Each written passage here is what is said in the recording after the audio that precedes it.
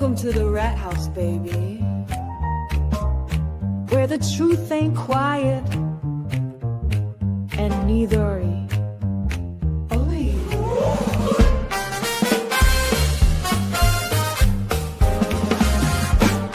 Where the ChatRats crew slide in, pull up a seat, crime talk, cold facts, and a jazzy backbeat. We got stories to tell, got some justice to serve, so pour up that coffee or something with a swerve. There's Rat Daddy leading 6'5", a cool Toys the queen with the sharpest of tools. Dean's cracking jokes, Mary B's got the tea, and Lawleen lays the law down, real boss energy. MJ's got the fire, Gingy's taking names, Cassie's dropping Angel Baby's in the game. The clerk's keeping order, Misty's watching close. Pinky promises, keeps receipts, and she does the most. We're the ChatRats, baby, worldwide and bold. Stories unfold while the crime scene gets cold. Puff, puff, pass, and the truth gets exposed. At the rat house, baby, that's how it goes.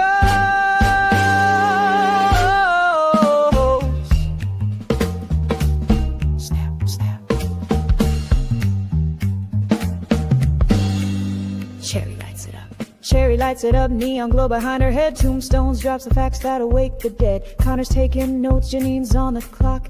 Hetty the paralegal keeps the court on lock. Sweet woman, sweet, but she'll sting if you like. Calypso keeps it cool, got that island vibe. Prince Lover's in purple, that Texas pride glowing. Sherry's laughing loud while the facts keep flowing. Bum, bum, bum, bum, bum.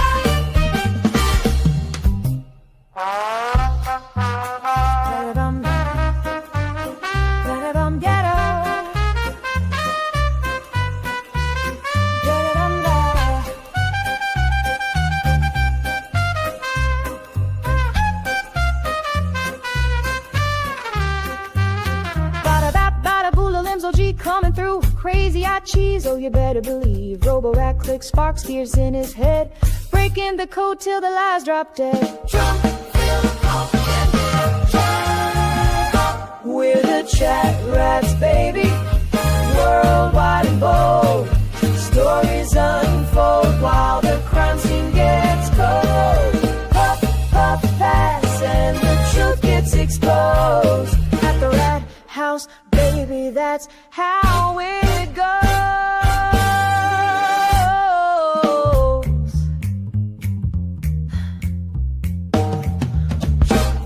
Crime solving, cracks. World's our stage. That's a fact. Together, we're the ChatRats crew. We ain't looking back.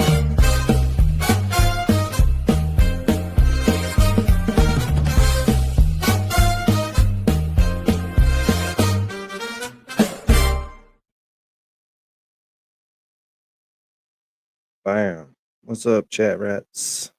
What's up, Cherry? This is Rat House Media, and I am Danny Thomas, whatever that is. But, what's up, people? What y'all doing? Cherry's here already. Nice. Angel, Prince Lava, says her husband's favorite number is 33. Nice. We're on episode 33 of What the Fuck. What the fuck are y'all doing on here? What is going on? Can it just anybody get on here and do anything that they want to? Is this a free country? Holy shit. You just get on here and be an idiot. Anyways, we got some good stuff to watch. A little story of murder in Mississippi. I'm not early. I'm late. But yeah. I got off a little early. It's raining. It's hot. It's raining in Mississippi, so that's just the way it is. So I figured I'd hang out with my friends since my wife ain't nowhere near here, which she should be in the chat. She better be soon. But if not, she's the one that sent me this story. And then Lawleen sent it to me after her, so must be pretty good. And I've watched it, and it is pretty good. It's not as close to us as I thought, but it is in Mississippi. And then we'll watch a little Next Witness. They got part 2 of Rentschler. Rentschler's Cross, which is good. And then Got a little micro dots. And we'll watch Turtleboys hearing from yesterday. So we're only going to stream for probably 10 hours. So get a snack, pack a bag, pack a bowl, get something to eat. It's going to be a while. This shit's going to last forever. I don't know what to tell you. I don't know what to tell you. They're making me do it. The covert operation. Yeah, 10 hours. It's going to be short. I got stuff to do. I can't just stream all night long, but I can do 10 hours. No big deal. Do 10 hours, no big deal at all.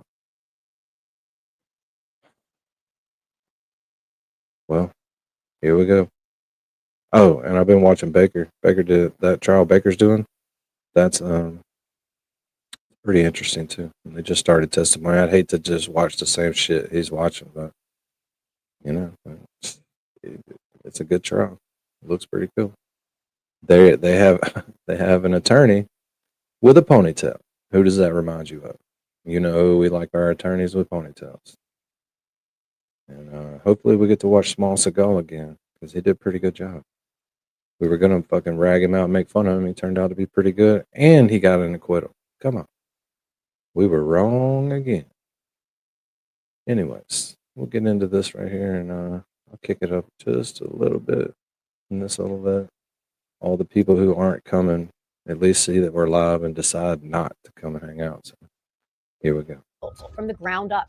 But in a single, unthinkable moment, She said, well, he didn't come home last night. I said, Kate, what is it? it was all taken away. Blood was all over his face and chest and everything. What followed was a heartbreaking mystery Everyone knew that he had a lot of money.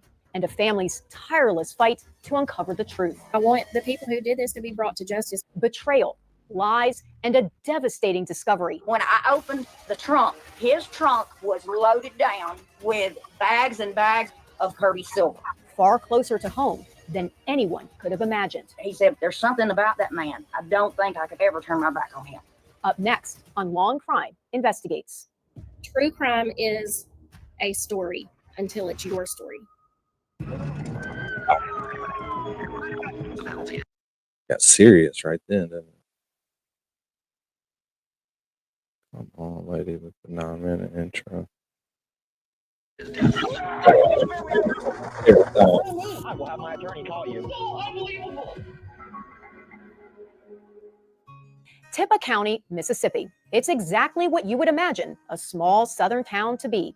A place where everyone knows everybody else, where peace and quiet run aplenty. Drama is not what people do here. You're supposed to just fit in. But that wasn't Kirby Carpenter. He was extremely unique. Kirby was a very unique individual. He was interested in so many unique type of things. He was very authentic and true to himself, no matter who he was around or where he was at. Kirby was who he was. And if he believed in something or he loved something, everybody around him knew it. He made that known. His job, I guess you would call, which really was not a job to him, was in the precious metals business. Gold. Yep, Cherry, you're right. You are right.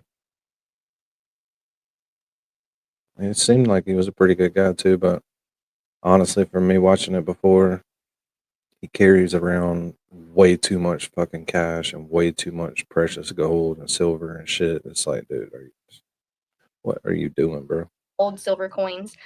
He had a coin exchange store on the square here in town. And Oh, we got a new clerk, Detective McClerk. Well, Detective McClerk, welcome to the McRat House. What's up, Diane G? Damn shame. Detective McClerk. I like that. Catch he it. would get mad, called it a pawn shop. It wasn't a pawn shop, and it wasn't. And so a lot of people would come to him to sell their things that were of value, and he would buy them from them, and then he would resell them or keep them. He put in the first wine and spirit store here in town, and he ran it very successfully for several years, and then he sold it. And then there was another city 20 miles from us that when they legalized the sale of liquor there, he opened a liquor store there. Actually, the store was in the parking lot of the Tractor Supply Company, which is where Caitlin worked, and that's how they met. It was around 2019. Caitlin Spence was Kirby's age. They didn't grow up in the same town or have many friends in common. But once they started dating, they quickly fell in love. Honestly, we loved her. We love her. We loved her. She was very down to earth. She was very grounded. She seemed to be extremely good with Kirby's oldest child, his son. Goodness. Hey. She really just fit right in with the family. Yes. In 2021, Caitlin and Kirby announced they were having their first child together, a baby girl. The pregnancy pictures look beautiful. They look happy. Yeah. Caitlin gave birth in July of 2022. It was the perfect, In Mississippi, Prince Lover. Hold on a second. In Mississippi, you can the cities can opt out. So some cities opted out,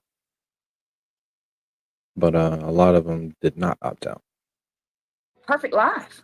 And she was a good mom. Yeah, she was a good mom. I mean, she was a member of the family. She would just come to mom's just to visit and hang out. Right. You know, even when Kirby was out, doing his work thing. He also owned several real estate properties, and he was in the process of applying to open a medical marijuana dispensary. He liked nice things, and he wasn't shy about it. Yeah. Right. Yeah. Application fee is $25,000 non-refundable. Total in total to open a dispensary is about 60 grand in fees, non-refundable, depending on your background check, how that comes back. You're exactly right. That's it. He loved nice things. He loved collectible things, and he loved to let people see those things. You know, he had collectible cars. He had obviously all of the gold and silver collectible things, and he had just collections of Guitars. stuff, instruments, guitars. Everything that he had was. About time. Been waiting on you. I know you've been lurking too. I can feel it when you lurking. So ain't no need in lurking. I don't know what you're scared of. Don't be scared. And if y'all can't be nice to Wallflower, then I'll kick out one of the 10 people I have in here. MJ, you're late. I'm sorry. You're kicked off. We don't do late here. You know what I mean? Can you hear me okay? Just kidding. I kicked you off. No, I can't hear you. You're What? late. You're Yeah. late. I fucking sent you home for the day. Watch. Bam. Gone. It'll go no.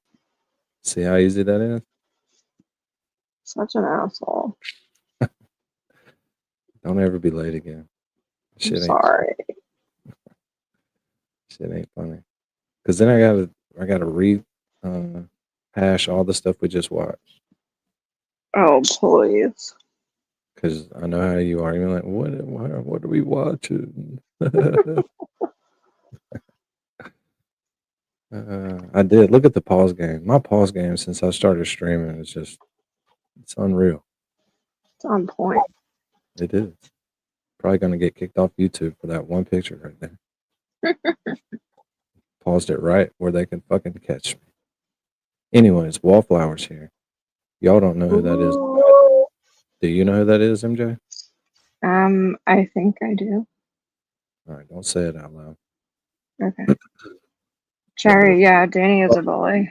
I just demonstrated how we'll kick you off here. I mean, it's not a given.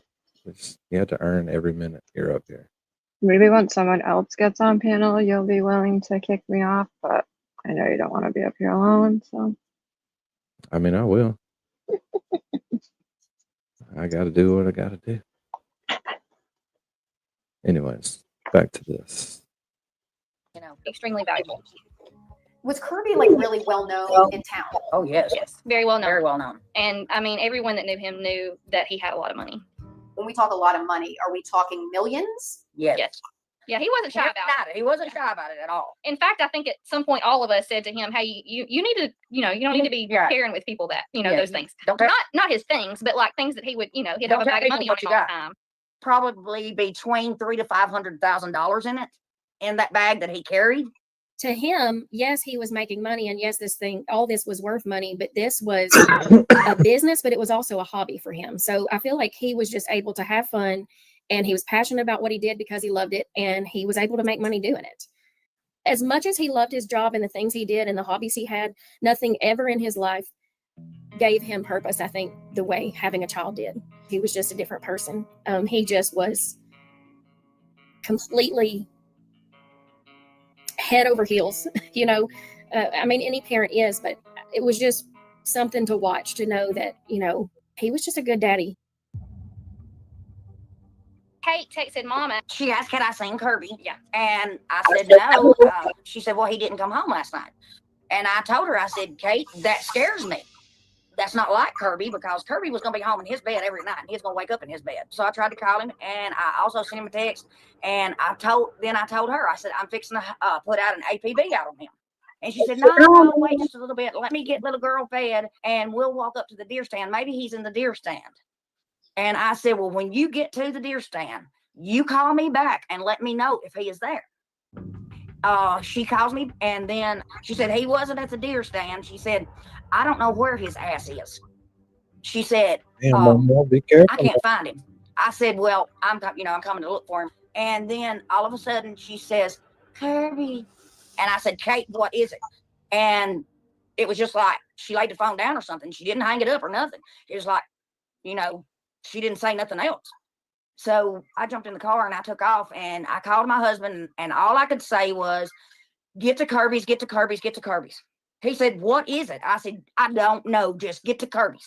And that's all I could say was, "Get to Kirby's, get to Kirby's, get to Kirby's." I'm a teacher at an elementary school in Alabama, and I was at work, and I could hear my cell phone ringing, and I looked at it and saw that it was my mom's name. And when I said hello,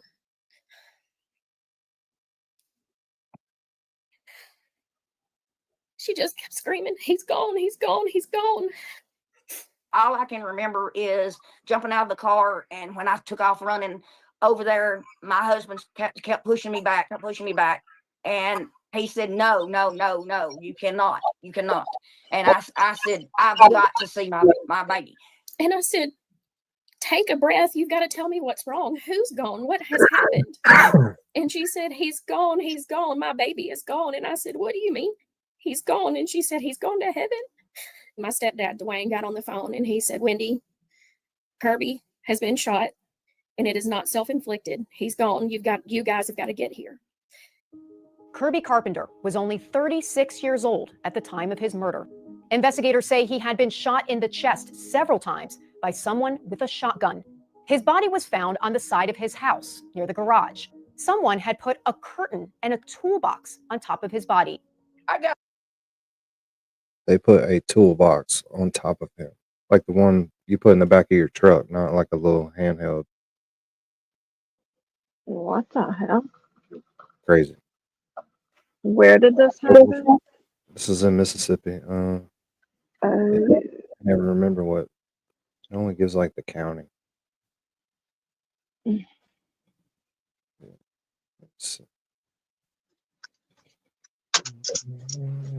And I'm not good with counties because I don't care that much. Yeah, same. But it's in the SIP. Out on my knees, and I begged God just to take me. He needed to live. He had babies to raise. Was I that had lived my life. Just take me. Please don't take him. And then when I realized it wasn't to be, all I could scream was, "No, no, no, no." And I remember the resource officer pulling up the cover that was on him, and I seen him laying there with his eyes open, and it was like blood was all over his face and chest and everything. And I just lost it from there. Who covered him? Whoever killed him. And he was covered with a toolbox laid over him, also, like a toolbox that goes on the back of a truck. Where was the toolbox laying on him? It was holding the cover that was over him. Did Caitlin ever say how he got a blanket over him? No, she said In fact, she told the resource officer said that when he got there, that he went to uncover him to look and to verify that it was Kirby. And her words were, "Oh my God, Kirby, he's killed himself." No, how could he have killed himself? He put a covering over himself in a toolbox. Actually, the resource officer looked at Kate and told her, he said, "This is no suicide." He said, "This is a homicide." Yeah. They think he was shot in the garage. What the hell? I don't know. This shotgun blast. Why? They're loud. Oh man, they're loud, but they're also like spread out. You know what I mean? It's like a pattern of bullets coming at you. Yeah, and I mean, Very they, destructive. depending on how far away it was and obviously what gauge, but they'll blow a chunk right out of you. Yeah, it's not good. They'll blow a whole damn arm off. You are right. Think that Kirby was shot in the garage. They think that he was killed as soon as he came home that night. Police note drag marks of blood from the garage to the side of the house where his body was found. Okay, I am currently standing where Okay. They were talking about it couldn't have been a suicide, this, that, and the other. Who went out there to the damn scene and saw drag marks from the damn garage around to the side of the house, and the guy's under a toolbox, under a blanket? And they were like, yep, got another one. What? Yeah, that makes zero. Like, Pattern? oh yeah, he just, blew some holes into his body, and then while he was already gone, covered himself and put this toolbox here. Baker says he's a zombie. Yeah. That's it. He just got tired and laid down right there while he was carrying on. Kirby's body was found, looking back toward the home. The surveillance cameras, which would have caught exactly what happened, had been disconnected, and the central cloud storage station was missing. I'm thinking at the time that somebody has come in Kirby's driveway, shot him, and left, and like it had just happened. And then later we found out that he had been dead for 2 days. All of us were in extreme shock, and just absolutely devastated at that point. We were thinking, oh my God, who would have done this? It put a fear in me that I never dreamed I could have. At this point, you guys are thinking there is someone out there Yes. that Yes. killed him. That's exactly what we were thinking. So of course we did think about dealings that, could have gone south with Kirby and, some of his business dealings. He did have dealings with a lot of different people, and there were some people that probably didn't care that much for Kirby, because if he believed something, he told you that's what he believed. If he stood on something, he stood on it. So yeah, I mean, he probably had some people who didn't care for him. And so I remember asking Caitlin, who would have done this to Kirby? Like, who would have any reason to kill Kirby? She looked at me and just so quickly she said, meth heads. And I said, meth heads? She said, yeah. And I said, for what? And she said, money. And I said, no, they said he had money in his pocket. So for months afterward, every day, it's all we could think about. And we would just, sit and just, toss ideas off one another. Well, what about this, business, or what about this deal, or what about this person? There had been a couple of people in Kirby's past that he had not gotten along with. In fact, the story that Caitlin initially told was that she had heard a conversation between Kirby and someone the previous week, and that they had kind of a confrontational conversation, and that the person told Kirby, this is the kind of stuff that gets families killed. Kirby and Caitlin weren't the only ones living in Kirby's home at the time. After Caitlin gave birth to their daughter in July of 2022, her parents, Jeff and Karen Spence, came to stay at Kirby's house. They came in July with the intent to help for a couple of weeks, and they stayed through August, September, October, November. We know that they had their home in Saltville, Virginia, but then we ended up being told later on that that was in foreclosure. Kirby was taking care of them. He fed them. He took care of them. They were in his home.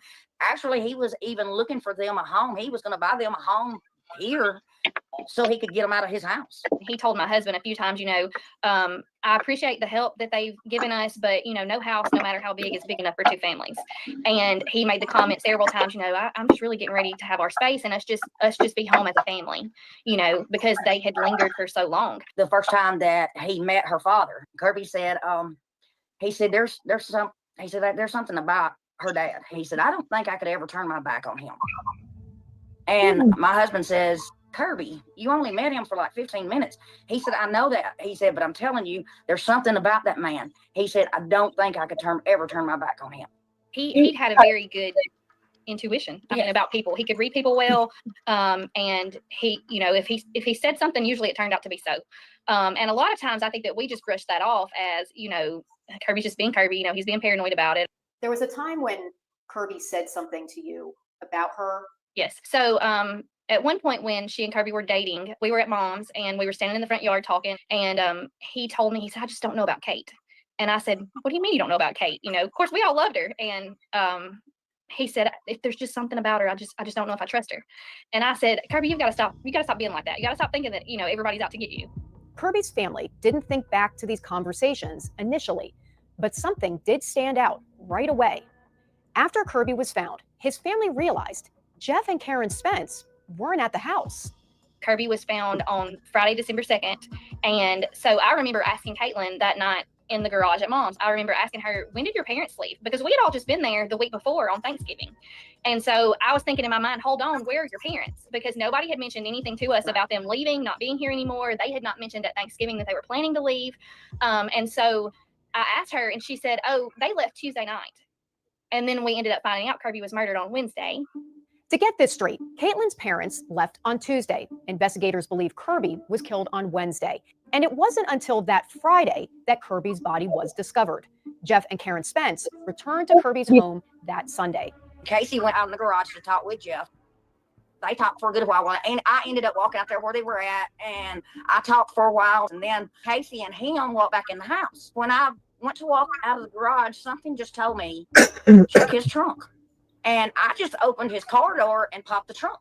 When I opened the trunk, his trunk was loaded down with bags and bags and bags of Kirby's silver. I'm thinking, oh my God, he is not taking Kirby's things. So I didn't go confront him or nothing. I went to unloading that car is what I done.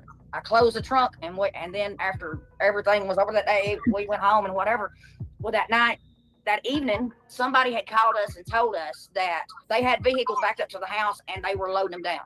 So I went, I had to knock on the door because they had changed the locks on the doors of the house. Mama went ahead and called the law, and they had a whole conversation. She explained to law enforcement what had happened previously that same day.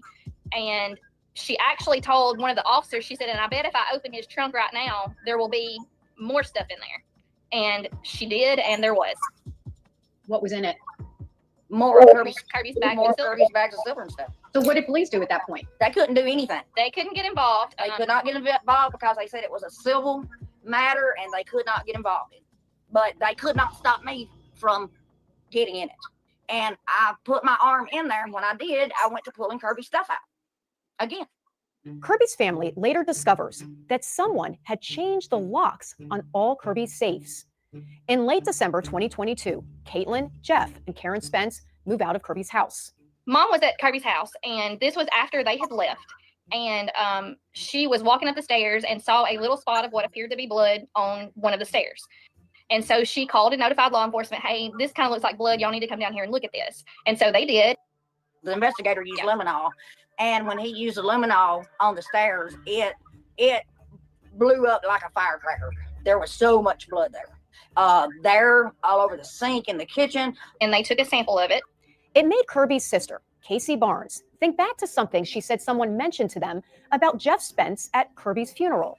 We had someone tell us that they didn't know who Jeff was. They didn't realize who he was. However, they ran into him in the bathroom immediately following the funeral, and that he had his, shirt kind of raised using the restroom, and that he had a bandage on his side. Everything that happened just continued to point to them. As time goes on, Kirby's family's suspicions grow. It reaches a fever pitch in the summer of 2023 when they're no longer able to get in touch with Caitlin Spence. They think she may be living with Kirby's daughter at her parents' home in Saltville, Virginia. I wasn't getting any response from her, and had. What the hell? I'm muted. Oh, my buddy. Hello. Wally. Hello. Yeah, Hey. getting the volume right. I actually know this case. You know what StreamYard just did today? They updated, and when you came in the StreamYard, it put a big banner across my whole screen that said, Lolene is in the green room. Damn, now I can't pretend to ignore y'all sometimes. Cherry, I think they were all involved. Oh, the wife of the in-laws. I don't know. I think it's random. Because they're better off with him alive because he probably gives them money all the time. Otherwise, they'd be talking bad about him. I don't know, man. But yeah, this is that story, Lolling, that you were asking about. Yeah. Yep. I remember like a 3-hour special one night that the sister did an interview, and I don't know what all this has talked about because I just started watching, but the whole lead up and everything that happened after is crazy. Yeah. We're about getting to the good stuff, honestly. I'll tell you right now, something ever happens to my brothers. Ooh. Y'all better watch out. Mhm. It's just I sickening mean, to think it's over money. The crazy little sister will be coming for you. I mean, that's They didn't even stand up for you when you had a black eye, remember? Yeah, I know. Jesus. Been trying for several days and she wasn't replying. And so we were concerned. And so I actually contacted the Saltville police and asked for a welfare check. He said, what are we going to check for? And I told him, I was like, my niece is there. Supposedly this is the house where she's supposed to be. I've been trying to contact her mother for days. I can't get her. And he called back and he said, ma'am, I just wanted to call you back and let you know that there is not a house at the address that you sent me. And I was like, what do you mean there's not a house there? I was like, Mom is mailing child support payments to that address every month. And those checks are being cashed. That's got to be where they are. And he said, there's nothing standing there but a mailbox. He said that home has burned. And so at that point, we became extremely concerned. The concerns keep growing. Investigators discover that in early November, shortly before Kirby's murder, Jeff and Karen Spence had made a series of large deposits in their joint bank account, $26,000, $50,000, and $97,000. Days after. Why do people do that? It's like Googling where's the best place to get a knife, and then go and buy the knife on video, and then go unalive somebody with it. Like, what are you doing? Why would you put that money in? After Kirby's murder, Jeff Spence pens a handwritten will, leaving all his, quote, worldly possessions to his wife, Karen Spence, writing, I've strived to be a good man, father, husband, son, and friend. As I slip the bounds of this earthly existence, I look forward to whatever is next. Caitlin also writes a will, leaving everything behind to her and Kirby's daughter, telling her daughter, quote, this life has been a beautiful one. You are your mother's savage daughter. Do not ever forget that. I am always with you. And then came the real blow to Kirby's family. While Kirby's body was being found here and we were finding out that he was dead, Jeff and Karen were in Virginia opening a safe deposit box that day, putting Kirby's belongings. Police believe the items belonged to Kirby because they were found alongside a personal check he had written to someone. At least 3 months after Kirby was killed, I would lay awake every night and come up with these things in my head of what could have happened so that Kate was not involved. I mean, I can remember making up these things like, well, We all did. what if her dad did this and she didn't know about it? On November 30th, 2023, 1 year to the day that Kirby Carpenter was murdered, police arrest Caitlin, Jeffrey, and Karen Spence. Prosecutors say they conspired and stole a large sum of Kirby's cash, silver coins, gold bars, and other precious metals. They were charged with conspiracy, grand larceny, and capital murder. That day that they were arrested was the day that he was killed the year before. And we had set up to have a fireworks show at Kirby's house. And then we found out that day that they had arrested him. And so we actually had a fireworks celebration. Yes. Kirby loved fireworks. And so we decided that night after we found out that the people responsible for killing him had been arrested that we were going to make it a Kirby celebration. It turned out to be a big celebration. Neighbors came. Even the whole fire departments and stuff came. Praise God, the day has come. It was just unreal. All I could do was scream. I mean, I was just so happy they were behind bars. At the first hearing for the Spences, prosecutors revealed that the last text Kirby received before his death was from Caitlin. It was just after 6:30 p.m. on November 30th. She asked him where he was. Kirby said he was heading home. He had just passed a local tire shop, which was about 15 minutes away. Investigators say Caitlin was not home when Kirby arrived back at the house. They know she was with her daughter at the local Walmart at 7 p.m. because she was seen on the store's surveillance cameras. The local sheriff testifies that after Caitlin left the Walmart around 7:15, she sat in her car in the parking lot for 45 minutes. Caitlin told police she was breastfeeding. The sheriff says she texted Kirby during that time asking if he wanted Chinese food for dinner. She didn't get a response. Police say Caitlin arrived home later that evening. Caitlin's reasons for not noticing Kirby's body outside the garage, despite living in the home for 2 days, remain unclear. But where was Jeff Spence during this time? Prosecutors say they're not entirely sure because his phone was turned off for several days around the time Kirby was murdered. But they believe he was in Kirby's house at some point. Remember the blood on the stairs that police tested? The DNA came back as a male relative of Caitlin Spence. After Kirby's murder, police tore through Kirby's house looking for evidence. They found that missing central station for the surveillance cameras hidden behind some boxes in a room where Kirby kept all his safes. And what about that big shoulder bag of money that everyone knew Kirby always carried with him? Police looked everywhere for it. That bag never did show up. So where did it go? And also, he had a pistol in his front pocket that has never been found. And he probably went everywhere with the pistol. Yeah. Oh yeah. He did. He always had the pistol. And not only did he always have the pistol, but when law enforcement went through his pockets, he had 3 bullets in his pocket for that pistol. So he wouldn't have had the bullets in his pocket without the pistol. Jeffrey Spence remains behind bars. We contacted his attorney for an interview, but he declined. During Jeffrey Spence's first hearing on the charges, his attorney tells the judge that prosecutors have zero proof that he killed Kirby. He points out that Jeff Spence also deals in gold and silver, which explains why he had those items. His attorney tried to have the charges dismissed due to the lack of a speedy trial, but the judge denied that motion and set a trial date for September of 2025. Jeffrey and Karen Spence will be tried together. That's when they'll come face to face with the prosecution's star witness, Caitlin Spence. Caitlin had to make a very important and difficult decision, and that was, would she choose to cooperate with the state of Mississippi with what she knew? She maintained her innocence. With regard to killing Kirby, who she loved very much, and she maintained she didn't know anything about the murder or had no participation in the murder, was not involved in the planning of the murder, and did not know anything about it until after it had occurred. She implicates her father, and her father made admissions of killing Kirby. She does not implicate her mother. Caitlin's attorney, Anthony Faris, says Caitlin had developed growing suspicions about her father's alleged involvement in Kirby's murder. And in the spring of 2023, she decided to confront him. They have a private walk in an area called the Waterfall, and she confronts her father regarding what happened. Did you do this to Kirby? And that is when Jeffrey Spence makes admissions to her. And Lawleen, are waterfalls bad luck?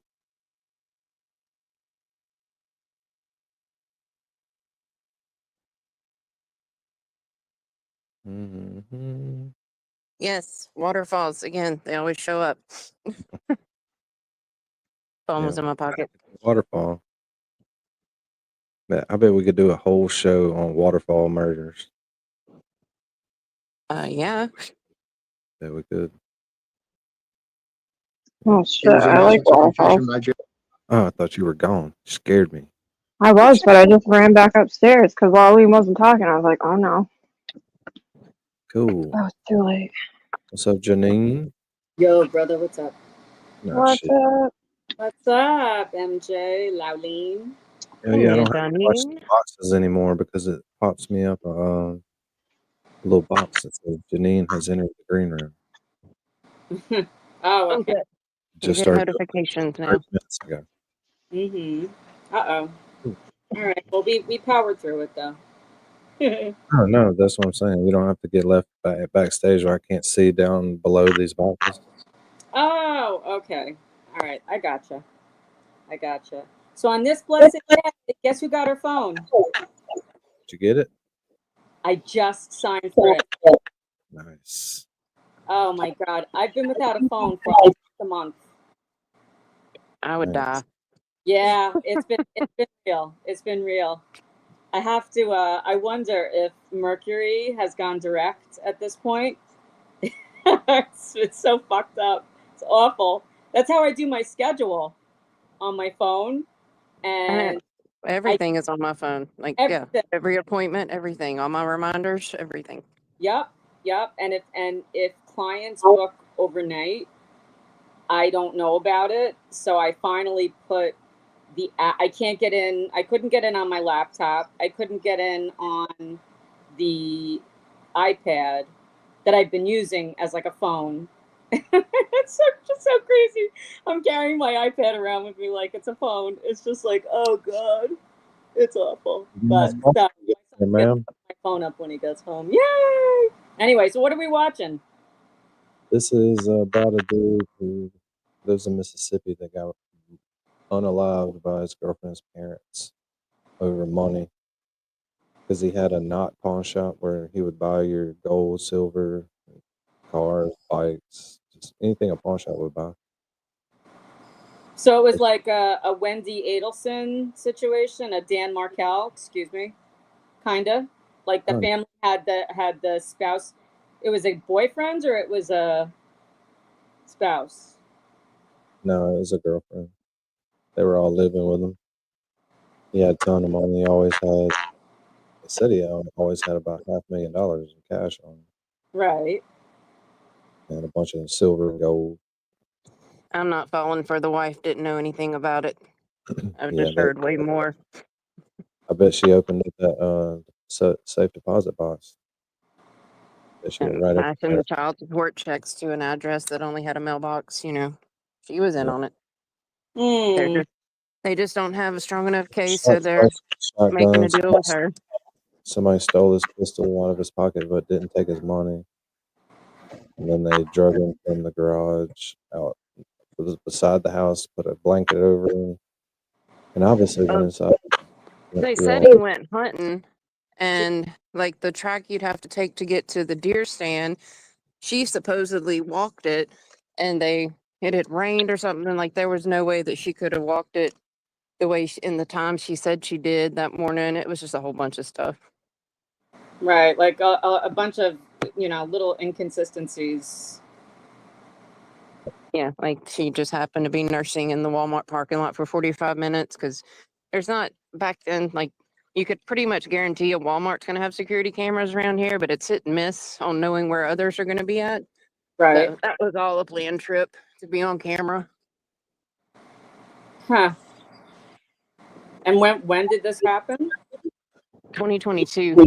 It was like a big story. You probably have seen some of it. The family's real country, and they did lots of interviews and specials and stuff. Okay. Yeah, probably. It's probably gotten its views for sure. Probably will come back to me. That's so awful. That's terrible.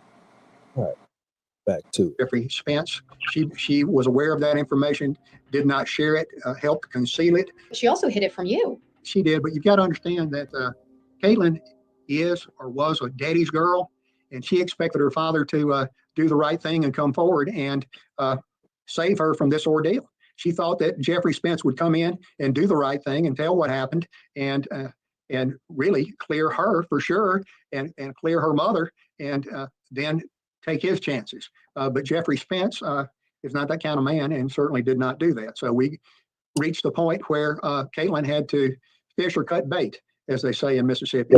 And so she had the most difficult decision that she's ever had to make. And that is to come forward to tell the truth and agree to testify against her father, the man that she's loved, who has been her knight in shining armor all of her life until this point. Faree says there's another reason Caitlin had to fish or cut bait, as they say. Caitlin loves her daughter, wants to be with her daughter. The penalty for capital murder is death in Mississippi or life without parole. The district attorney's office announced that they would not be seeking the death penalty, but the only other penalty is life without parole. So that certainly is not attractive when you're looking at the necessity of raising your young daughter. I was able to negotiate a plea agreement on Caitlin's behalf. After much prayer and consideration on her part, she decided to accept that plea offer, which was that the offense of capital murder would be reduced to that of accessory after the fact, the capital murder, which changes the maximum penalty from life without parole to maximum of 20 years. In April 2025, Caitlin Spence stood before a judge and pleaded guilty to accessory after the fact to murder. She testified at that hearing that she had a conversation with her father in the spring of 23, and that during that conversation, he became mean and aggressive with her, and that he had never been like that with her in her entire life. And the statements that he made to her when she flat out asked if he killed Kirby were very incriminating. He made statements like, the less you know, the better. I did what I had to do. I did what I had to do. And don't look a gift horse in the mouth. One of the things that she said was that her dad told her, you can't tell anybody this because it will tear our family apart. And, for her to be tearful while she was saying that. Just I was very, very, very angry. Actually kind of stormed out of the courtroom. I just felt like I had to get up and run. I was so mad that she's sitting there talking about her family being torn apart. I have said since the beginning, before we even suspected that, or, had any knowledge that they could be involved, that anyone who knew before, during, or after the murder was just as guilty. And I stand on that. I was so numb for so many days afterwards. And actually, even now, I feel numb because I feel like that we've really been let down. Shortly after appearing in court and agreeing to testify against her parents, Caitlin Spence was released. She has to wear a GPS monitor. For Kirby's family, it's another step forward toward justice, a step, though, they call bittersweet. When the true crime thing kind of blew up and everybody, I was one of those that I listened to the podcast, I read the books, I read the stories, I watched the TV shows, and you always feel for those victims and their families. But, before this, all of those were a story to me. And Kirby's story is just that to so many people. It's a story. But this is our real life. We have to deal with this every single day. True crime is a story until it's your story. And that completely changes everything. My life has went from being whole as a family to being something that I have to worry about every day. Something that Kirby is on my mind 24/7. I go to sleep with him on my mind. I wake up with him on my mind. I want the people who did this to be brought to justice, but I never want Kirby to be forgotten. That's probably my number one thing, is that they are brought to justice and that his children will know how much he loved them and that they will know the quirky things that made their daddy their daddy. It was Casey's idea to start a scholarship fund. We have actually had people donate, and we were able to give $5,000 to 10 different seniors who are going to college or trade school. A lot of the reason that we're speaking out is to keep his memory alive and to do things to honor him and to show his children right and wrong, but also to show them that, just because we lose somebody here on earth doesn't mean that we can't do things to honor their memory. Karen Spence hasn't entered a plea in this case. In August 2024, she was released on a $150,000 bond. She also has to wear a GPS monitor. We reached out to her attorney, who declined an interview. That attorney recently filed an alibi defense notice with the court.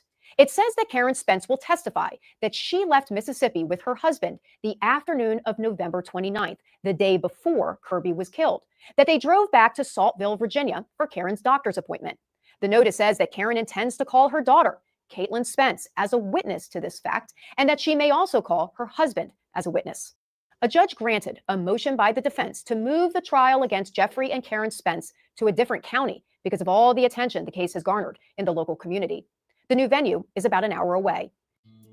Kirby Carpenter deserved more years than he was given.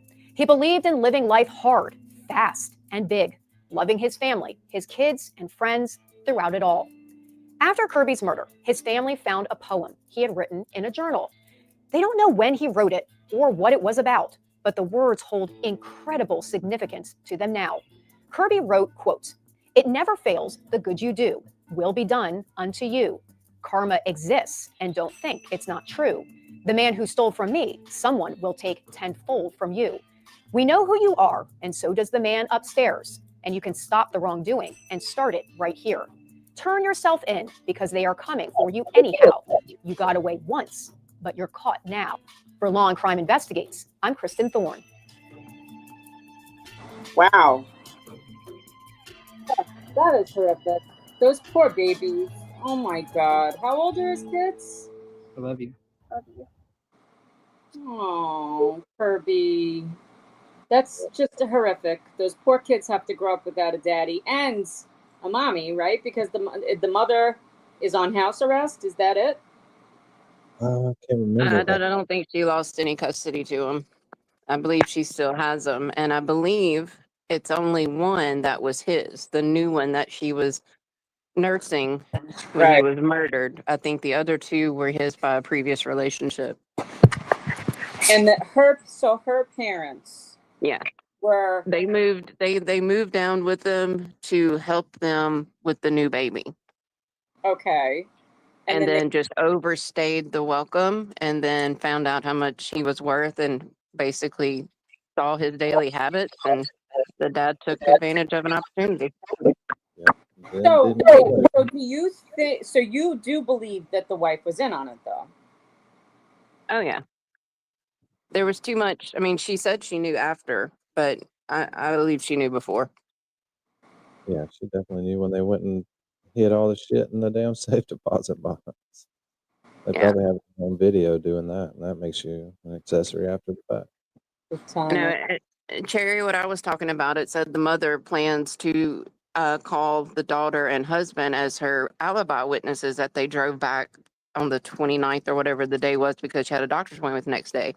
Like, wouldn't you just subpoena people from the doctor's office to be more credible witnesses and subpoena your medical records to show that you had a visit? Good point. Right.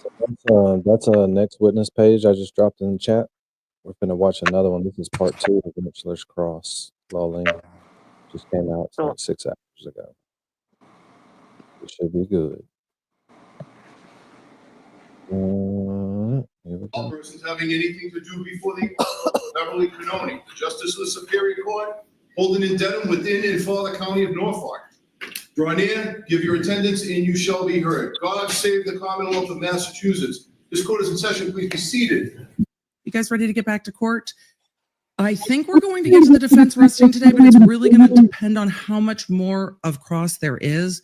It just seemed like we had finally gotten to the substance of Cross when the lunch break was taken. Hopefully we are almost done. All right, while the jury's on their way in, I need to see counsel at sidebar. Yeah, I bet you do. Well, we'll go straight to sidebar then. Sounds like she has some grave concerns. I'm going to admonish you over here in private. Yes, to all of you that said, but yesterday Brennan said he'd be an hour on Cross. Yeah, he sure did. And yet here we are. In his report, he says that the orientation and position of the lacerations are consistent with the orientation position of the taillight cover. And then right under that, he has reference to that test that he performed. So again, if he did, it's the basis for his conclusion, and his conclusion is that they're consistent. So yeah, he's trying to replicate it. He actually testified, and it was brought up where he said that Karen's SUV did hit John O'Keefe, and he was demonstrating it and using the video clip of the Blue Man science, so quote unquote science experiment. So what Brennan's doing is he's splitting hairs, and he's trying to make it look like, oh, he never said that was actually what happened is what I was demonstrating. I'm not saying that's what happened. Welcher said that is what happened. If he didn't intend to do that, then there's no evidence that he can provide with respect to the arm impact at all. That's the only test that was performed to look at the arm and the taillight cover. If it doesn't, just like the Commonwealth being like, where did you get 24 miles an hour? Where did you get that she backed up to him and he was standing like this with his arm bent? Where did you get that? We never said the data said that. And he's like, why are you attacking your own case here? I don't understand it at all. It's like they think being intentionally vague is like smart or some kind of trick when it's exactly the opposite. He's like, did we switch sides? Why are you cross-examining me about how much your case sucks? And once again, they're not saying it was 24 miles an hour. They're not saying he was standing like Judson Welcher. They're not saying it happened exactly like they did in their video. So what are they saying? What do they think they've actually proven? Like, then what is Welcher's point? Let's get back to my question. Yes. No, I just did answer your Is fucking there question. anything where Dr. Welcher has informed you or He written that he is videotaped it. intending to represent the actual arm angle of John O'Keefe when he was hit by a left? He showed the blue paint and the blue paint patch. he has in his actual report. So he didn't write specifically that that's what it's intended to do. It seems he's inferred that. And again, that's the only test that he's performed or referred to in this case. You inferred that. No. Inferred that that's how he believes that the arm was positioned. I think we understand your perspective is that the only test he performed, but what I really want to get at His perspective. is The fucking fact, you your moron. assumption. It's not his perspective, it's the truth. Did he do a whole bunch of other tests that he forgot to put in his report because the results didn't support your wackadoo theory? What's happening here is a whack job. That Dr. Welcher was suggesting that there was a specific arm angle that occurred in this case that he was identifying. You don't see that anywhere in his report. Well, it would be pretty odd if the one test he ran didn't actually represent what he thought happened. Yeah, I don't understand what the moron. value of that would actually talking be. about? You're making me sound stupid because I'm assuming that his test showed that the taillight could hit this part of the arm because that's where the paint was, and you're acting like I'm stupid, but I don't get it. He's a nut job and this is a whack job. And we've officially collectively lost it. We've lost it. I don't understand what you're saying. Why else would he have done the test? Can you tell me why he did the test? It's a good place to pause it right there. How much do you want an Emily D. Baker Teebs stream? He was talking about that last night. Oh my God. That would be so lit. As good as he was with Andrea and Melanie, I'm all for it. Yeah, imagine. I don't watch her enough. And she is a Metallica fan also. I know that because I've seen clips of her wearing shirts. Yeah. Like real shirts, not like, load and reload. Yeah, she's a very avid concert goer. Yeah, well, she's in California, right? Lucky. They do so many shows in Cali because that's where they're from. Anyway, I kind of was thinking she might have AJ on in person since they're both out in the LA area. Could you imagine? I know my daughter is in LA. I'm like, look out for AJ, Alan Jackson. I think she's getting pictures snapped of him in his little snazzy car going down the freeway.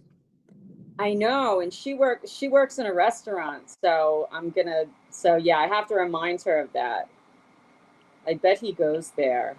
I wonder. Who knows? I don't know. But anyway, I think that she is a character. I like her snark and her way. You know? And I think that would be great pairing. Like a great match.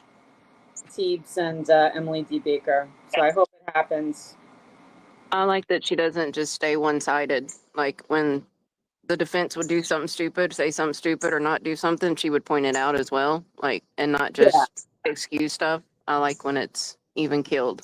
Yeah, brother counsel is like that too. He got a little bit of shit because, he's very, even especially in the first trial, but your boyfriends really tried to stay neutral. And then I think for the second trial, he did say after the defense's case that she was innocent. Yeah, not just not guilty. He said, I do not believe he was hit by a car, therefore she's innocent. Right. Speaking of Lolly and his boyfriend, Like if you're on the jury, you have to be sitting there like, what's Brandon talking about? He talked about to her that he was trying to describe the actual body position of John O'Keefe when he was hit. Actually, he doesn't state that. He states very little in his report or in his PowerPoint. He demonstrates through the video. He's like, no, he doesn't say that. In fact, his report is complete shit. So no, he doesn't say that. He's just completely garbage. Thank you for letting me finally, throw some shit his way. It proved next to nothing now, but it would prove literally nothing if it wasn't even used to show the body positioning, which Brandon repeats multiple times that test was not supposed to be a reenactment. There's no evidence, no analysis, no conclusion whatsoever. I'm trying to make my question a little clearer. He answered the question. Is there anything in the report where Dr. Welcher has stated that he knew the body position of John O'Keefe when he was struck? I'm going to allow that. I have to ask Dr. Welcher, I suppose, but if it's not, again, then I'm not sure what that test actually accomplished or represented. He made assumptions and then have given opinions to the jury. He didn't make assumptions. All right, we got to shift gears. Okay. It's not another short attention span. It's not an ADHD stream tonight. ADHD TV stream. Yeah, well, it's kind of, but it's not. I really should have watched this first. And I'm saving the hearing for last, so that way we can be on for a while. Because people keep coming in and leaving. Mm-hmm. Oh, there's our friend Broken Baker. Maybe he'll come in to say hey tonight. Already been in. He's been in here earlier. Oh damn! I missed him.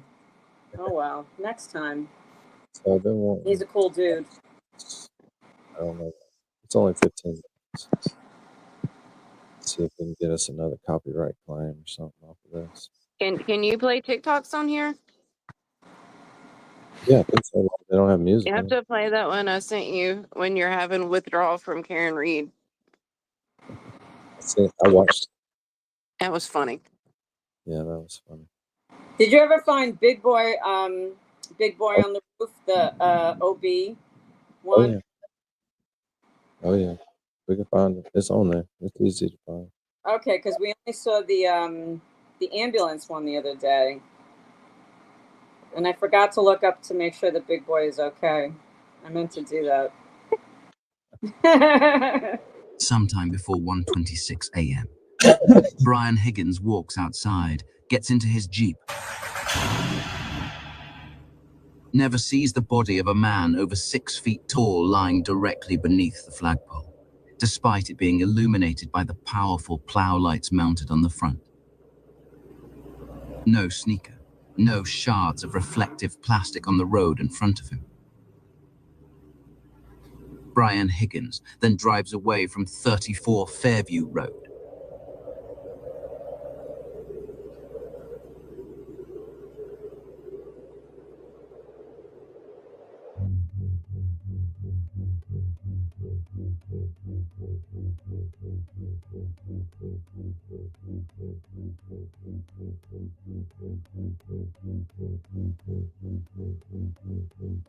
It's 1:26 a.m.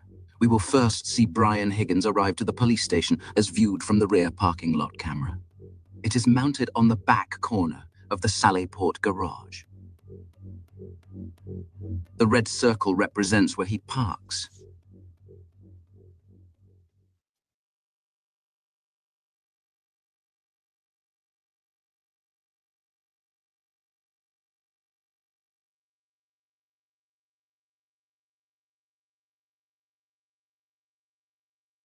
Don't you think it's insane we didn't get to watch this during the first trial?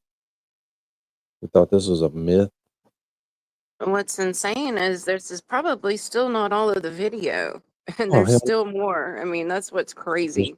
more cameras too. It's that you can arrest someone and indict her before you've even done your accident reconstruction or gathered all the evidence from cameras. That's insane, in my opinion. It's just ridiculous. We didn't hear about that. I mean, you know what I'm saying? Oh wait, so this was okay. So this is Higgy going. I'm sorry, I had to go into the other. No, that's all right. I was just saying this. We should have saw this before the first trial. And then they could have impeached him about being on the phone. Yeah. Right, right. But wait, Exactly. I'm sorry, I missed that. So when did Microdot say, or Lolene, do you know when they got? Recent, This right? video was turned over after the first of the year. It was before trial, but it was after the first of the year. He started turning over additional Sallyport stuff. He got on the case in September, started turning over more video in October, and I think this one came in either January or February. Gotcha. Gingy's here. Gingy. So true. He exits the vehicle.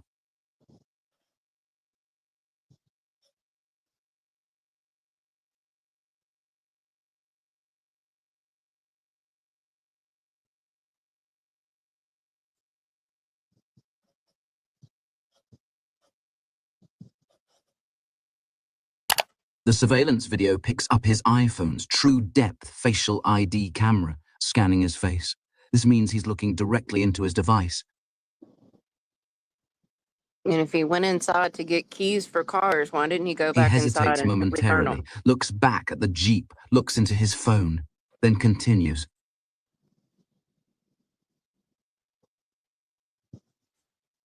While he's outside, Brian will be using his phone quite a bit. Next, we see him pass in front of the small island containing a tree and a light pole. The camera is mounted here.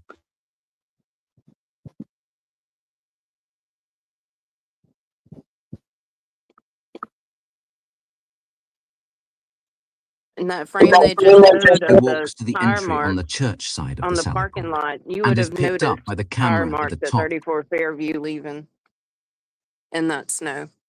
Yeah, well, I Of don't someone even. backing up and like not saying he saw a 3-point turn. That was all because he was told by Proctor that they thought she did a 3-point turn, but he would have noticed all that. It would have been there for a little while. It wouldn't have been there for long. So build it up. Corner of the main building. At 1:28, he walks down the first floor corridor. He enters this room for 1 minute and 39 seconds before returning to the hallway. This door leads to the communications center. Here's how we know. Hold on, I fell asleep last night. What did Diane G do this time? I fell asleep there. Oh my God. Yeah, she did a turtle check. That was the best, Diane G. Thank you so much. We love you. Play it. Damn it. And I forgot to, I was in the middle of doing something though. Was it in his first super chats or like the last super Oh, chat session? it- Because I missed it. It was towards the end of the stream. See if I can find it real quick. Hell yeah. The camera we are viewing from is located here. We can trace his steps through the interior of the police That's super nice of you to do. Appreciate it. station, entering the first floor corridor and then moving directly to the comm center. The comm center is manned at all hours. It would be the first place you'd go to find out if anything unusual has been reported, like a woman calling to say she dropped her boyfriend off at a party and hasn't heard from him since. And it's just on the other side of that glass. We attempted to decipher the words written on this sign. I believe it reads authorized personnel only. He takes a quick look down the hall, perhaps to see if anyone is present, then takes a right and moves out of view of the cameras. From here, he could have taken one of 3 doors. To his left and right are offices. Straight ahead is an entryway which leads to the front wing of the building, with also a stairwell that he could have taken to go upstairs to the 2nd floor. Clerk, did you change your handle again? Here's the 2nd floor layout. If he did come up here, he would have exited the stairwell at this point, and based on the timeline, he certainly had the time to do it. The station seems to have numerous cameras in place inside and out. It's peculiar, then, that the exact footage that would show us where Higgins went for those crucial minutes is conspicuously missing. Are we really expected to believe there are no security cameras operating inside the communications center, the very place where police interact with the public face-to-face through glass every day, and not a single other camera in the building that could show us where Brian Higgins went? These officials have proven their willingness to tamper with and withhold crucial evidence. Therefore, it's just as important to consider what was not provided as it is to examine what was. 4 minutes and 36 seconds later, he reappears in the main corridor and proceeds to leave the same way he came in. He just reached into his pocket for his phone and now has it in hand. But he waits. The second he steps outside of the building, he starts using his phone again. It's already up to his ear. It's worth noting he stayed off the phone while inside, at least from what we can see, meaning he likely placed a call as soon as he had privacy again.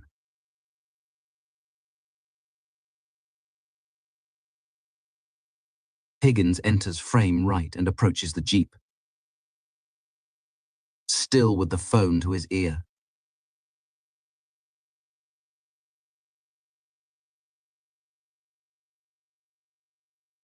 He walks between the Jeep and the large pickup and heads straight for the vehicle in the rear of the parking lot. We know this because we see his long shadow moving that way behind the Jeep. Higgins stands outside the vehicle briefly,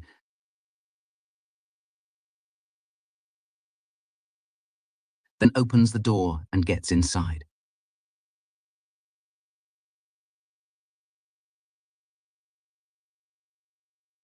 The tail light illuminates, indicating he starts the vehicle. It is located approximately here. He first turns on the windshield wipers, then rolls the driver's side window down to clear snow, allowing him to see. We speed up the playback while he sits inside. He moves the vehicle off screen left.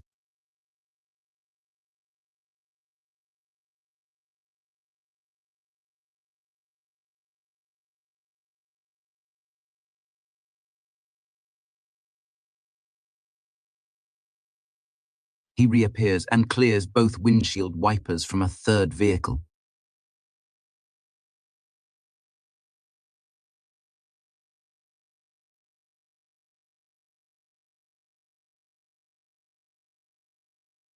He stops here with his elbows bent as they would be if he was manipulating his phone in front of him, in a stance consistent with interacting with text messaging.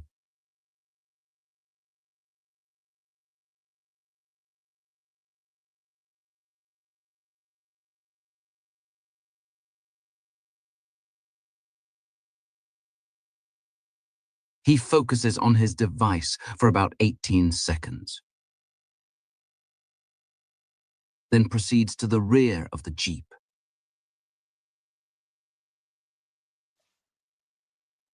And returns to open the driver's side door,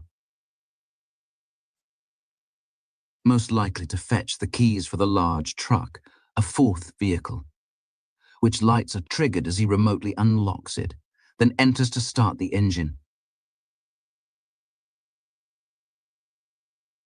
The lights flicker again when he opens the door.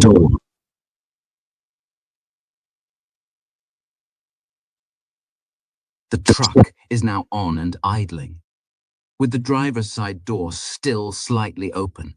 He rolls the vehicle forward a few feet, deeper into the parking spot.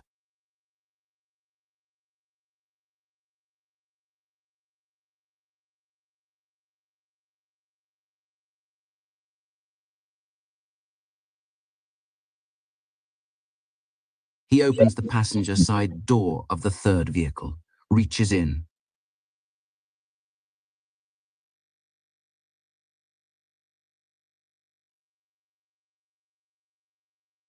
Then walks back to the Jeep.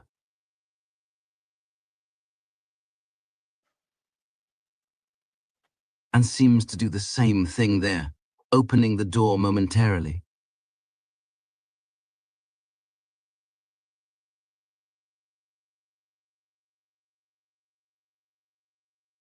Then back to the third vehicle he goes, this time to access the bed.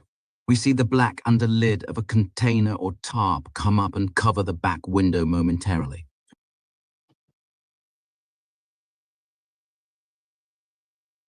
He reaches in, throws a large duffel bag over his shoulder, and closes the lid.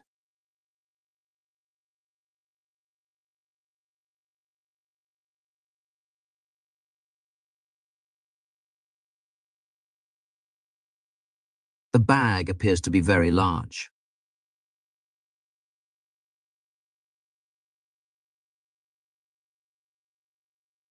He opens the driver's side door of the Jeep.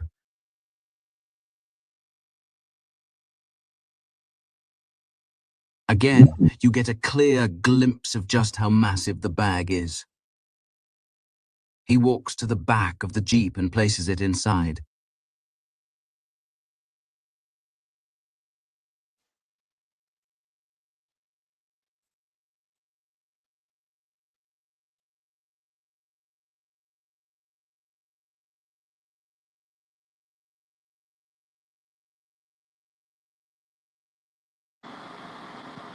Oh, cool, Diane.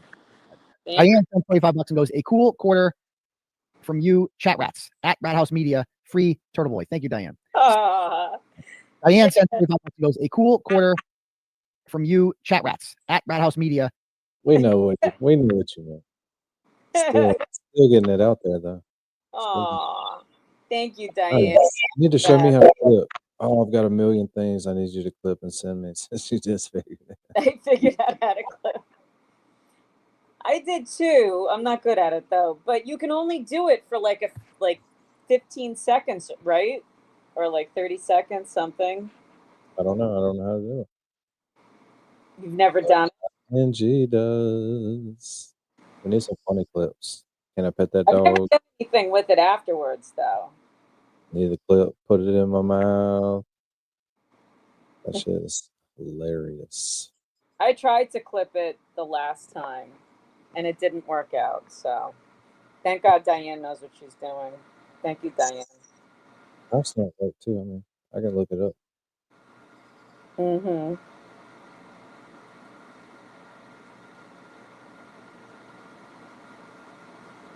So you know what I was thinking about microdots, and with Delphi. Danny, do you know anything?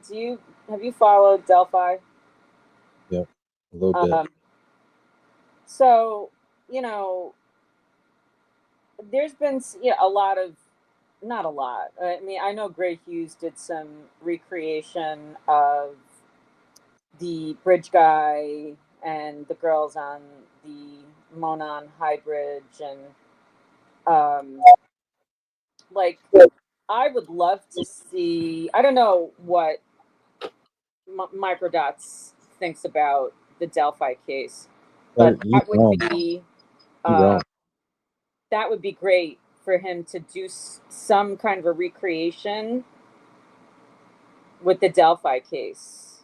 Yeah, but Obviously, he would have to believe that Richard Allen. I mean, not really. You know, it could be either way, right? Like I'm torn. I don't know. I don't know if Richard Allen is bridge guy, but Bob and Allie had Andy Baldwin, I think, right? Isn't that the lawyer? That was excellent stream that they did with him the other night. And they were talking about how, about Elvis Fields, the young guy who said that he spat upon, I think it was Abby. But nobody tested. They threw all of his comments out. Yeah. Oh, Said what Angel. he asked the he asked the state trooper or whoever it was that took him home from the interview, what happens if my spit turns up on one of the girls? Right. And the Betsy Blair, right? Is that no? Was it Betsy Blair or Debbie Blair? I think it's Betsy Blair. I think Debbie Blair is one of our chat friends, but Betsy Blair was a eyewitness, I believe, and I think that she said, Laureen, does this sound familiar? That she said It's not ringing a bell to me. we should look over the Andy Baldwin interview. It was so good. He really did a fabulous overview of everything, things that I had forgotten about with Brad Holder, Greg Ferenczi, I think he was the FBI guy. I got like 3 more Microdots videos to watch after this and the hearing. So we'll be. Are we doing the Cicadas whatever hearing? Which hearing? Turtleboys hearing from yesterday. Oh, No. okay. Oh, cool. It's only an hour. Because I remembered where I saw the attorney in that Georgia case we were watching. That was the attorney in the YSL case. Oh, really? Goldstein, I think's his The name. one that went to jail. He didn't take. He was the attorney for one of the other 2 who were found not guilty. Oh, okay. YSL took a plea and didn't go to jail. But if he'd have waited another month or 2, when they finally finished the trial, the other 2 were found not guilty. Right. Here we go. Okey-doke. Ooh, what's he doing? That's iffy. Iffy. What's up, Virtual Jerry? Hey, virtual juror, welcome. They've been here before, though, right?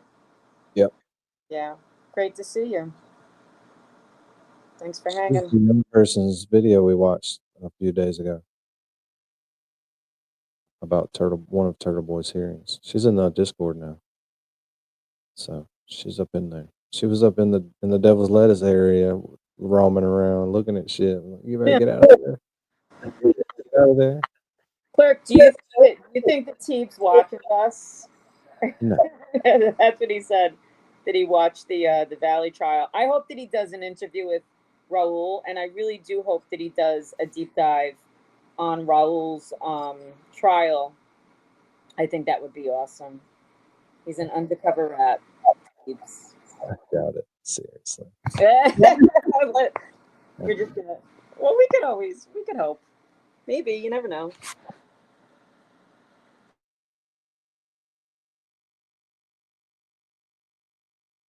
He returns to the Jeep yet again to do something. Then heads back to the third vehicle.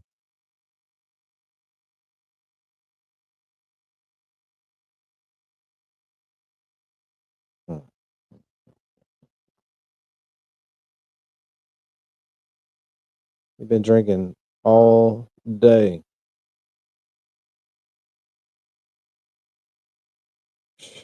Makes no sense, does it? So you got video evidence of him DUI right there. We see him walk back into frame, this time holding some kind of poled tool, possibly a snow brush.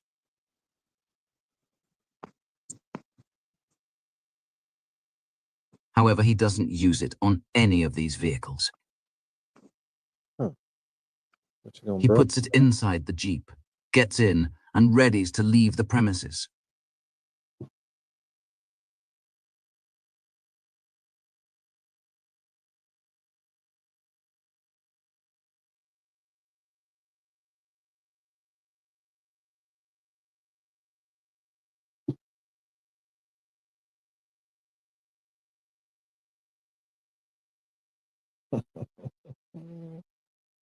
That's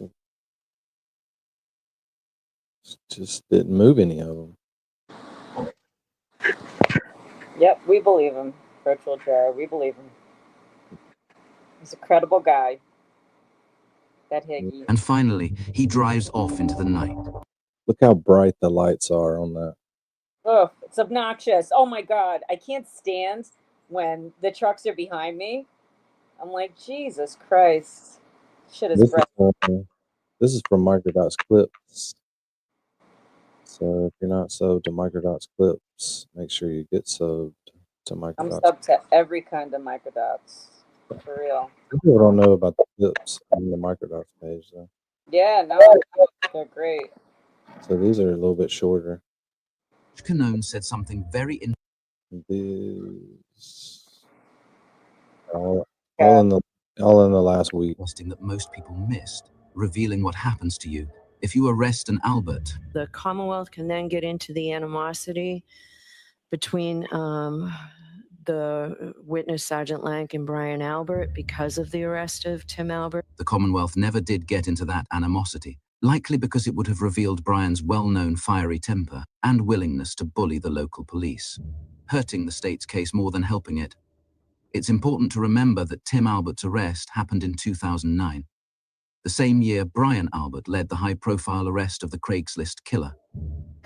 This was a brutal, vicious crime, savage, and it shows that Philip Markoff is a man who's willing to take advantage of women, to hurt them, to beat them, to rob them. Police say they found a semi-automatic weapon, duct tape, and plastic restraints in Markoff's apartment.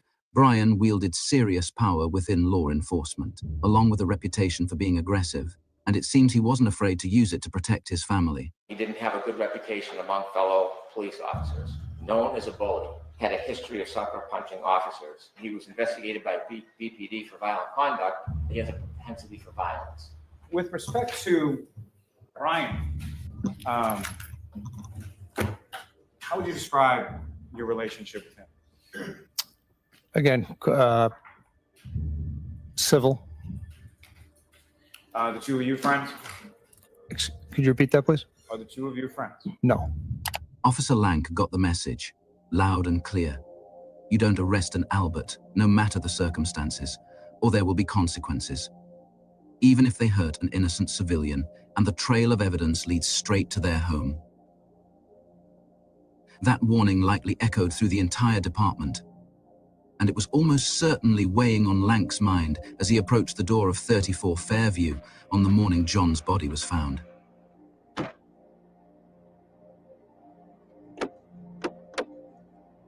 He was the very first officer. He never should have walked in that front door. He should have said to his supervisors, I have a relationship with the Albert family. I've known them my whole life. I'm probably not the right person to make the decisions about this investigation. In fact, Officer Lank seemed so afraid of Brian, especially after being reprimanded for arresting his brother, that he didn't even dare to print Brian's full name in the police report after John's death. All of the persons involved listed in your police report, everybody's first name and last name was completely spelled out except for one. Who was that? Brian Albert. Those names were entered by Detective Sergeant Lank. Did you omit Brian Albert's first name to mask the fact that he was involved? I put forward this idea that in the years leading up to John O'Keefe's death, arresting Brian Albert in the town he grew up would have been virtually impossible. His standing as a high-ranking Boston police officer, his reputation for violence, and his close family ties to the local force created an atmosphere of untouchability. No one in that department was going to be the one to put cuffs on him, not without risking their career, their safety, or worse. Who would have been man enough to actually do it? Not Michael Lank, not Sean Good, Stephen Seraph, Paul Gallagher, and certainly not Chief Berkowitz. Perhaps Officer Kelly Dever, at least until she convinced herself that she imagined the whole thing. It was a distorted memory. Evidence can vanish, relationships can be concealed, witnesses can be silenced, lies can be manufactured, jurors can be removed, and judges can choose to look away. The truth is, it seems nothing could get Brian Albert or his home investigated in that town, not even the murder of a lower-ranking Boston cop.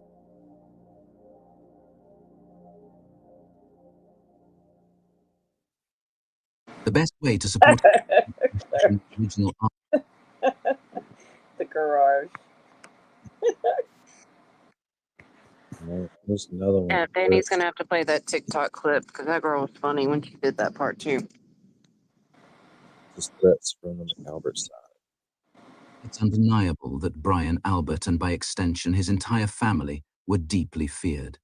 For a time, they managed to contain the whispers, silencing doubt through intimidation and bullying, which is why it must have come as such a shock when a voice emerged, loud, fearless, and impossible to silence, saying things that no one else dared to say in public. John O'Keefe was murdered by Brian Albert and by Colin Albert and that freaking dog and every other single person in that house.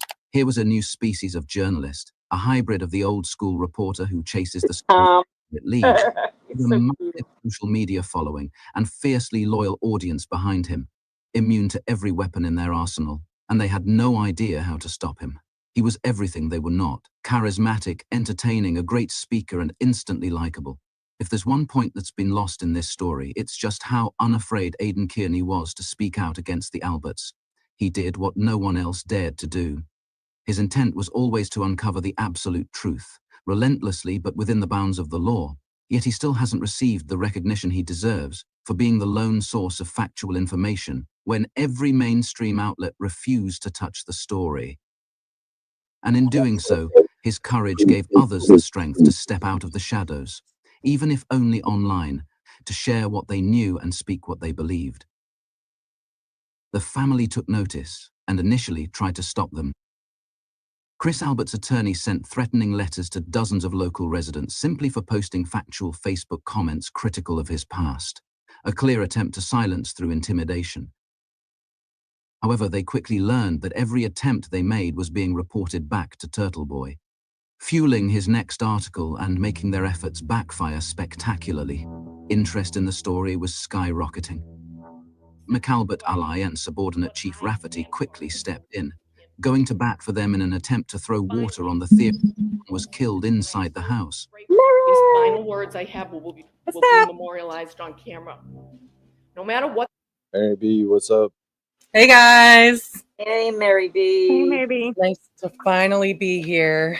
Woohoo! Yay. Yay. Well, you're not too late though.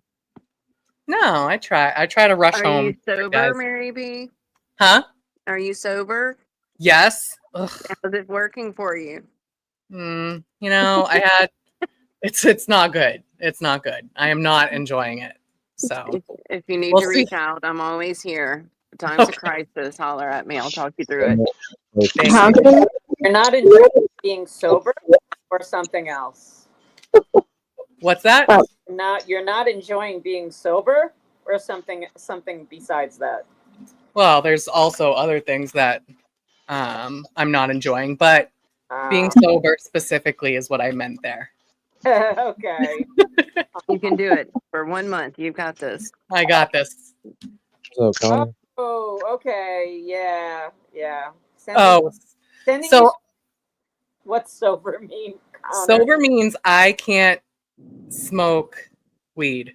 It's not for job drug testing because the job I'm trying to get is a weed company, but it's for so that I can get put on a certain medication. Okay. They're not going to test your monthly to keep For you a on? month, you can't smoke?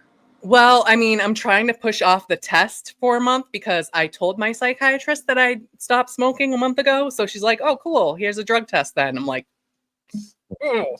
So I'm trying to put it off and then just to get the medication. Then hopefully she'll never drug test me again because I don't know why I have to do this. Damn. Like, weed is not bad. I'm not drug seeking. I've never been on like a controlled substance before. I'm just want to treat my ADHD. For God's sake. Hmm. So we'll see how it goes. You'll be fine. I got this. I don't know. I don't know if we can handle Mary B on Vyvanse or something like that. Just do a 30 I like low key Mary B. It's so much fun. Oh, I love me a spicy Mary B. It's I don't like what you're going through. I want it all to. It just keep on saying we're gonna manifest. We're manifesting. It all works out. It all works out. It all works out. That's all. Yeah. Put it up. There it goes. Oh, locksmiths are expensive. The what? What, brother? I said locksmiths are expensive. Oh my God, yes. Definitely a good side hustle for somebody to get into. Right? Yeah, sure. And we had the lockout kits for our cabs. And I can't tell you how many times they had to do it for me personally. Yeah, they hit you up. Mm-hmm. Now, back to this. The jury decides in the O'Keefe case, I will always be able to look in any mirror I pass. This one. My children will always be able to view me as a person of integrity. And I will always be able to look the O'Keefe family members in their eyes because there is absolutely no evidence of a cover-up in the tragic death of John O'Keefe. It's exactly statements like this that helped cover up the truth. The irony. So, when the next wave of letters went out, targeting the town's most outspoken residents, this time they were sent anonymously and included true threats. But the accusations and threats by an anonymous sender that threatened to hurt me, my family, and people we know made me swear to people I love that I was going to step back from this microphone even when it opens up again. But I find myself here because I still believe in the democratic process and in talking through issues face to face, even when we're shaking and really, really scared, rather than threatening people behind closed doors. Uniformly, the harassers are McCabe and Albert supporters with fake accounts they wrongly, very wrongly think can't be traced. I was harassed by an Albert supporter who brought my dead father into it. My dead father, a World War II combat hero. I am one of the 4 people, as you know, because the letter was forwarded to you, that received the intimidating letter in the mail. And I'm not going to give that letter any credence. It was written by a few people, clearly, and it had lies in it. And some of the things that were in there, and I want you to know, is that they said to us, you have chosen to insert yourself into an unimaginable situation. Why would any of you want to do this is beyond us. There are just a few facts people eagerly shared, and these were the lies that they told about us and our family. The authors of the letters included paragraphs of salacious lies about each recipient, including their families, threatening to spread them unless they stopped speaking out about the case, also known as blackmail. There's a section, I'm not even going to give that any credence because it's made up. Imagine a deep dive. This is to quiet us. Imagine a deep dive of family, friends, extended families, neighbors, and coworkers. We will make sure they know this is curiosity of you.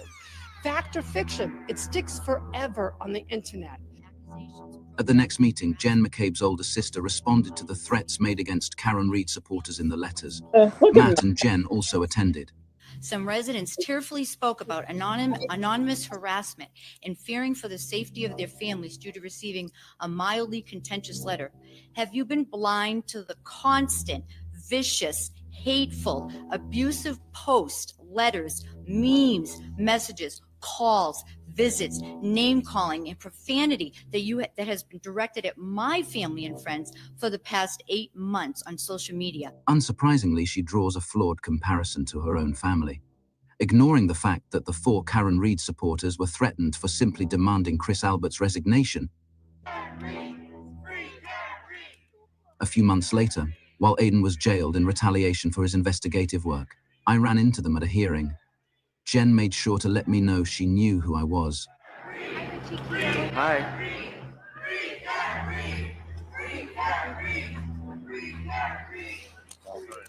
An intimidation tactic used against me. All I had ever done was hold a camera. But it didn't feel the same without Aidan, which was the entire point of locking him up. I got a good clip. It's important to note that no one can be held responsible for the actions of another, and we don't know who sent the anonymous letters. The point is this: there's a false narrative that only the McAlberts were harassed, when in reality true threats have been made against Karen Reid and her supporters for years. The best way to support our channel is by shopping our original artwork and... Those are so good. Connor said he didn't have a new video. What is it?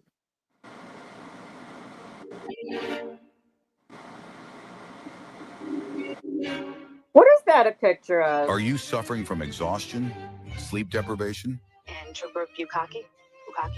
Does your shameful existence revolve around Daddy? After reading the latest Turtleboy blog that I had to respond. Do you struggle with keeping his name out of your fucking mouth? Turtleboy. Aidan Kearney. It needs to stop now. You cunts are most likely suffering from TDS, Turtleboy Derangement Syndrome. Know the signs and symptoms. Get some fucking help. Just 1 swallow a day of Gefork Yourself may stifle progression of this debilitating disease.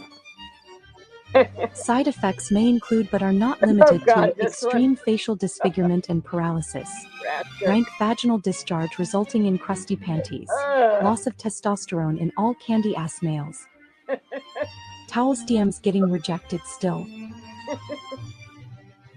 and in some cases dementia.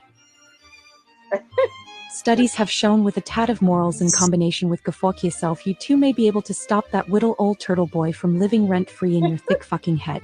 I was in a state of shock for months following this. Don't fucking hesitate. Order your Gefork Yourself now, and I'll personally slap the shit out of you. It's deep. Connor never disappoints. Thank you. Wait, Connor. what does that QR code go to? Wait, Connor's, I've never.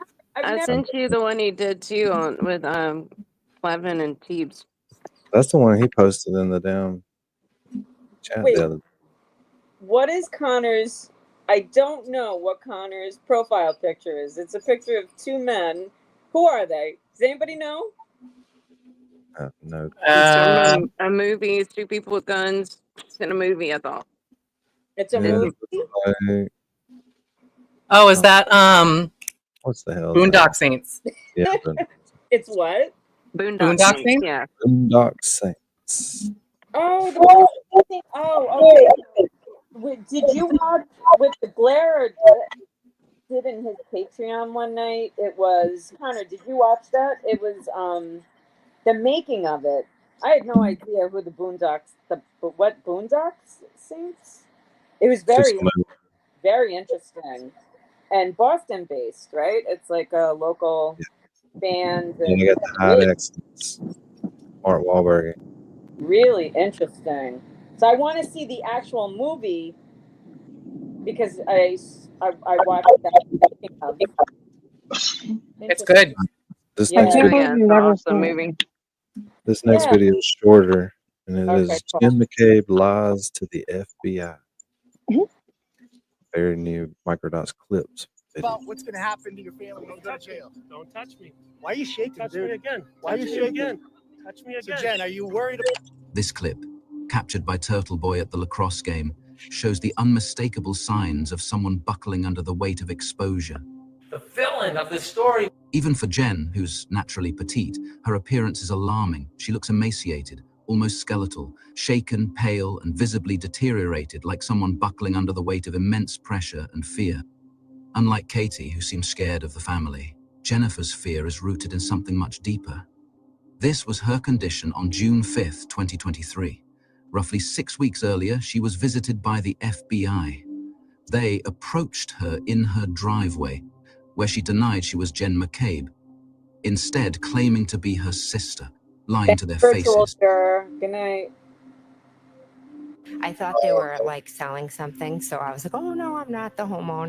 Let us know when you get the next video out. Not that I won't be looking, but Yeah, man.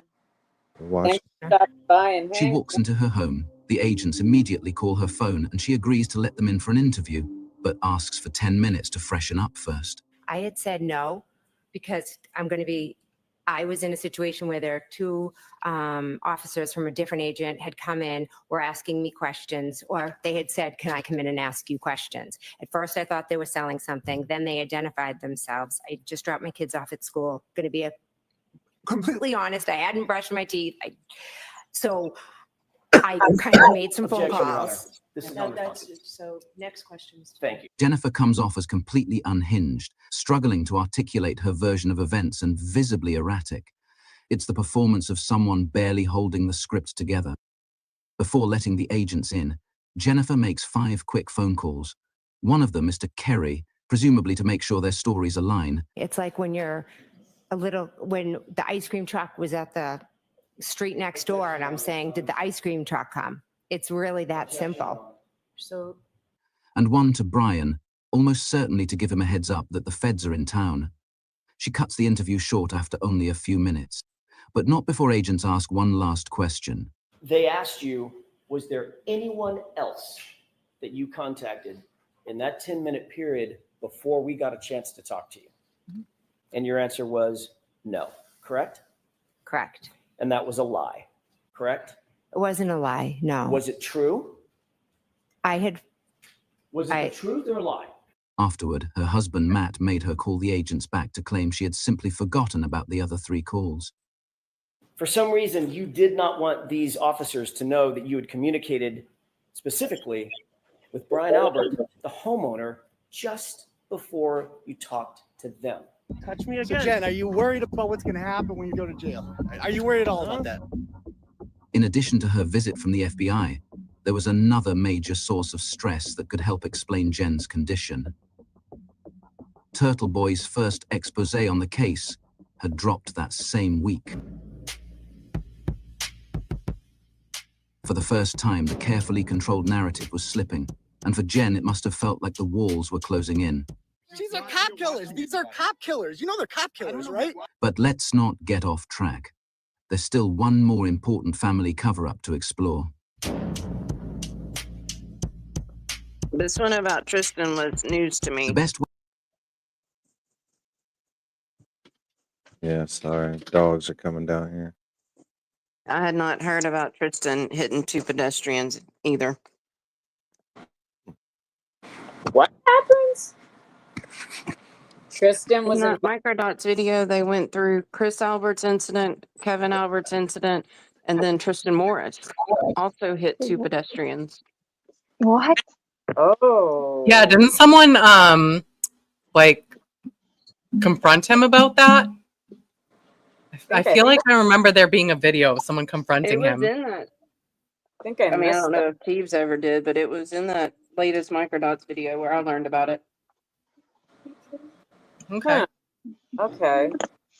Yeah, we'll watch the brand new one, just not yet. I don't want it to be I brand thought new. that was it. That one on the Yeah, okay. where it started Thought going you with meant Chris. the regular channel.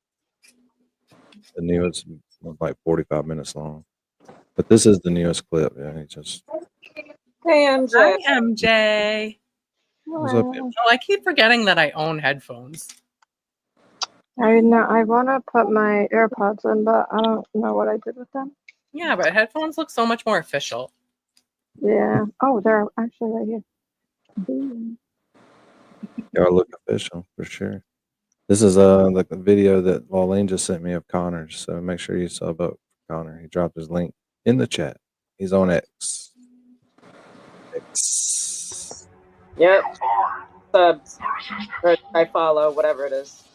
In order to get some of the trolls out, whatever that is, you have to change it to subscribers only. All right, I'm so I trying to just miss did that. Corbin. So we're gonna get a few less trolls here now. So at least if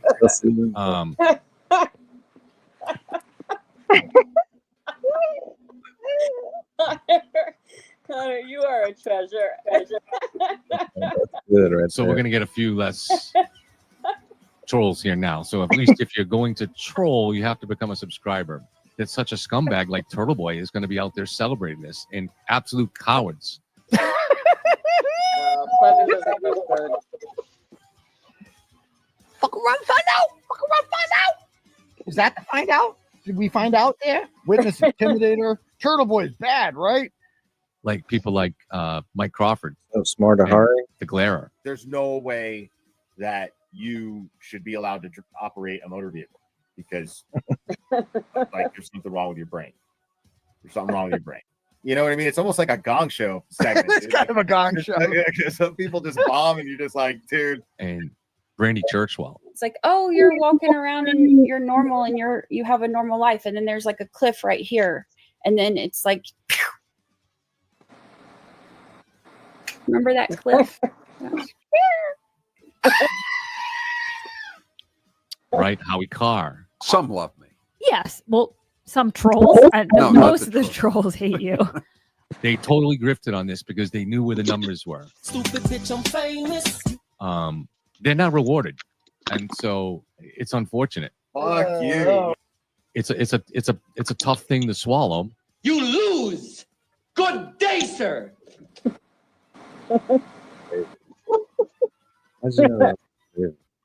Yeah. Oh my goodness. Look at that.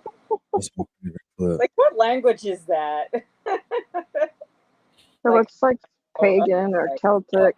Celtic, yeah. It looks like a cock and balls. That exactly. Pretty sure that's probably what it is. Hence the design.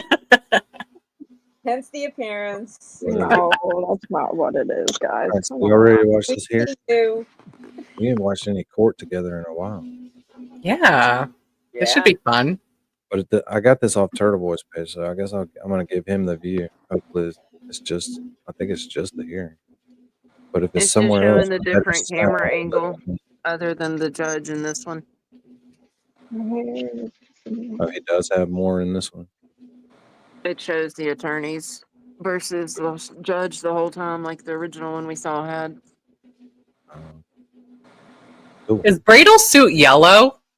I mean, I think that's awesome, but I don't think it's yellow.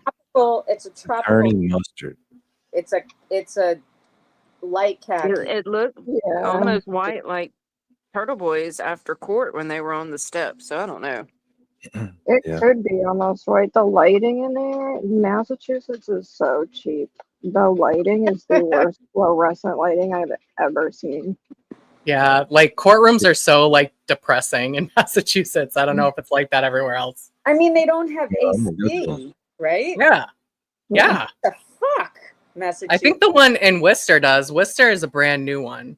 Oh, And it's actually really nice. Bev kept threatening to turn the AC Worcester. off, right? And just to turn the fans on. Yeah, but Yeah. they're like window ACs. Yeah, it's not central No. AC. It's window units.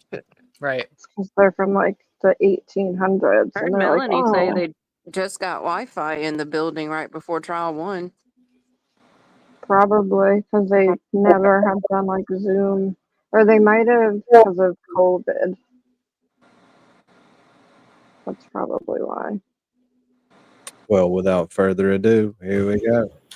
Please speed up, Cosgrove. For the record, before the court numbers 4, 5, and 9, Commonwealth versus Aidan Kearney, 23 CR 313, 24 CR 43, and 25 CR 88.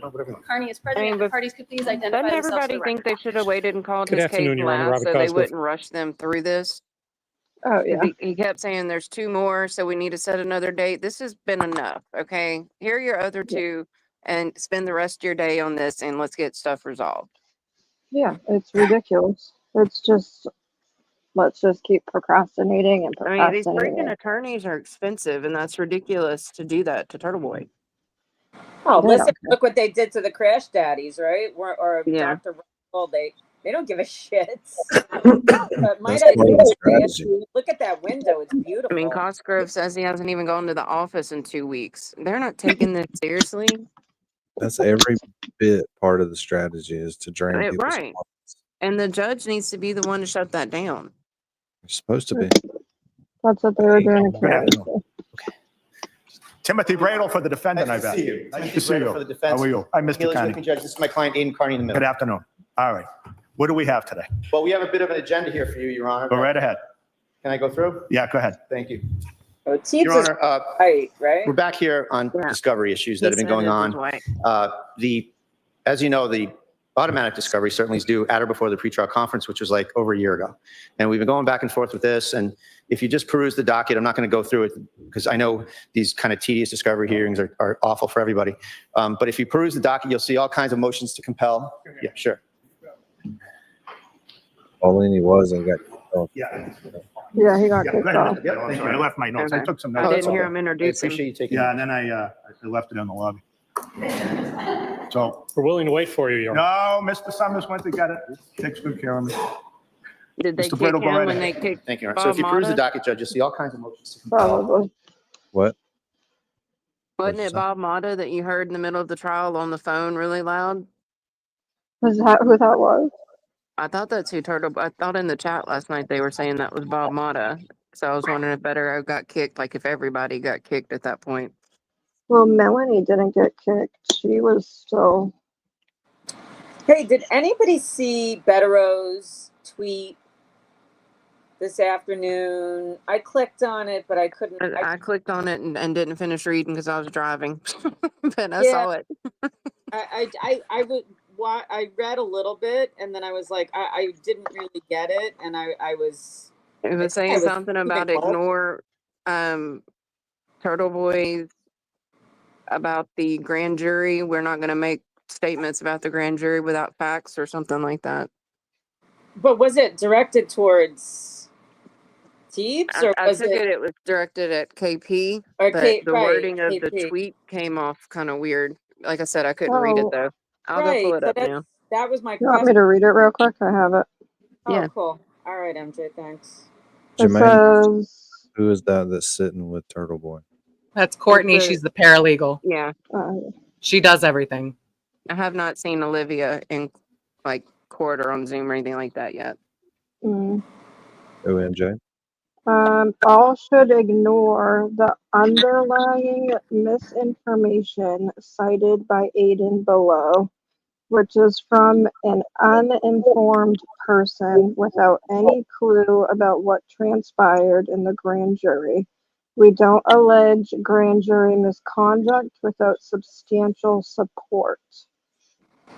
And it was Aidan posted screenshots of Krusty's tweet It says these are screenshots from the charging documents, not grand jury testimony.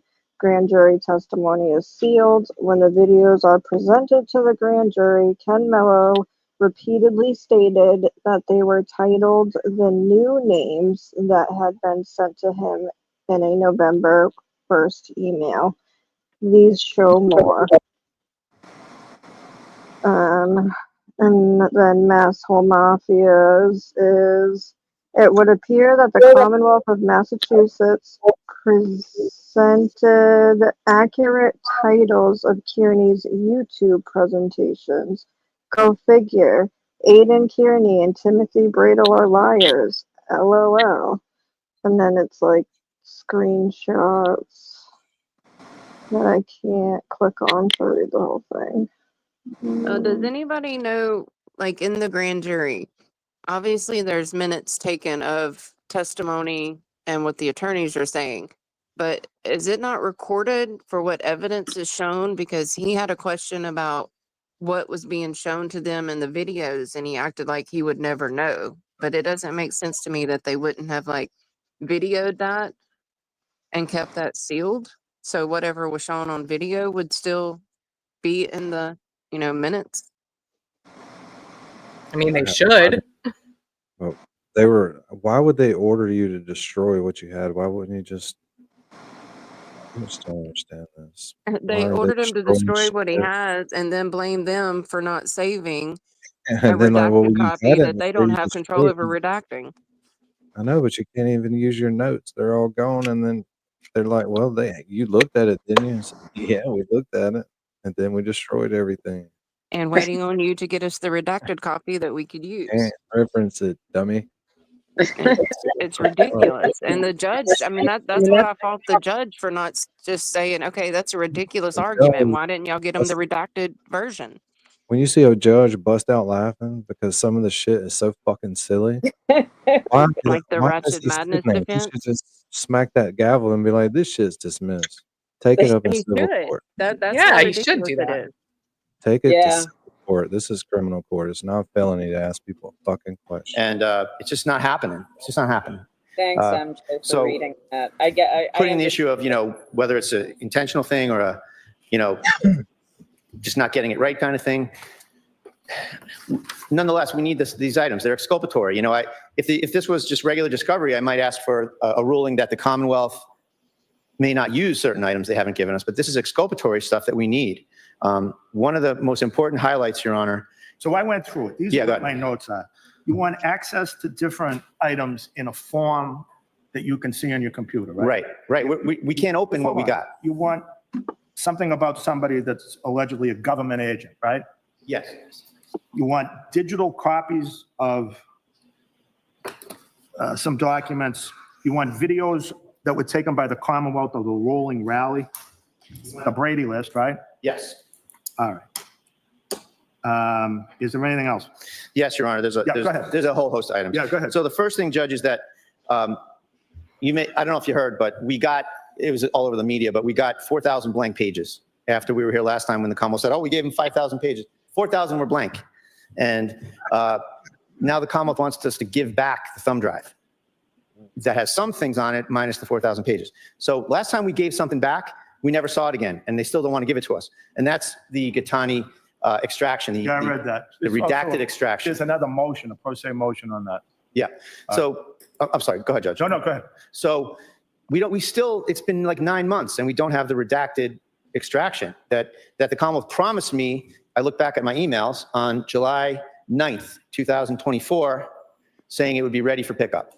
And it just never happened. So now they're apparently doing a 180 in their filing saying, go get it from your friends, Mr. Kearney. And I don't really understand that. I don't think it's a serious response. And the Commonwealth owes us the discovery, the redacted discovery. And I ask that you order that forthwith. Okay, let me hear from Mr. Cosgrove on that.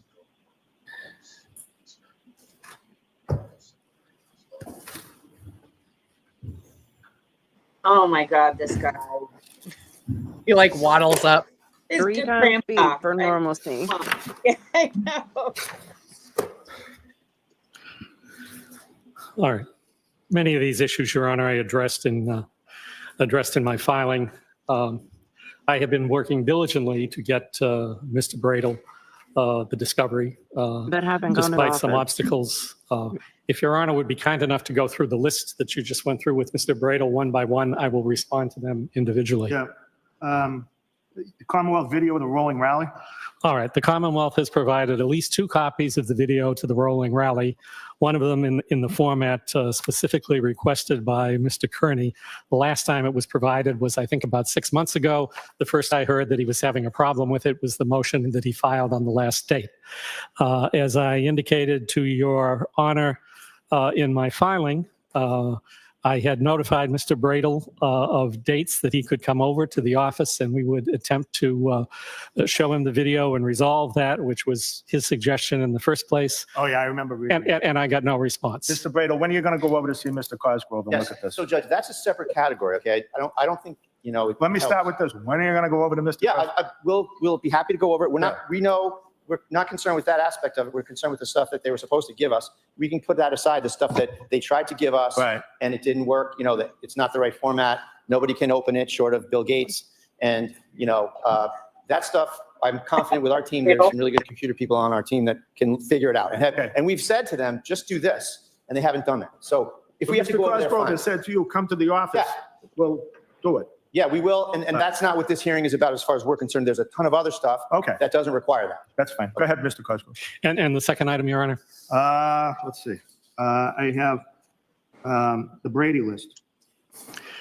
I had indicated to Mr. Bradel that I would provide that information 30 days before evidentiary hearing or trial, whichever came first. I think, and then you said you'd give it to him by September 3rd in your memo? Yes. I'll order that. I'll order you to give it to him by September 3rd. So that takes care of that. What's next, Your Honor? Okay. Let's see. We have, I think we get to then the supposedly somebody working as a government agent. Oh, that would be Catherine Peter, I believe. Yeah. All right. So tell me about that. Well, Catherine Peter is relevant basically to the Lindsay Gattani cases. She is a former employee, as I understand it, of Mr. Kearney. He and she had a falling out over issues that don't concern the Commonwealth long before this case was originated, and basically exchanged negative posts about one another.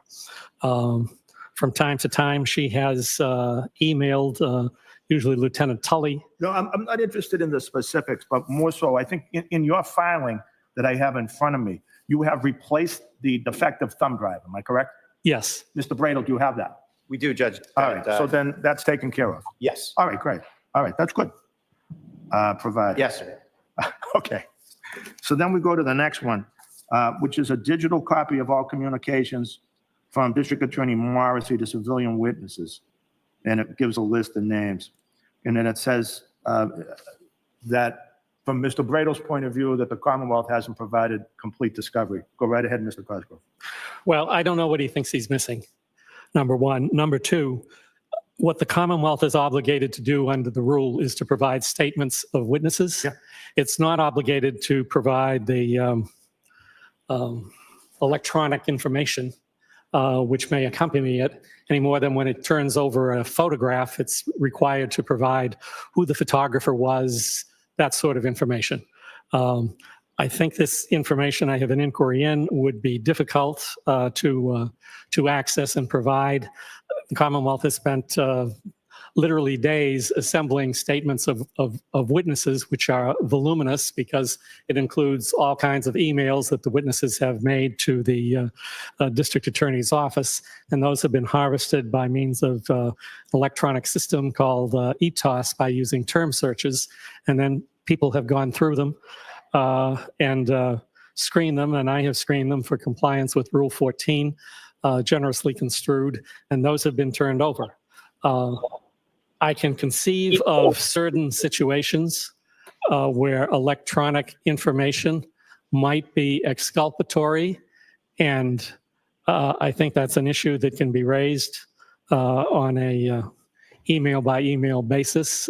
For example, if it were, if you had an email from somebody and their location at the time that they sent the email undid or provided an alibi or something like that, that would be exculpatory. It should be turned over. But in the ordinary course, all this does is provide information to the defendant that is irrelevant and is not required to be turned over. I think these are issues that can wait for a determination as we approach trial as to whether something is material and admissible. Okay, Mr. Bradle, can you comment on that? Yes, Judge. So this is a metadata issue? This is the individual, well, it's a digital copy of all communications from District Attorney Morrissey to civilian witnesses. Oh, yes. Okay, thank you, Your Honor. And it lists a whole slew of people. Sure. So, Judge, the Commonwealth in this case has been going to the mattresses, so to speak, to keep this stuff from us. And meanwhile, the employer of the special prosecutor has released a FOIA of these items, which, just to move ahead for a sec, the fact that they released all this stuff pretty much obliterates this Commonwealth's impoundment privacy argument. But while we've been going back and forth with all this court time with keeping things secret from the defense here, the district attorney's office released 4,000 text messages from Trooper Tully as a FOIA request to the general public, while we, as defendants in a criminal matter with constitutional rights attached, have gotten nothing. So it's out there, this FOIA request from the employer of the special prosecutor, but not from this special prosecutor. So in terms of the integrity of this stuff, we need the special prosecutor here to give us the items in the context of this case. The 4,000 text messages, were they Yes. related to this case, Mr. Bradle, or related to other cases? Well, it's relevant to the Reed matter, to our matter, it's all the same alleged victims. It's actually emails, not text messages. I'm sorry. But it's 4,000 pages of stuff that we've been wrangling back and forth about. Meanwhile, the district attorney's office releases them in a FOIA like a week ago. That has been bandied all over media while we've been trying to get this stuff for a long time. Why? I mean, look at the judge's face. Come on, man. There's no good explanation for that. Instead of giving it to you, we'll just give it to everybody at the same time. Cosgrove's explanation is photographer, Bradle's is metadata, and the judge is just kind of like, I'm not really sure. It's ridiculous. Like, this is all we Yes, it's a showed. good thing. But MJ, I agree with you. Spicy Bradle with scruff. Yeah, Chef's kiss. I love it. We're getting it. I But we love need government, in this case, to give us what they are contending is that stuff. Let me just go to Mr. Cosgrove for a minute. Mr. Cosgrove, were you aware of that? The short answer is no. Yeah. It's, I guess, part of the price of having an independent special prosecutor, Your Honor. I don't work out of the office. I haven't been to the office within the last 2 weeks, I think. Between golf. So I was not aware of that. I was aware that 12 news organizations had filed FOIA requests for information in the Karen Reed case, but I wasn't aware of what particularly had been released. I'll look into that. I will say that when Mr. Bradle says he's received nothing, that is flatly untrue. Okay. I agree, Judge. We got about 200 and some pages out of what was supposed to be 5,000. So I remember the last time we were here, Mr. Cosgrove, you had said that there were 5,000 pages or some large amount of pages. I'm not going to say 5, it might have been 3. Yeah, it was about 5,000. I think it was 4,700 and something. Okay. Was some of that blank or? Well, the only information I have with respect to that was a letter from Mr. Bedrow that arrived 5 days later complaining that the bulk of those pages were blank. I do not know why they would be. I haven't been able to figure out why they would be. As a result of that letter, I went back to the DA's office and sat down with one of their electronics people and had them make an entire new copy off of my laptop. I actually added a little material that had come in since provided by one of the prosecutors in the Reed case. But the bulk of it was the same 5,000 pages.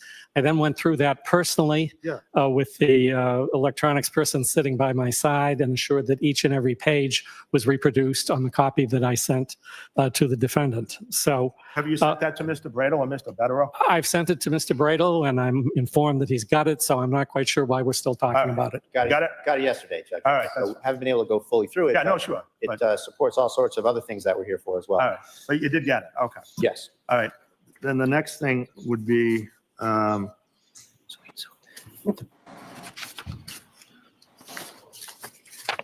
next thing I see, Mr. Bradle didn't think this was much of an issue, was the video of the Commonwealth surveillance from the rolling rally. Has that been? I think we addressed that, Your Honor. We can go to the office, and I'm sure that. Yeah, okay, so that's fine. So that takes care of that, that's Thank good. And then, Okay. Judge, before we move on, I don't want you to go too far off of this.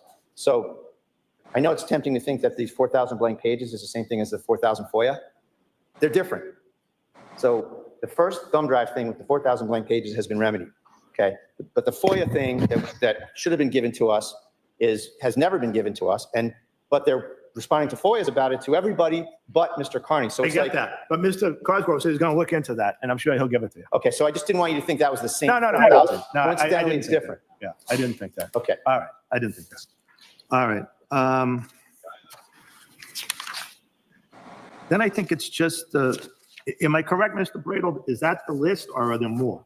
There is more, Judge. Yeah, tell me the rest. All right, sure. So within the thumb drive, the thumb drive that was just remedied and given to us, there's all sorts of attachments, and we have a disagreement about this. There's all sorts of attachments from Ms. Peter to the state trooper team and Mr. Mello, I believe it was.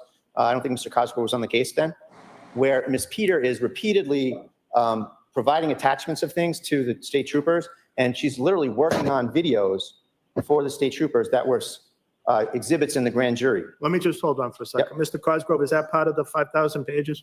Yes. All right, so then there, you got it at least. I wish I could say we did have it. Yeah. If you hit the attachment, you get that message saying nothing's there. I printed out a few of them, but I'm sure you can just take my word for it, Judge. It says no attachment, nothing found, et cetera, et cetera. They don't come up. So that's a technical issue. I'm sure you can figure that out. So I think it's worse. I think it's actually a lot. Sorry, Judge. I just busted up Tester over again. He said you are good to go. Yes. You're on All right. Zoom, I'll you see you need shortly. Okay. Thank you. Did he get a phone call during this video?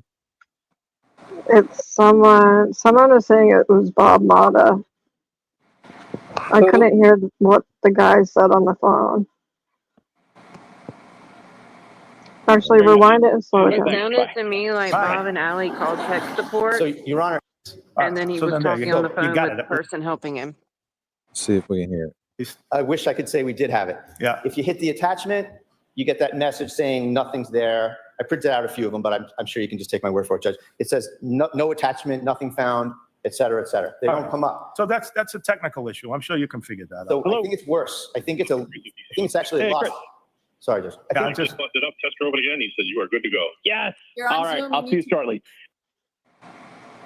You hear it? What was that? So he's. So that was It sounded like the guy, Andrea. Chris, was helping Bob and Allie get into the Zoom call. Okay. Yeah, got it. I don't know if it was that. It says he test drove it. It kind of sounded like he was talking about a car. Yeah, I thought that's. And then it Thought was he said he tested Andrea. it and you're good to go, but Yeah, well.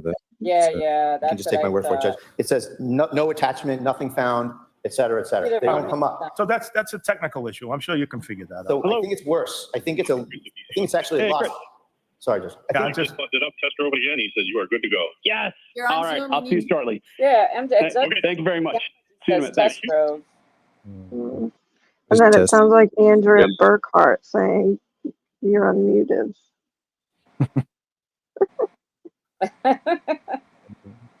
Bye. Figured out. So, Your Honor, it's actually. When does Zoom? Yeah, it's actually a lost evidence issue, Your Honor. It's not a, oh, gee, we can't open it issue. It's gone. I think they lost the evidence. And for whatever reason, the attachment has been taken away on the other end, okay? So this is a real bit of prejudice and a distinct bit of harm to the defense that Ms. Peter, who is a government agent, who's provided, and we'll get to this. Let me just false- ask Mr. Cosgrove before you go into all that. Sure. Mr. Cosgrove, to the best of your knowledge, has that been turned over to Mr. Bradle and Mr. Bettero? Has what been turned over? Has any of the attachments that Mr. Bradle was just referred to? Depending on what the attachment is, some of the attachments are visible simply by clicking on it. Others that specifically Mr. Bettero has inquired about, to the extent that I can resurrect them, I have sent them along to him and will continue to do that. I haven't worked my way entirely through his letter. But what happened, Your Honor, is this. Lieutenant Tully, who was the recipient of most of these, has a practice of not clicking on unsolicited links that are sent to him on email, so he doesn't access them. Now, if someone is sending him a reference to something that is online, he may check with that person and ask the person, where can I find it online? And then he will go himself and look for it online. For example, Mr. Kearney's YouTube presentations that were introduced to the grand jury. All of those were things that Lieutenant Tully found himself online. He may have been pointed to them by Ms. Peter. He may have been pointed to them by one of the alleged victims who complained about them. He may have been pointed to them by multiple sources. But he never clicked on whatever it was that was sent, in part because he's working off a computer system, an office computer system, and there's caution about infecting it with unsolicited links. So these were never accessed, in effect, by the Commonwealth. If the links are now dead, we've never seen them. The links are dead, presumably because whoever sent them took them off the internet. So This would be some text from somebody with a link to a video or something else. And so you'd have the text, but not what the attachment is? you'd have the text, you'd have a link to a video. I get it. Okay. You click on the link now and Yeah. nothing happens. Whether if Lieutenant Tully had clicked on the link Right. 6 months or a year or 18 months, it would have taken him somewhere. Probably would, but he didn't. Okay. Gotcha. All right. Mr. Bradle. A couple of things, Your Go Honor. ahead. A bit of a red herring to kind of suggest that, oh, some crazy person from the internet is sending me something and I don't want to look at it. That's not this. This is a government agent, Catherine Peter, sending them stuff that she's working with them. And you know, you mentioned an evidentiary hearing the other day, Judge. I think we should have an evidentiary hearing on this discovery stuff. Let's bring in Mrs. Peter and let's find this stuff because this is important stuff, and I'll tell you why in a second. But this isn't some unknown person. This is someone who repeatedly emails the state police and Mr. Mello, so in other words, and the government and the prosecution and the Commonwealth, and is actively assisting the Commonwealth, providing links to certain things. So they're gone. And so let me just jump ahead.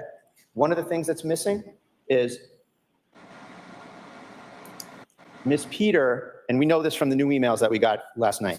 Ms. Peter changed the titles of Mr. Kearney shows that were these 4-hour shows, Your Honor, that had innocent titles. Like, you know, for example, Karen Reed case, where's Michael Proctor? Amiri King wants to fight Turtleboy, Canton updates, Anti-Bev Canoni out of control. So it's a title that encapsulates a 4-hour show. That was his work. Ms. Peter changed those titles, provided it to the Commonwealth, told Lieutenant Tully in the emails that we have about changing the titles. So they knew. And then they put those titles in as exhibits. We found this out, of course, after the McCarthy-Odell motion. And these titles are different. These titles are very incriminatory, and they suggest they impact Mr. Kearney's alleged intent to intimidate witnesses. The titles were all changed, and I can proffer up a spreadsheet of the actual titles and then what she changed them to in these attachments that, oh, gee, now we can't open them. So do the math on that, if I may approach, John. Yeah, sure. Yeah, do the math on that. And so we have now learned that we have a grand jury that was listening to these video clips with titles like, you know, I'm going to kick Colin Albert's ass. And that's just me paraphrasing, but nasty titles. Trying to destroy Colin's life. The actual title is Commonwealth Tells More Lies About John O'Keefe's GPS Data. That's his real title.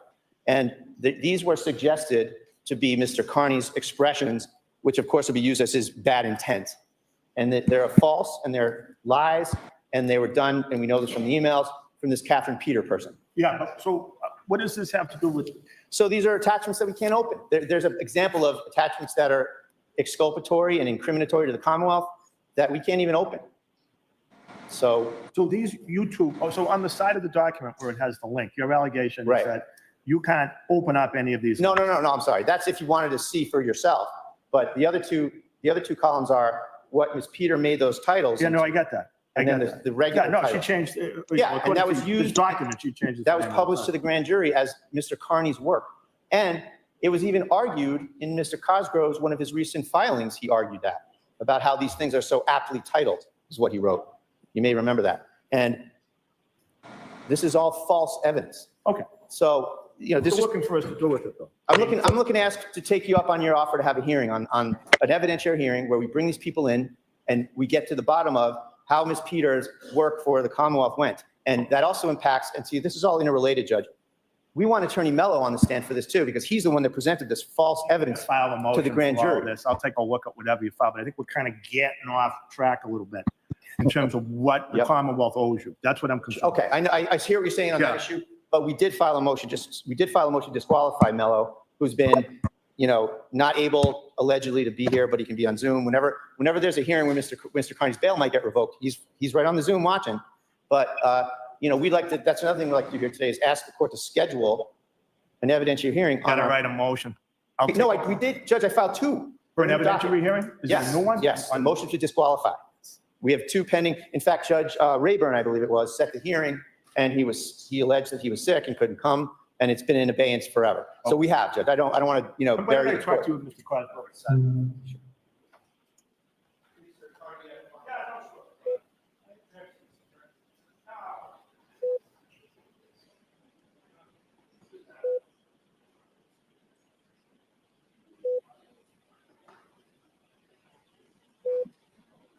Disqualification issue. This is another issue where Mello's involved in this, what we would contend is a conspiracy to put false evidence in front of the grand jury that we figured out. And it was used and argued, it was a misrepresentation of Mr. Kearney's intent. Because when you would put a title like that on something. So this is what I'm trying to get you back to, though, Mr. All right, go ahead, Judge. What do you need? What else do you say that Mr. Cosgrove has as the special prosecutor that he hasn't turned over to you? So we went through that list of items. I just want to get you back on track. Sure, okay.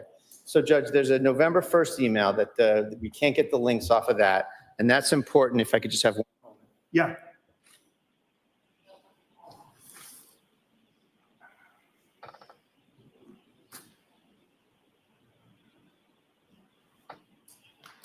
That's the exact email with the links to this, fake links to this that we can't open.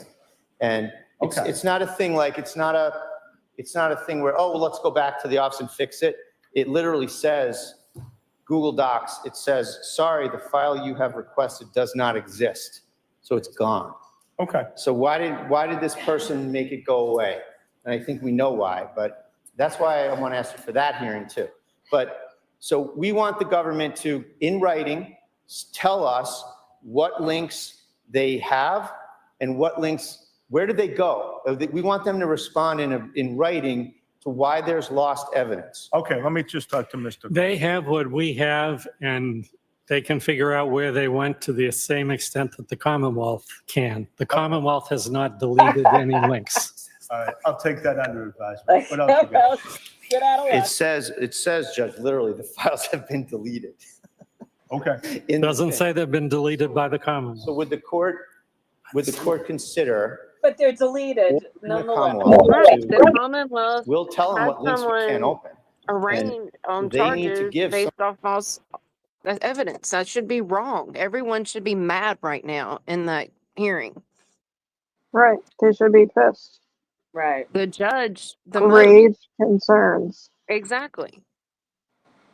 So you got a grand jury together who indicted him, and now you're telling me the evidence isn't accessible to the defense? We have major problems. But that's not what's happening. It's like, oh, let's Well, set another date. you got the same evidence. You can find it.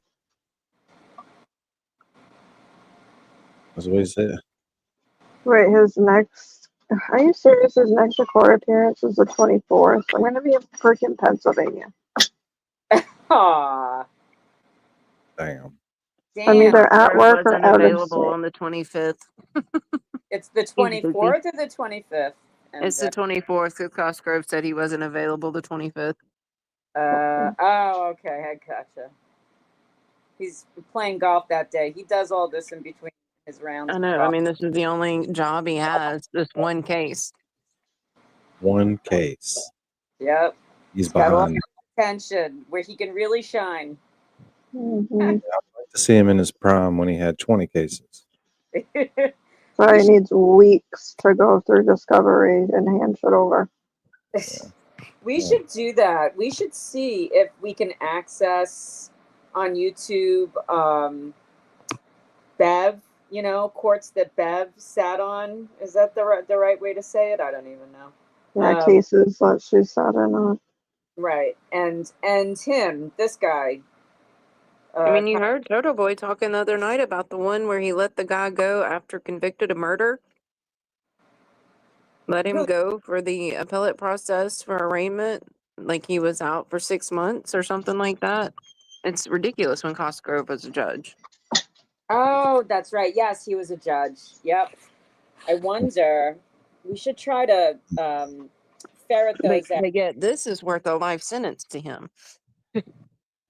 Yeah, Right. so that's why he's so buddy-buddy Because with it's the other politically motivated. Right. Yeah. Everybody's been given their marching orders. Everybody has their role to play. They're all cogs. I wouldn't be surprised if this got any deeper on Cosgrove right here that Hank wouldn't show up. Oh Someone my tells me God. Hank's done with this county. Could you imagine? No, I That think would he'll be like come back. It depends stunning on plot twist. If So- Hanky showed up, shit. Zombified. I would assume that's Jermaine that just joined the Discord. Y'all saw that Cool. picture of Hank like at the bank? No.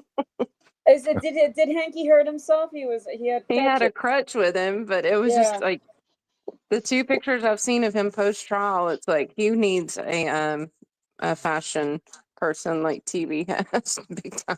Yeah. Yeah, Sure. right. He needs a style consultant. I'm sure he's got plenty of money. Oh, And well, he doesn't just from spend the it on Reed clothes. case. Hanky really did not look fantastic. He looked like an Undertaker in the beginning of the trial, and then it was spring, and then apparently somebody spoke to him, and he started wearing some pastels. It's like, Hank, what the fuck? I mean, really? You look like Grim Death. Yeah, he just looked cheaply made. Right, cheaply made. Right. I think it was Larry, DUI guy, when he sat behind him in trial one day and he was knocking his suits that he wears. He's like, he's got 4 inches of extra material in the shoulders.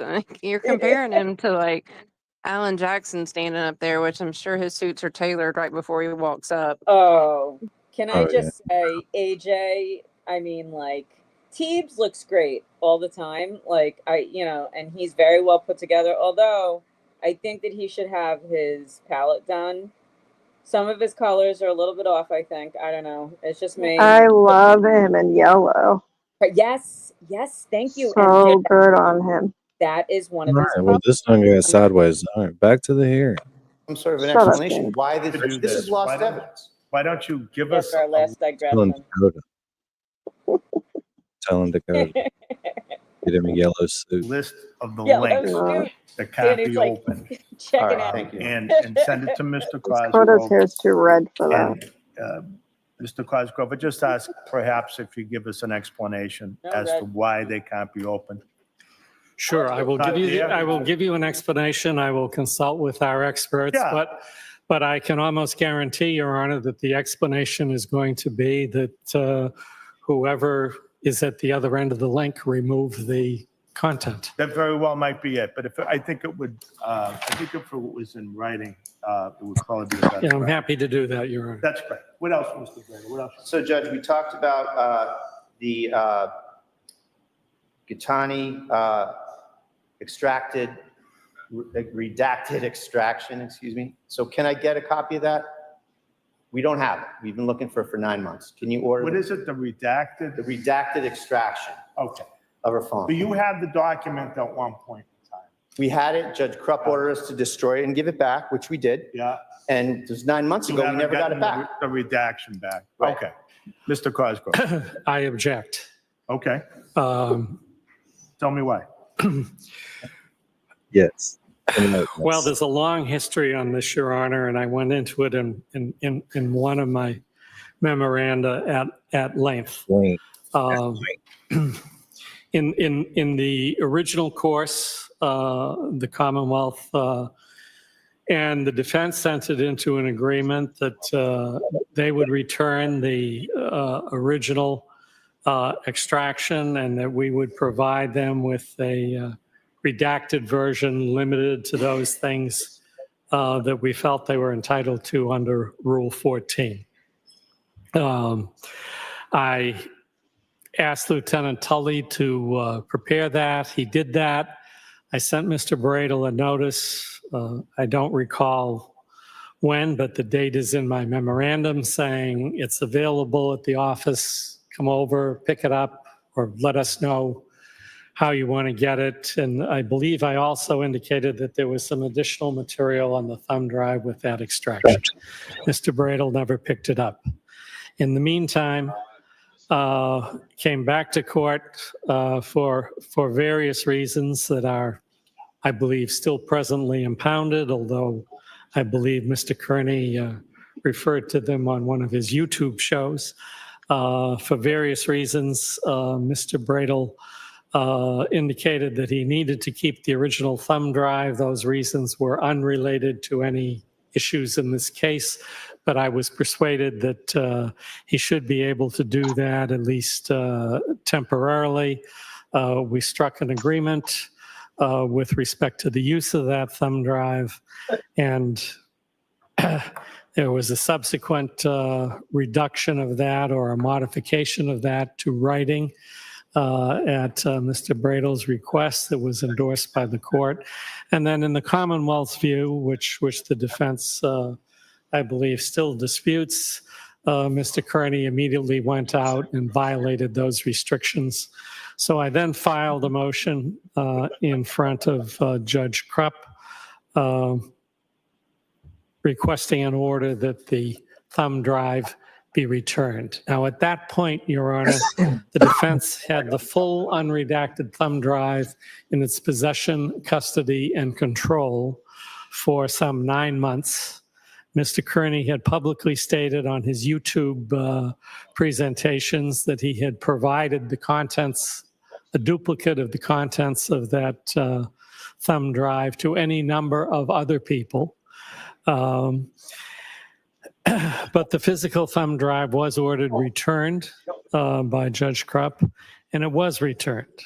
In the meantime, the defendant had been presenting what I would consider to be various irrelevant material, irrelevant to the case, designed to embarrass and humiliate Ms. Gitani.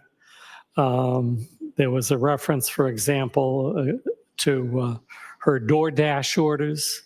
There was the defendant picking out a phone number more or less at random and said, well, here's a number that she apparently calls a lot. Let's see who this is, and calling out the number live and dialing it live on his YouTube show. There was a reference to her ex-husband's daughters, if I have it correctly, and what they thought of Ms. Gitani, and so forth and so on. Me too.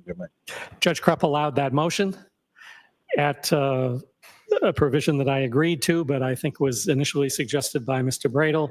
The defense was allowed 2 weeks before they turned the thumb drive over, or approximately that amount, to take notes on anything they thought was relevant on the thumb drive, and then it was returned. As far as I'm concerned, they had it. They had an opportunity to examine it. I assume they did examine it. If they have time to go into the kind of trivia and side roads that Mr. Kearney went on to. And I don't think at this point that the Commonwealth has an obligation to jump through further hoops and reprovide them with a different version. All right, I'll take that under advisement. May I be heard on that, Judge? I think you already were. But I'll give you 30 seconds. Go ahead. Yeah, So Judge, rude. there's no violation. If there was a violation by my client, I say bring it on. There's never been an allegation of a violation. If there was a violation, you know this Commonwealth would have done something about it. There was never a violation. They agreed to give it back. We don't have it.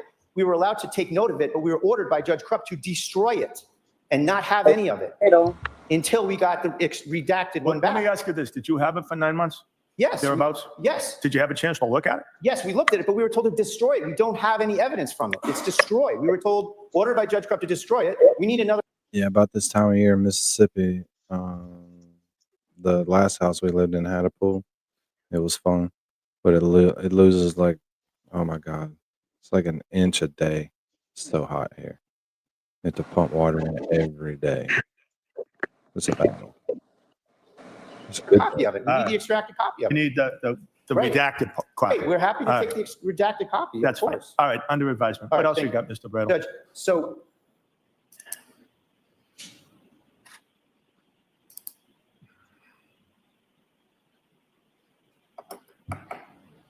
you just have one moment, please. Yeah, no, take your time. Judge, impoundment.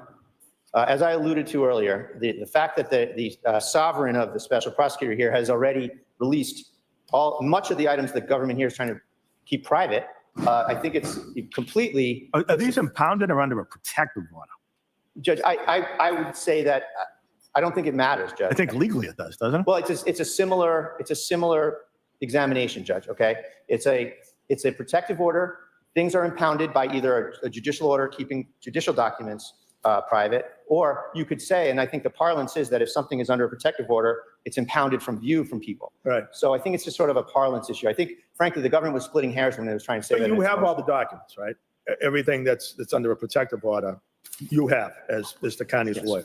Judge, we have the documents that are under protective order because, as I alluded to last time, we're sort of under the gun of having to agree to it to get them, and we need these documents. So at the time, but this is a serious deprivation of the public's rights to know, Judge. The public is the victim here, and these are documents that are kept private for no good reason. Whether it's you want to call it an impoundment or a protective order, there's no legal basis for it, Your Honor. As I said last time, things that show government malfeasance. What's the basis for a protective order, though? We were discussing that today. Do you have any case law that you could point to on exactly what it is that the government, the hoops that they have to jump through to get a protective order?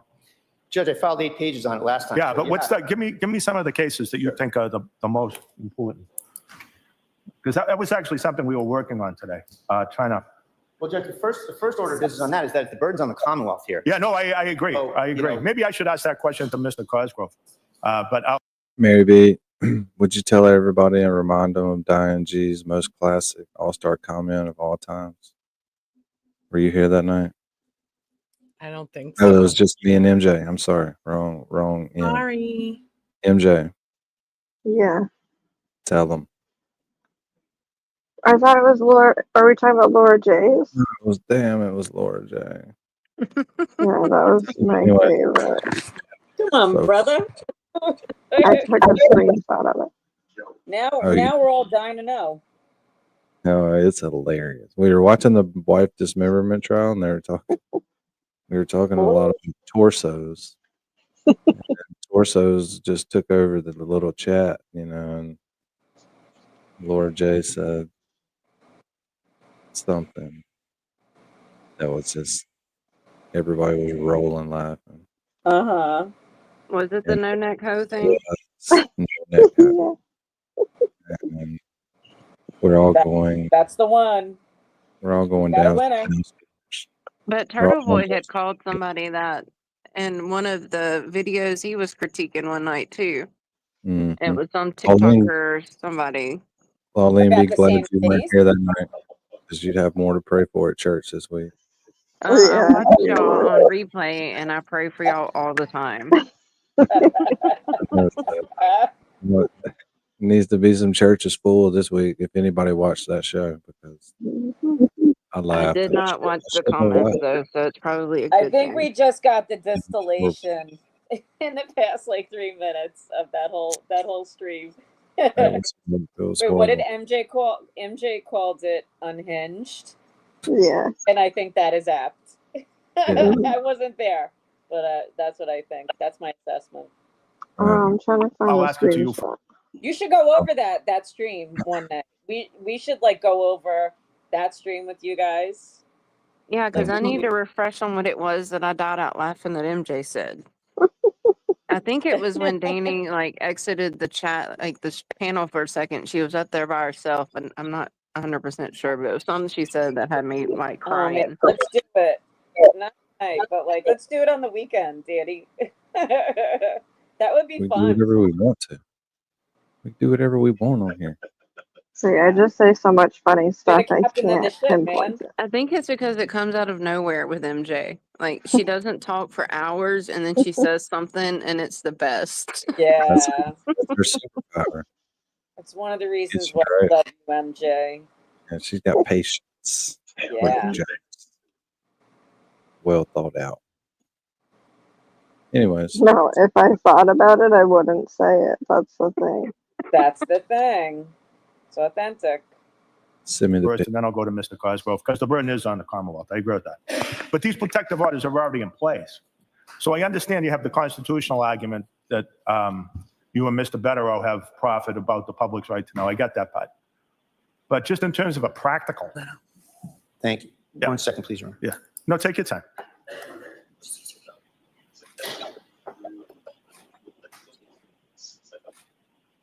So, Judge, paragraph 3 of my filing last time, Aidan Kearney's motion to release case documents from impoundment.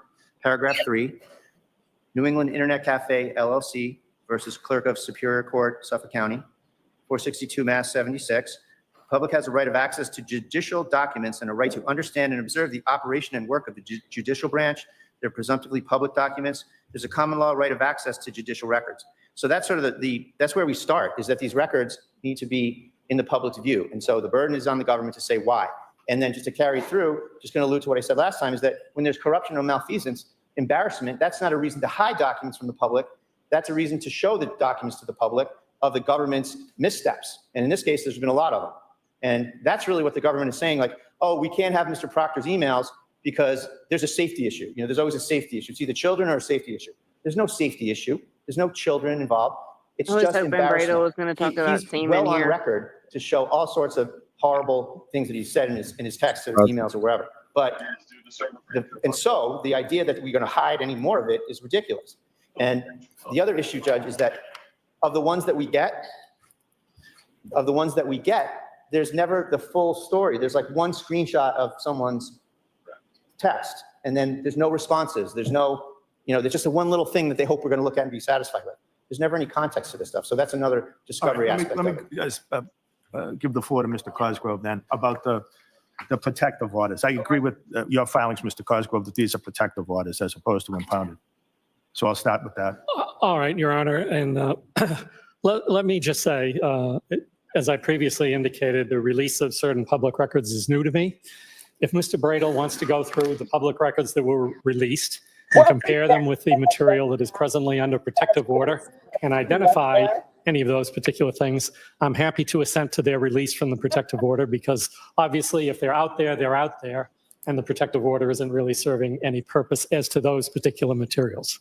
Now, with that said, in terms of cases, Your Honor, I would direct Your Honor's attention to the case law in particular cited on page 2 and 3 of my brief that talks about the validity of discovery orders in terms of discovery protective orders as opposed to things that are actually documents filed with the court.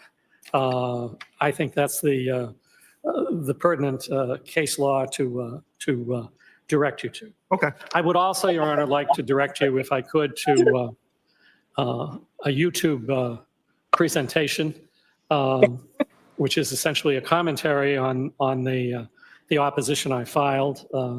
Mr. Kearney did about an hour and 10 minutes of his own commentary on my filing.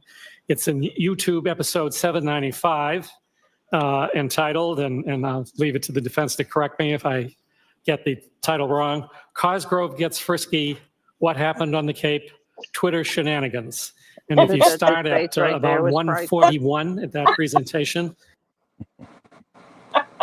Twitter shenanigans. The YouTube presentation. And if I get the title wrong, then you can go ahead and correct me. Like, that was a dig. Well, yeah. A really horrible one. Frisky. Along with the rest of it. Yeah, when they read it on the live stream, the judge started smiling, kind of like the law clerk's doing right now next to TV. I can keep a straight face. Oh man, I'd have to leave. Yeah, some of the shit I would bust out laughing in court. He doesn't even admonish the people in the audience when they do laugh. That's how low key and like not professional this is. Right. You mean Doolin? Lily? Yeah, like when they all laughed about everyone has the emails from Morrissey, and there was a couple of times that everybody laughed, and then when the Zoom stuff happened, like he never gets mad. This doesn't get old either. Decided to blatantly ignore everything. His arrogance is unmatched. Yeah, it really is. Diane sends $20, goes, Rat House Media and Danny Thomas on YouTube sent me. ChatRats support Turtle Boy and the First Amendment. Well, thank you to Rat House Media and Danny Thomas. What that is. Please cut that for me. That is awesome. Send it Love to you it. for you to cut. Oh, yeah. How Diane's ironic. awesome. That is ironic. Jade sends $10, goes, hey, Dr. Daddy, Bukaki had all the attorney emails spelling out the search specifics Walsh consented to, and this, how ironic. That is ironic. Jade sends 10, not Chloe. Oh, right, sure. But either way, the fact that they'd even have a German Shepherd of all animals, like on a drink special at his, it's just so classic McAlbert. Alma spends $25 and goes, love you on Andrea. She really respects you, and it says a lot. Well, I really respect her. How ironic. That is ironic. Jade sends $10, goes, hey, Dr. Daddy, Bukaki had all the attorney emails spelling out the search specifics Walsh consented to, and decided to blatantly ignore everything. His arrogance is unmatched. Yeah, it really is. Diane sends $20, goes, Rat House Media and Danny Thomas on YouTube sent me. ChatRats support Turtle Boy and the First Amendment. Well, thank you to Rat House Media and Danny Thomas. Whatever that is. Keep up the good work, and thank you for sending people over here. So that's great. See, Danny, Chloe just needs to make Turtle Boy a rat, and we'll have him. Yeah. Yeah. That thing is, that was July 2nd. That was so long ago in messages. Can I pet that dog, MJ? Danny, are we gonna watch Big Boy on the Wall before the end of the stream? Big Boy on the Roof? Big Boy on the Roof. He's got to show my TikTok too, because it was funny. All right. Big, but OB doing the playing it, just her reaction to it is hilarious. It's worth it. Who? What'd you say, Janine? I said OB plays it in the beginning of her stream. Well, she did last week, and it was just, oh my God, I was crying. It was so Yeah, Danny, I'm not comfortably streaming our messages on panel right now. Oh, Emma? Lolly. I talk about Janine a lot behind the scenes. Oh, that's not it. Oh, God. No, it was yesterday. I sent you the TikTok yesterday. It probably doesn't show a picture. It's just the link. I didn't even I'm stuck in I'm this. just like, Like a third of Discord is going to go through there and pause and look for their names now. oh Jesus Christ. They're not in there. Someday We don't, he'll cut we that. don't talk like that. I'll send it to you again if I need to. I don't Hold think on. it was anything incriminating. When did you send it to I'll me? go back and watch Yesterday it. or last. She get booted? Surely don't. Just walking around too much. Stop walking around, Lawleen. Lawleen? Out of your coverage. I was going back to my Discord and looking for the link real quick. Oh. The hell? I'm not walking. Nowhere. But I watched it. I don't know where it's at. Oh, well. Find it. We'll go back to this. And if you can stand it, Your Honor, follow through I'm going to send it to you again, Danny. You'll hear Mr. Kearney's explanation as to what he wants these matters released for. I would characterize the comments somewhat tendentiously as saying, apart from some quibbles about, I got the titles of his YouTube shows correctly, Mr. Kearney's response is, everything Cosgrove says I want to do with these documents is exactly what I want to do, and so what? Okay. All right. Well, Judge, if you look at my filing, there's about 35 cases in there that talk about all this stuff dead on point. And there's no Turtleboy exception to the First Amendment, okay? Everybody. All right.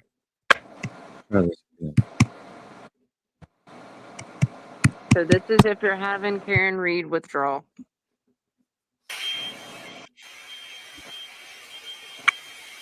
Over here, boys. In the garage. In the garage. Oh, what garage? You think I'm hot? Oh. Over here. Wait, we got some more over here. Yo, where's the Stop and Shop bags? What happens if I'm laying on my bed and if I were to spread my load out like this? What would happen? What would happen? Sustained. English isn't my first language, but if you have a dictionary, you know, that I can. Oh, that's right. Okay. Theory. Yeah, English isn't my first language. I don't know. I'll allow it. We're at a restaurant and you order a chicken sandwich, a burger, and a pizza. And another table orders waffles and pancakes. The data is the table, but the waitress comes over and takes the pancakes, so that search is deleted. So Jen McCabe didn't make the search at 2:27 because of chicken sandwiches, waffles, pancakes, pizzas, and burgers. It all makes sense. She made it at 6 a.m. Yes.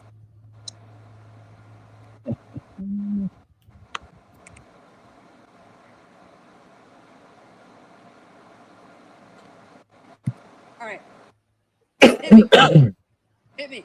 Stay. Sidebar. That is correct. Class of 2058. I can hear Janine typing. Ham sandwich in the corner. Like, she did really good. This was funny. I'll put it in Discord again because it's hilarious. That was a good one. That's a good one. Hold on. I got to find this. Diane G said she put something in the chat. I put it in general chat for anybody who wants to watch it again. It's another TikTok. If it's got music in it, we'll get dinged. So let me listen to it secretly.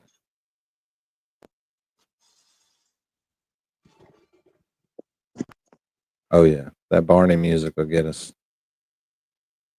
They might even, yeah, that'd be bad. Out there's got this stuff, and Mr. Kearney's not allowed to look at it or use it. It's ridiculous. Every journalist on Twitter is citing this stuff, and he's got to sit here. The guy that broke half of the stuff in the Karen Reed case, he's got to sit here and not touch it, not do anything. It's ridiculous. It's totally abhorrent. And So these 400 things that were released on the FOIA request. 4,000. 4,000. 4,000. Oh. Do you have a copy of those?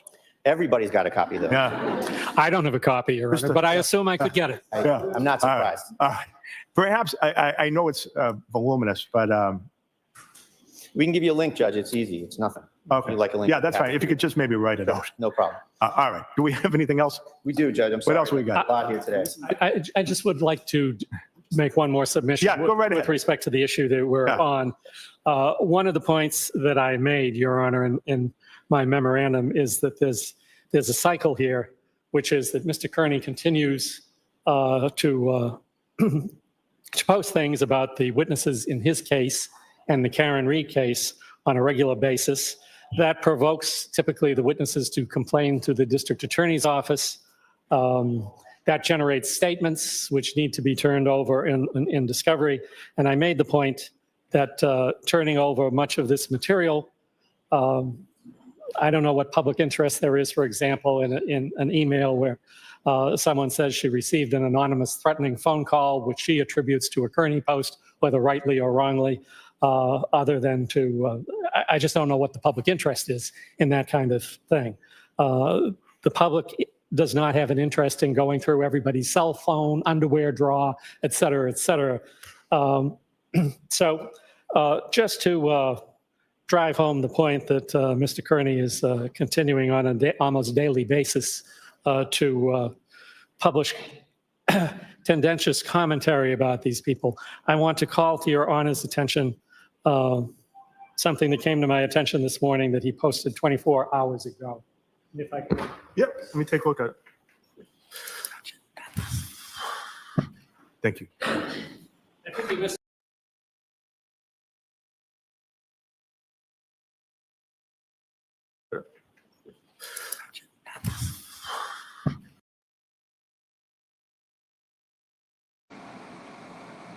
Wait a minute. Is that a regular, for real court reporter right there? Yes, that lady with the salmon colored jacket.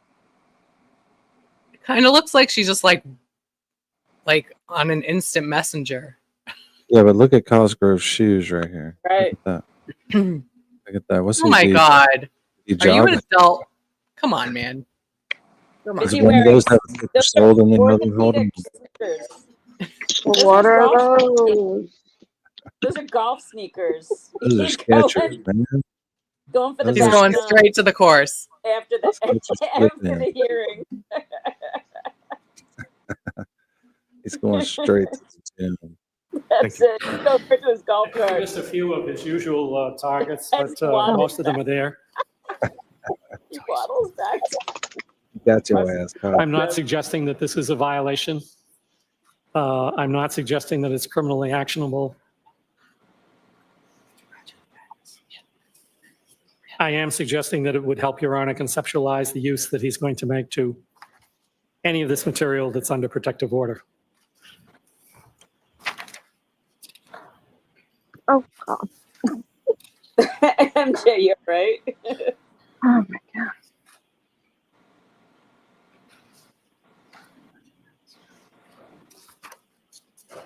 Cheryl, what did Okay. you pull out? I looked at it. I get the point. All right, that's all I have, Your All Honor. right. Mr. Brito, what else you got? I can just watching you peruse Mr. Kearney's publications, okay? Thomas Paine, Samuel Adams, Mark Twain would be spinning in their graves if they saw that a judge was looking at First Amendment protected satire, jokes, criticism, as if there's some risk that this stuff should be sanctionable. It's just completely antithetical to the First Amendment, Your Honor. Okay, I don't Really. want Mark Twain to feel poorly about me. Really? So, Judge, it's just ridiculous. That the government, proffers that as some sort of evidence of something is just completely beyond the pale, okay? This is all First Amendment protected. I get your point. I get your point. So You've made it very well. So there's a few more things, Judge, about this impounding these.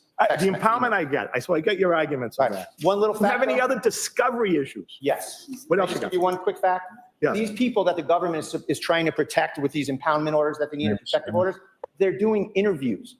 The McCabe's, the Alberts, Proctor, they've all done nationwide interviews. Thank you. And yet the government wants to say, oh, we need to protect them from safety because of keep their stuff private. They're doing interviews. So that ship has sailed, Your Honor. All of their stuff needs to be unimpounded for our use, for our ability to use it without these constraints and for the public's right to know, Judge. It just needs to be out there. There's no reason to keep it. No, I get your point. All right. Is there any other pieces of discovery Yes, Judge. that you want to argue about? Because I have, I've got some other things we have to do, some other cases. We have 2 other cases left. Mr. Bradle, I don't want to rush you, but Going back to the Mello issue, Judge.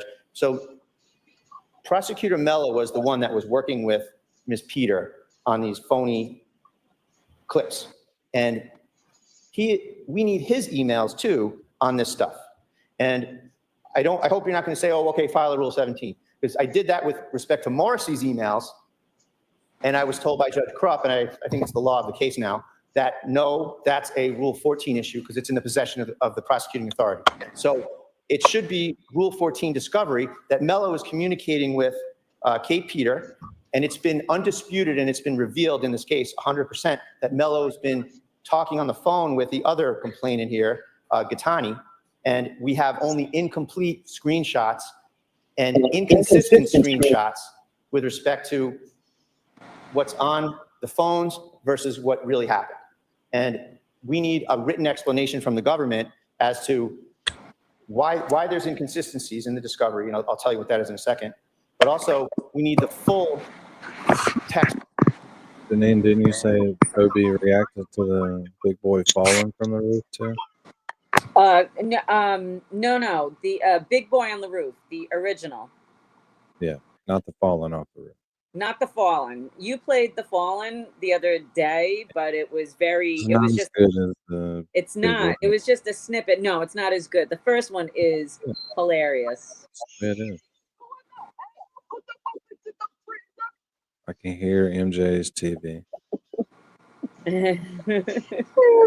Report. We have these cherry-picked little texts, and like I said before, it's obvious that it was a string, and we get like one email with no responses or no prior context, and it's like they're hoping we just go away if they give us one thing, but it's not. The context isn't there. The full email strings aren't there, and we've made this complaint many times, and it doesn't go anywhere. So I'd ask that you order the Commonwealth to either give us the stuff or respond in writing why they can't find it, don't know what I'm talking about, or whatever their position is going to be. These are the Mello emails you're talking about? So we want Mello emails because he's talking directly to Gattani and Peter. Yeah. And we have a couple snippets of them, but it's clear there's other ones from the context that we don't have. All right, I got you. Yep, thank you. All right, Mr. Cosgrove. Well, No, I don't know if this is going to get us some kind of copyright ding. So do you know where the actual song came from? Because if not,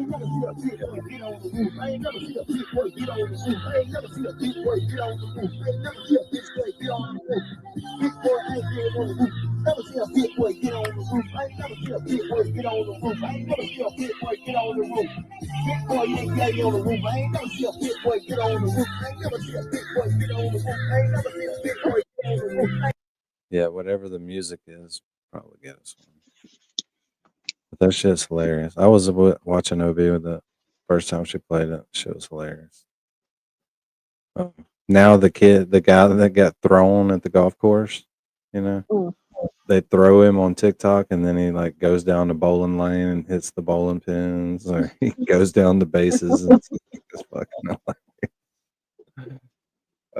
hilarious. He's a very popular guy, very popular.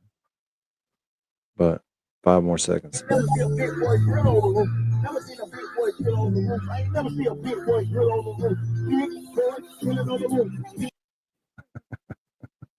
Is she using her grill as a walker?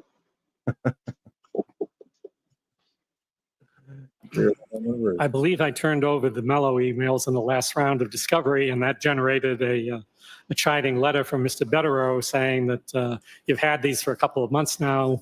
We should have got them sooner. So I'm not, so far as I know, they have the Mello emails. Okay. Janine, did you get kicked out? She's back and she's typing. I know I can hear her type. Aggressive typing. Yes. Damn. See, I knew she was angry. Yeah, and then I played I missed it. Shit. Can you play it again, please, please, please? I missed it. I got thrown out. I don't know why. Uh, That's it. This is the. What's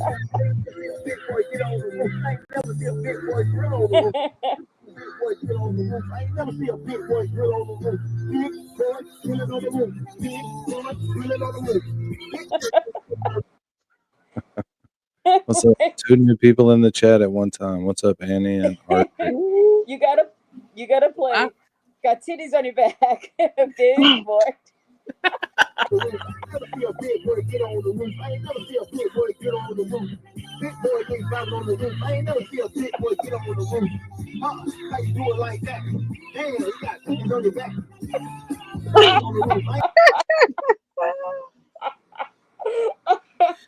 The background song might get us, but we'll find out now.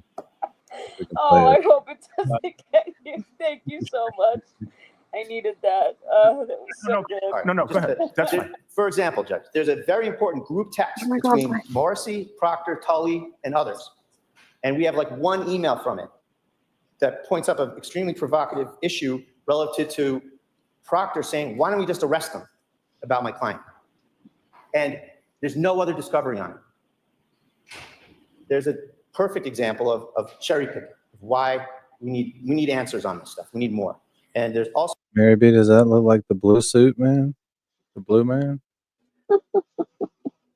I think so. It does. Yeah.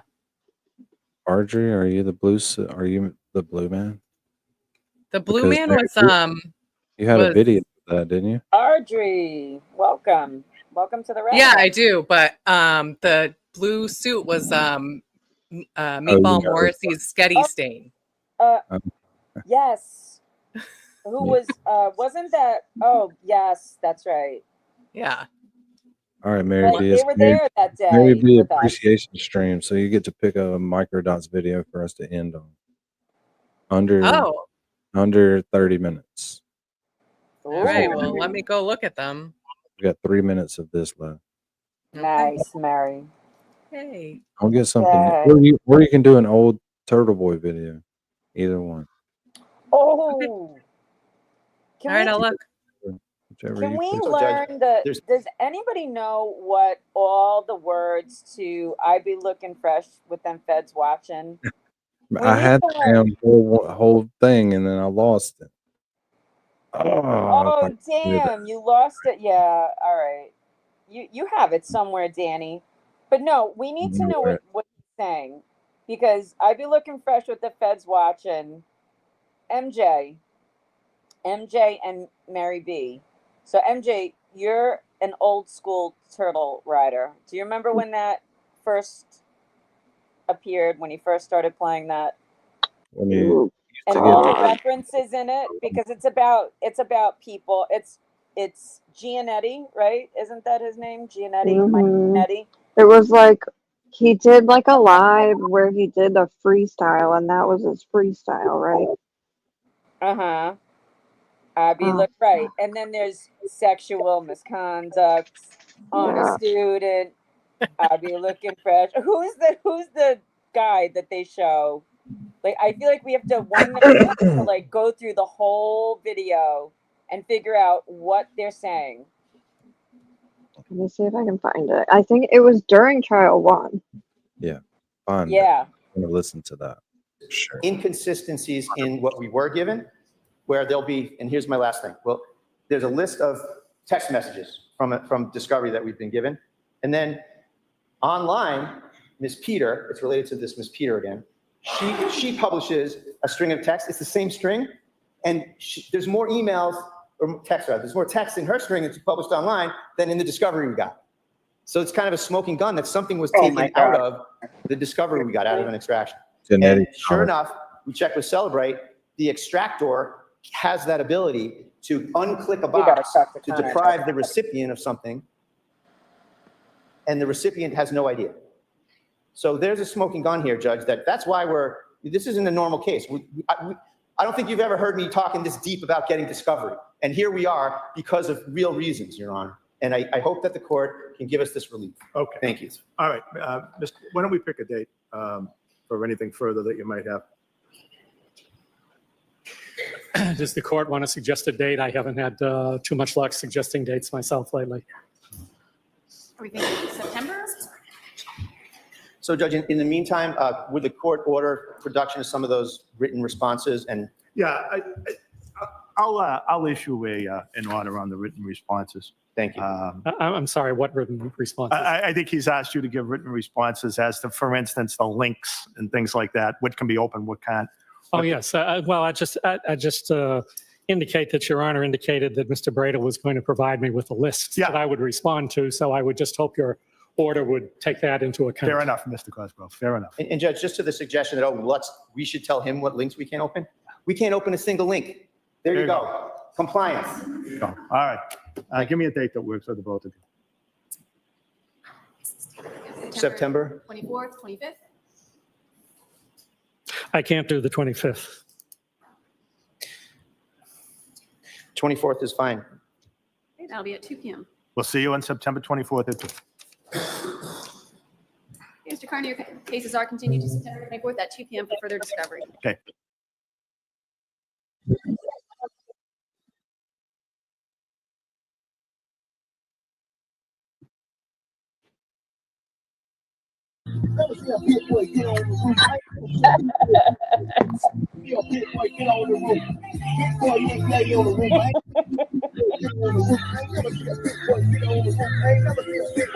Wait, Danny, you got to do a disclaimer for Connor. Why? Because he said it would cause PTSD from falling off a roof. Oh no.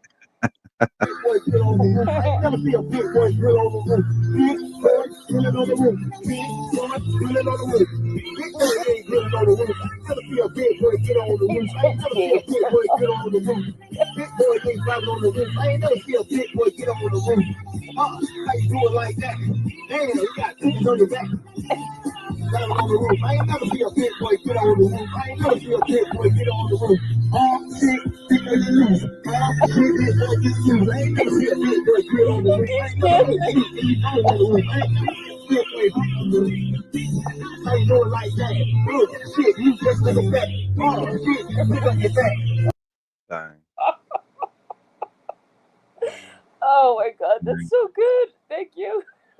While we wait on Mary B's, let's go back to this. Oh, I love it. I want to hear OB's commentary to that. Mary B, what did you Yeah, choose? it's not in there. Diane, just clip that. You had 3 minutes. Danny gave a generous 3 minutes. I'm going to allow that. Have to ask Dr. Welcher, I suppose, but if it's not, again, then I'm not sure what that test actually accomplished or represented. You've made assumptions and then have given opinions to the jury. He didn't make assumptions. He read the report. It's the same answer to every question, no matter. And again, it's 16 times the same question. And the result is your expert had a shitty report that is so vague that you can't tell anything. And because you didn't provide him all the evidence, it's even worse. He never states how far, if at all, he was thrown. Here he goes. He goes in with the specifics that Welcher didn't put any specifics in his report, did he? Because we don't know anything. And we didn't prove anything, sir, did we? That's right. He does not. When you don't know the speed, you don't know the body position. You don't know that we can even make a case. At the time of collision, you cannot. It's almost like you can't prove it happened. This is what's called reasonable doubt. Right, Al. A collision will crash us down to a reasonable degree of scientific certainty.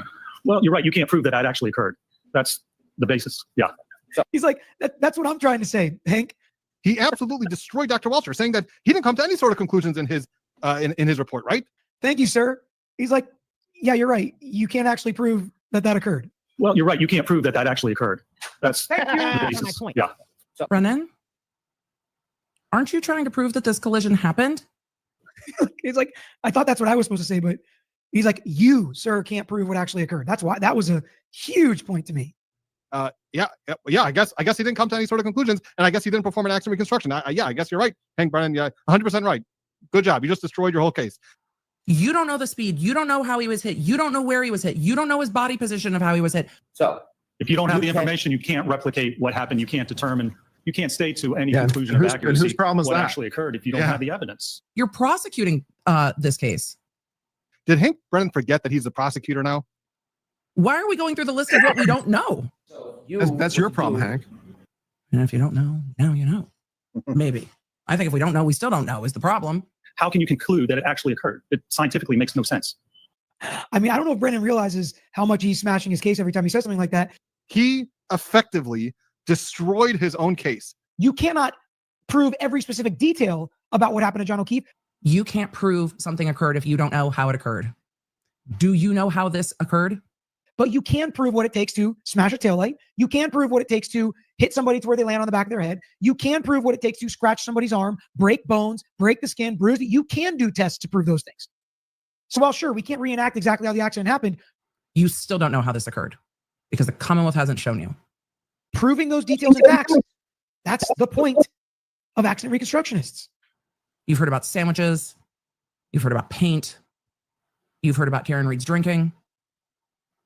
But you haven't heard how this happened. There's one test with the arm like this. That's the only evidence that was presented in his opinion or in his case. You tell him. I evaluated that. I have not seen any other explanation of what happened or how it occurred. Specifically, Dr. Welcher said in his report, yes, on page 9, Ooh, he said, I have conducted an accident reconstruction and biomechanical engineering analysis of this matter. If he did not recreate how he was positioned, if he did not determine the speed of impact, if he did not determine how Mr. O'Keefe's body moved, if he did not determine where he ended up, then he did not conduct either an accident reconstruction analysis or a biomechanical causation analysis. He did not use the worthless. Other than your opinion, let's get back to my question if I could. That's an answer. I believe I answered at the beginning of that, sir. Exactly. Boom. Shove it right back My up his detailed ass. question is, I believe I answered at the beginning of that, sir. I'm going to ask you. Other than your opinion, that's what he's testifying to. You're worried the fact that he's testifying to what you're failing to do and what your witness is failing to do. So I'm going to ask you again. You got this. You got this, Dr. Rentschler. My Don't let him annoy question you. is, Like he didn't learn his lesson about this, but he kept arguing with this. I guess he felt that this is going to help his case somehow. This is what getting your ass kicked by the expert witness looks like, by the way. By saying that Dr. Welcher didn't come to any sort of conclusions or didn't perform any reconstruction in the case. He's just absolutely getting trounced. Welcher never said he was trying to recreate the incident. Well, Welcher said on the stand in front of the jury, that is what happened. I think it got stricken. And in Welcher's report, he says he did an accident reconstruction. Like, how can that possibly help your case? You just hired this accident reconstructionist for, I don't know, up to $400,000. And you're arguing as much as you can that he didn't do a reconstruction? That he didn't really prove anything? Then if he's not doing an accident reconstruction, what is he doing? Finger painting? What is happening? Rentschler didn't say, then what the fuck did you pay him $300,000 plus for? If he's not trying to recreate something. How are you going to get a conviction if the accident reconstructionist that you hired doesn't have any opinion about this case? It's the wildest line of questioning. can it show the throw? Can it throw or move the crash test dummy in its natural course after the collision to a resting spot? No. In those tests, though, there wouldn't be any throw. We watched Rescue Randy get yeeted behind the vehicle and cheese grate his entire face. Yes, it can get thrown. Rentschler's a little pissed off. Let's watch this. Have you seen crash tests with crash test dummies where there is a light string and somebody cuts the string moments before the impact or a second before? I have, yes. That wasn't done in this case, was it? It wasn't necessary. Was that done in this case? It wasn't. I'll speak slower. A little clear. Oh, did he just assassinate? A little clearer. If you answer my question. I just did answer it. I said it wasn't. Rich was like, let's fucking go. I'll speak slower. I'll speak a little slower. And Brendan's like, maybe if you would answer my question. I feel like Rentschler is really, really wishing that he maybe had some hand puppets with him, some crayons. He's got this expression of like, are you for real? Rentschler's gonna fucking fight with him.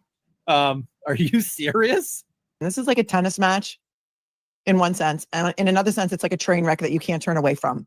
It's like, let me dumb it down to you from I wasn't. And the crash test dummy is held by a forklift and the car hits it. It does. And the thing is I think Brennan thinks he's doing a great job here. Brennan's face says he thinks he is serving this witness.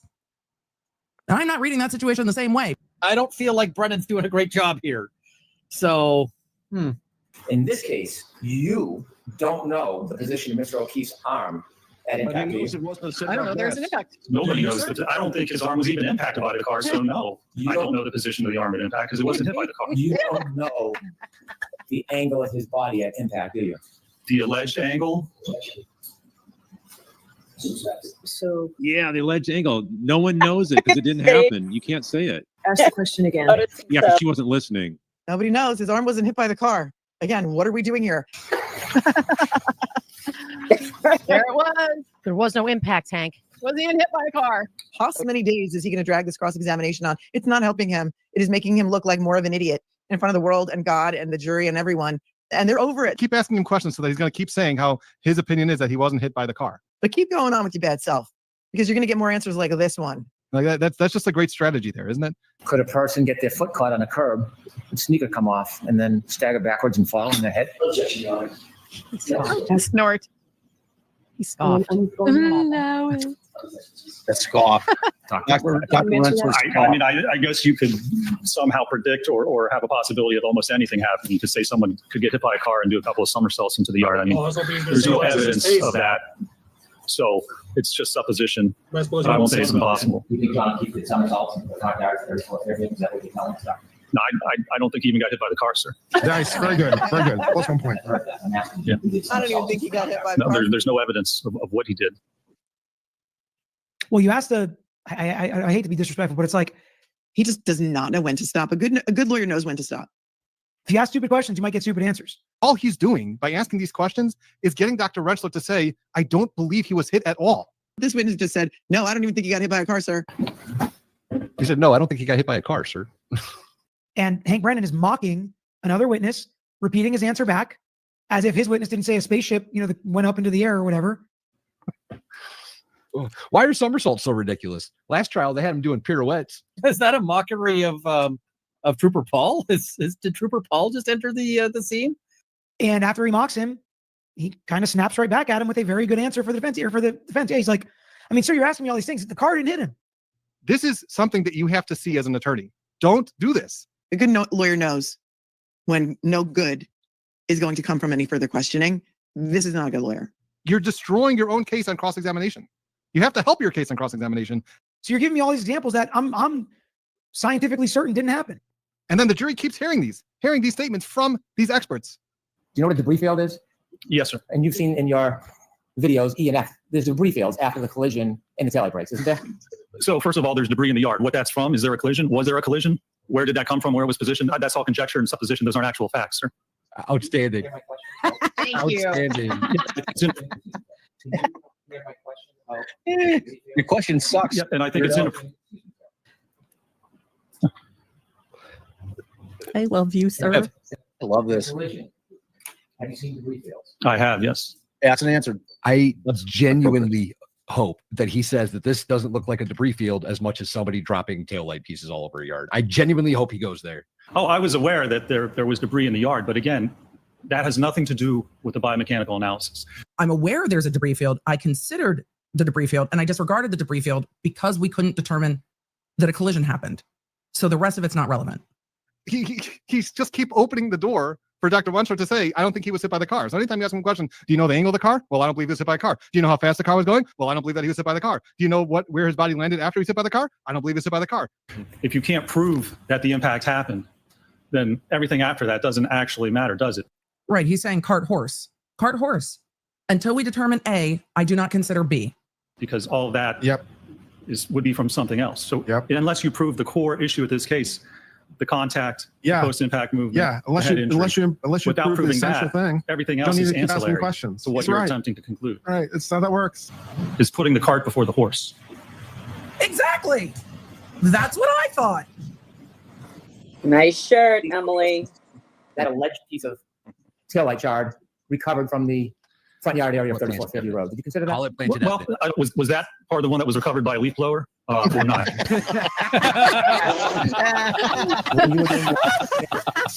I'm asking you. Let's never finish Cross. I don't say this and I never thought I'd ever say this, but keep this man on Cross forever. I Did I like just it. fall in love a little bit? Yes. First of all, 2 thumbs up for that answer. Oh God, he's just going to show him all the taillight pieces. Yeah. He's going to do this with every single piece, isn't he? Is that part of a red taillight shard or an alleged piece of a taillight shard? It looks like it, yes. Did you consider this in your biomechanical studies that he said this no? taillight shard was Dumbass. found? He said no 55 million times. To me, a precise distance from where the body was found and where that was found with respect to Mr. O'Keefe, with respect to a reference point. Did you consider No, this, sir? there is none. So I did not consider that. You fucking asshole. Do you know how this tail light shard got there? You know how this How it got there? Yes. That wasn't part of my analysis. There are certainly different possibilities of how that actually occurred. Exhibit 990. Oh, Brennan, don't ask him. Tell us some possibilities, Andy. Tell us the possibilities. Did you know he was wearing a hat that night? I did, yes. And did you consider how that hat ended up on the ground in front of 34 Fairview? Yeah, I did. No, sir, that was not part of my biomechanical analysis. There's a number of ways a hat can end up in a yard. Is one of those ways being in a collision with a Lexus? I suppose that's a possibility, or someone could put it there. I mean, there's a number of different possibilities as to when or how a hat may appear in a yard. He did it. Put it there. I have no idea. I haven't seen any evidence of how it got there. And Here we go. Could have been put there. And Hank Brennan, I mean, to me, just not a good, this does not help you to ask this question. Or someone could have put it there. You want to keep digging? Let's go. Bring it. frankly, it's immaterial to a biomechanical analysis. Do you have a theory you want to share with us about planting evidence? Is that what we're getting at, sir? Oh, Hank, you little pimp. I hate that. Oh, that's so good. So good. All right, Janine. It's time to kick off Mary B's microdots. Okay, brother. Oh, the Mary Irish B's comedy face. microdots. Oh, the bowling team. This is what you chose? Cool. Yep. It's a good one. It is. But this will be our last video of the evening. Nice. Good choice, Mary B. Woohoo. Thank you. Thank All right, you. give a round of applause. Well done. Nice. I like the video where it looks like they're like on a bowling team. Yes, they all have bowling shirts on. Bowling shirt. That's Glaire's It's the line. final That was letdown. hilarious. And that's why we're here.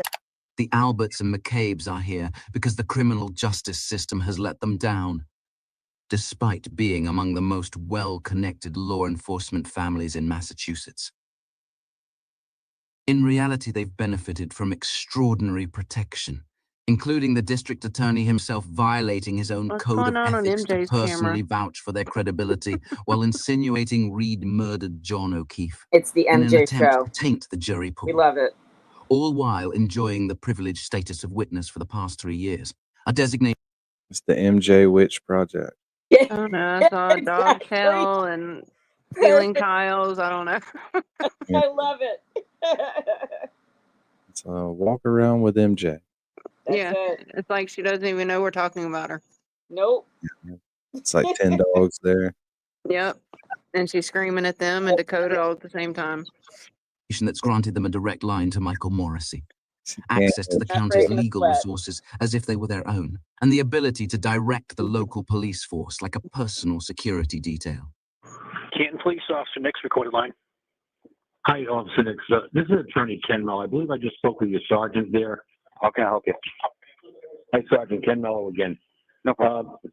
Do me a favor. Take a look at Chapter 268, Section 13A.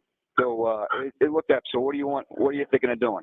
I'm looking at that statute and saying they're across the street. They're they're certainly near Albert's place. All right. He's a witness, and they're certainly there for purposes of influencing or whatever else the statute states.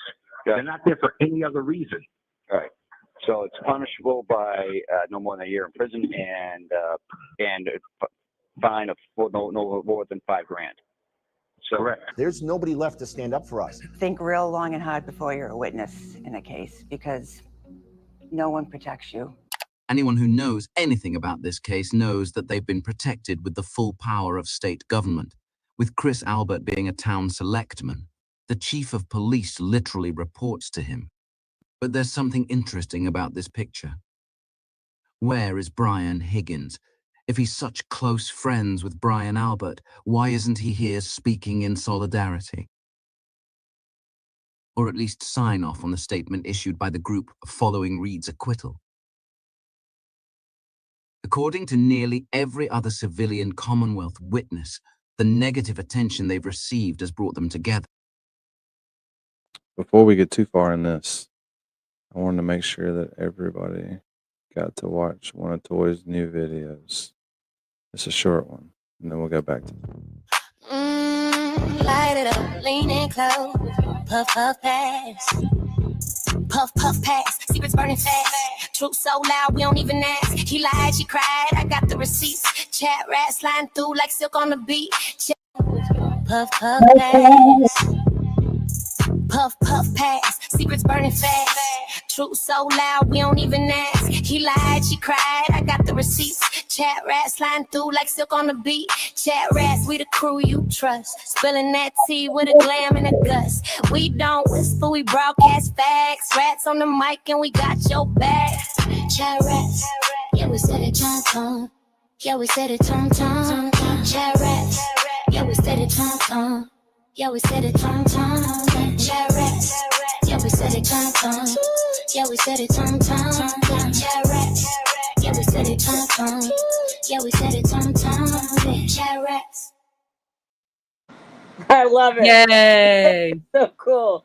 Psychedelic, man. No, got some more coming. Another like 50s theme. I like those for the intros and shit. The trucker one's awesome. Oh yeah, we've been to watch that motherfucker at the end. That's it. That's some Louisiana pop on that thing. Got that. It's got it. We're gonna watch it for sure. However, you get the sense that Brian Higgins and So Brian wild. Look at those two. once were. Oh my God. As far as we know, the last communication they had was a text message from Kevin Albert to Higgins, stating, "Look, you went off the grid and Brian doesn't understand. You haven't called him. You haven't checked in on him since these subpoenas went out. Everyone got a subpoena but you." People turn this thing into a I gotta say this, Danny. some days. Board games, cornhole. All the people who have had questions about that paint stain and what could be done there, they could literally chisel that out and determine very quickly if there's any blood in any of those crevices. And I feel like the homeowners are willing to do it. Right. But the defense can't bring a case against anyone, so it would have to be the prosecution or the FBI that goes in there and requests it. But you could very easily find out if John's DNA is anywhere in that area. Right, that's what Ed Wallace, Ed Wallace was saying that as soon as he saw that picture, he said that there's a crack. And when you see it in the still photos, it was quick here. Yeah, but I mean, the crack, he said, go into that crack and you will find a lot more there. Right. That's Paint is not going to cover up blood when it comes to luminol. Nope. That people don't realize how porous concrete is. Right. I mean, it soaks it up. Soaks like that. It won't. I mean, it's still going to be in microns, but blood is in smaller parts as well, and it'll go. Probably says 1/16 of an inch thick. So Right. In there. Well, they were desperate, right? So The only way to get it back out is to soak something else into it. You can't just get it back out by wiping it off. But You the might choice of red paint is wild. But someone had said, I think someone on panel had said that the shutters, it's the paint color of the shutters. I don't Is know it? if that is it. I It don't is remember. the color of the paint shutters, but it makes no sense where it's at. Oh, it's so random. But the choice of red paint, hello, it's crazy. It looks like a blood spatter. You know. I don't So know. they probably had a can of it. Sorry, a can of it like lying around because they painted the shutters at one point. Yeah, but they made reference in one video that there's like no shelving there that it would have been Right. sitting on to have fallen from and landed. I mean, it's going to splatter. If it falls and opens, it's going to hit the ground, splatter, and then pour. But that looks like it was perfectly poured. Yeah. Right. It's so random. But let me ask you something. If Morrissey loses, right? Didn't they say somebody posted, it was either Microdots or Teebs or whomever, right? That Morrissey has something like 4% support. That if he loses and there's a new DA, could they, what do you think the chances are that they would bring charges against any of They the could very easily open up a new case. They're not going to do that. You don't think so? I Hell, hope so. hell no. I don't think You anyone got has to the think balls about to the do that. long run political advantages of it. Don't really have anything but fucking Yeah. those mysteries and If they were to um, investigate it more and actually find evidence, they'd be heroes. Campaign They'd on be in that. office forever. Right. Campaign on that, I say. throwing their shit away in dumpsters. That's smart. Other than getting caught. Other than getting caught, that was smart. You can't Right. see it if you can't find it. There's still celebrate reports, though. We could pray, act of God, that somehow, some But way, I don't think they're going to do that. John gets justice. Yeah, they need to investigate. If his family would change their viewpoint, it would help tremendously. It would help, but that's not going to make or break it, right? So It would put fire under the right butts to get something Right, done. yeah. But if they're saying it's Karen, then there's not going to be any persuasive anything going after these politicians to do anything. There's plenty of other people that could have been investigated slightly. Then you might have found something. But probably not going to this far. If anything was going to happen, the feds would have already. Yeah. I mean, just they are- ARCA alone, the feds should have came in, but they're not going to. It's still so I don't know. It's so I feel it's I disgusting. mean, if Karen gets enough money out of all this and she finances it, you never know. Yeah, good point. She might go to that extent only to imagine clear her what- name.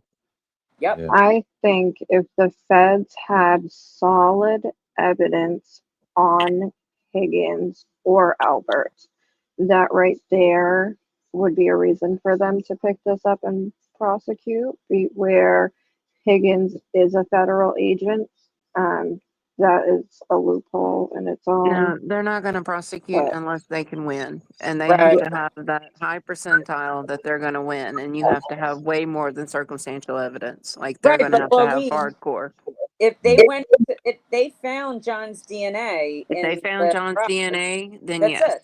That's it. It's done. Well, it wouldn't be it because you don't know what happened In to the him, but beginning. you know Karen didn't do it. So Yeah. they would start investigating, pressing people, making people offers, and they would start really looking into it. But that And would maybe be someone would talk. that would be a key piece of evidence to turn things around and go in the right direction. Right. Coco she is like the weakest person of them all. If they put her in a room without Brian and they pressed her and pressed her and pressed her. All they have to do is guarantee her a certain percentage of his retirement. She'd crack in a heartbeat. Oh yeah. Okay, so Sure. Maybe. all right, back to this.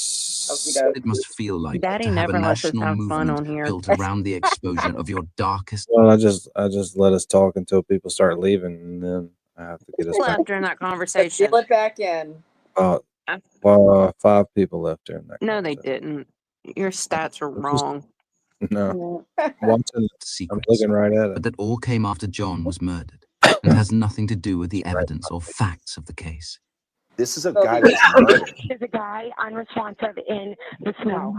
Tell them the guy never went in the house. Who was the guy that you were referring to? Does he have a name? That would be John. This group of family members framed Ree to cover up what really happened that night, ever since their lives becoming open season for endless conspiracy theories. What they've done is they've dehumanized us. fucking ran John over. To the sense where we're not real people. Yeah, I mean, it's worth it to come and yell at us. Chris Albert's words fall flat after what you will see next.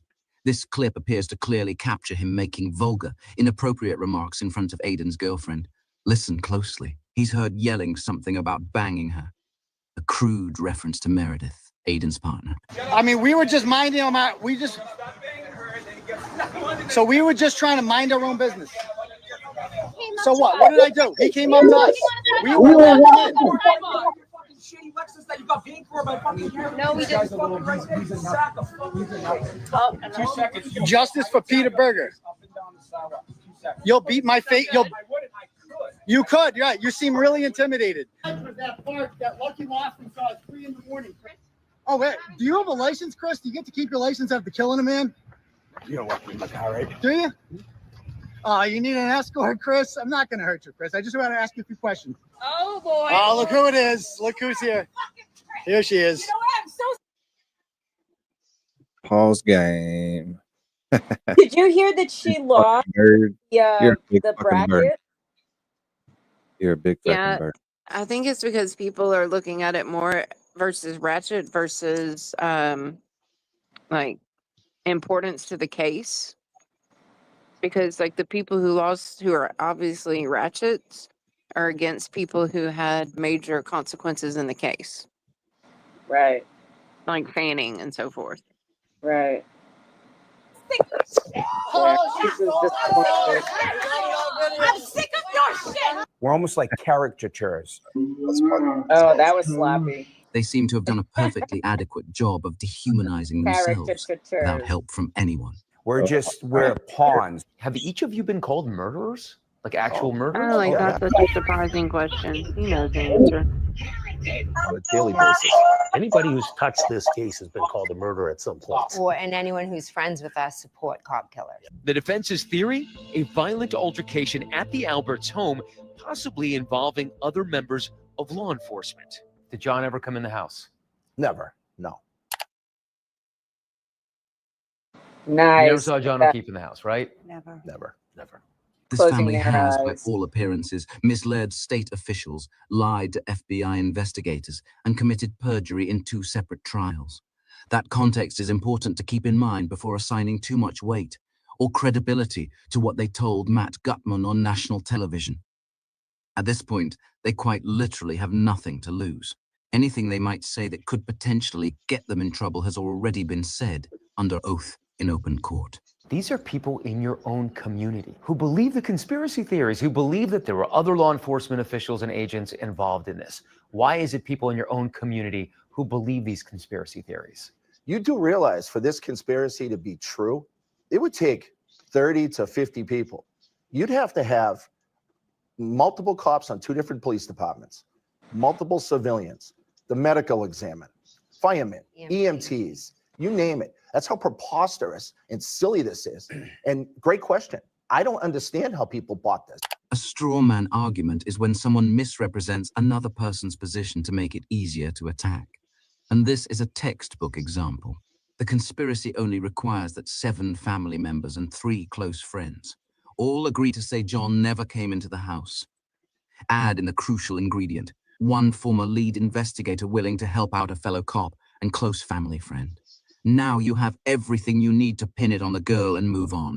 After that, everyone who backs you up is doing it out of self-preservation or fear. But a statement of mine was a false memory. It was not a lie. But let's remember, the conspiracy didn't work, primarily because Karen fought back and brought in witnesses who these people never dreamed would be called on. You can't state to any conclusion of accuracy what actually occurred if you don't have the evidence. Sergeant Barrows, is this the condition of the right rear taillight when you showed up at the Reed household at around 3:15 in the afternoon on January 29th, 2022? Absolutely not. Brian Albert says he and Nicole only found out about John's death when Jen McCabe, who is Nicole's sister, barged into their bedroom.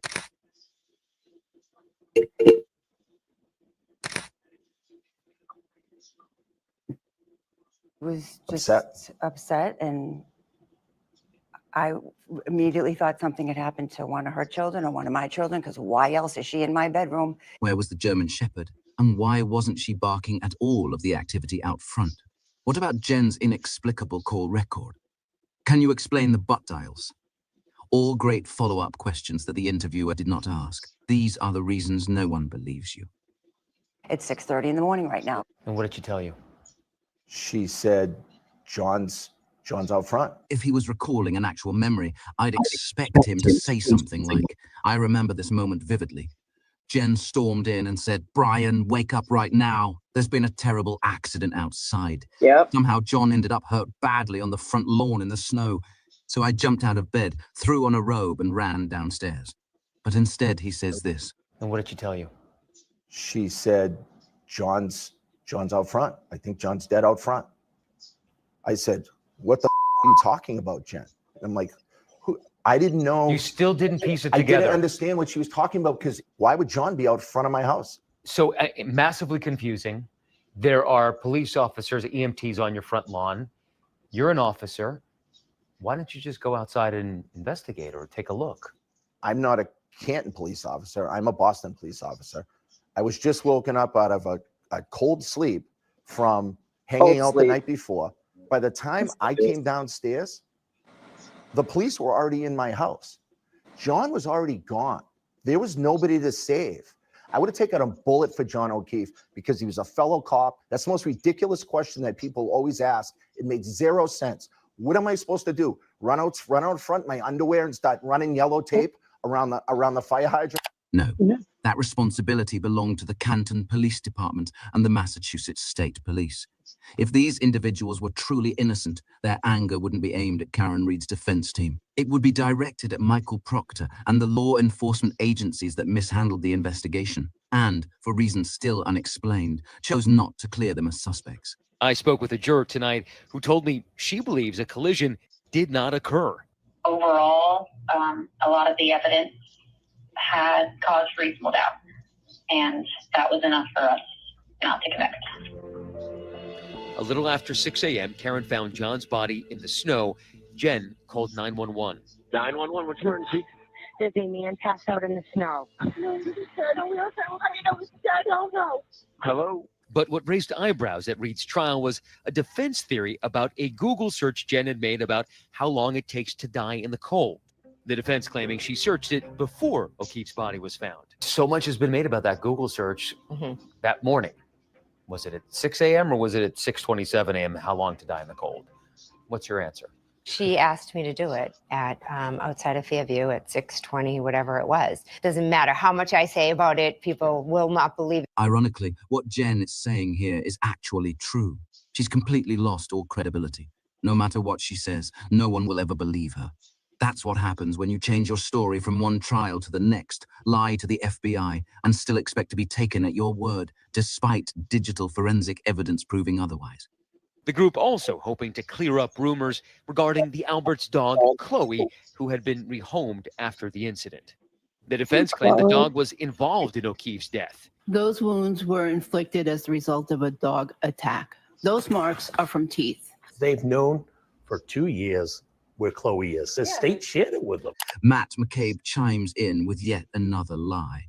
The defense didn't receive new information about the dog's whereabouts until just months before trial. The Commonwealth never disclosed her location, the identity of her new owner, or provided any concrete proof that the dog in question was actually Chloe. By that point, the Commonwealth was desperate and could not be trusted. A much more interesting question for Brian Albert would be for him to explain why he lied about the dog's history. But importantly, Your Honor, you have been lied to by Brian Albert. In opposing our motion to get the animal control records, Mr. Albert's attorney told you that Mr. Albert's dog, Chloe, had no history of attacking human beings. Thank goodness you ordered the records, Your Honor, because we learned that was a lie. And to be clear, I do not believe for a second that Brian Albert's attorney, Greg Henning, would lie to this court. That leaves only one possibility.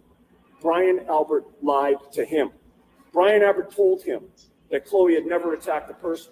Brian Albert was desperate to keep these records secret from the defense and was willing to lie to keep them secret.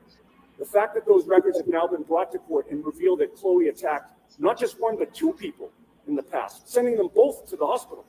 Brian Albert lied, which is powerful evidence of his consciousness of guilt, but that information was kept from you.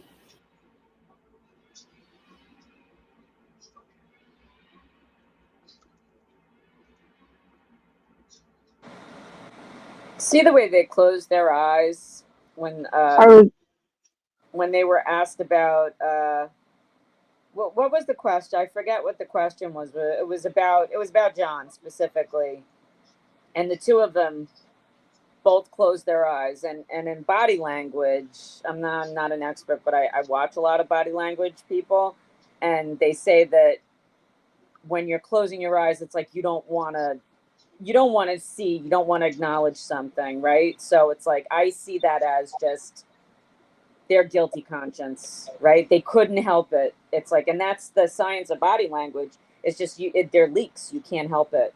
And it's just so crazy. You could tell so much from these people. They're just they really are just ordinary people that this unbelievable thing happened to one night. And they show many tells. I mean, we all picked them up over Yeah, notice how they have to look at Brian Albert every time a question is asked. See how he was the one who spoke primarily That's a good when observation. questions were asked to the group.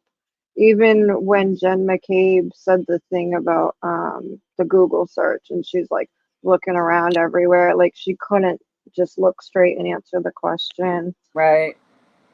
That's so true. Yeah, he has Crazy. He's the captain, right? He's the captain of the ship. He's the coach. He's the Belichick, and she's the Brady, right? Yep. And they're all just.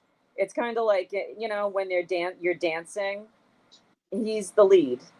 Yeah. Well, Matt answered the question about the dog, and then when they were asking Nicole about what happened when Jen came into the room, Brian answered. Like, it's so awkward, that whole interview. Oh, yeah. And Microdots, when he paused it, like, oh, if something horrific happens to you, like, I just did this with my daughter. We had to go over 9/11 shit, right? For such things that we're doing.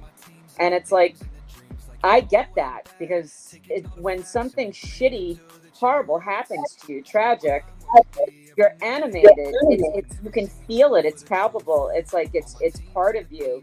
And it's like he was scrambling for what he was going to say. He was trying to remember his lines. Yeah. Absolutely. Yeah. Danny is so ready to disconnect us all. I can see it. No, I'm good. Good. Do we know if anyone? Spend another 4 hours with us. Yeah. I told you we're doing 12-hour stream. All right, man. Do we know if anyone ever did like a? When y'all was at then, you're like, oh shit. No, we're ready. We made it through. Blair did 3 of them, right? Didn't he do like the 3? Yep.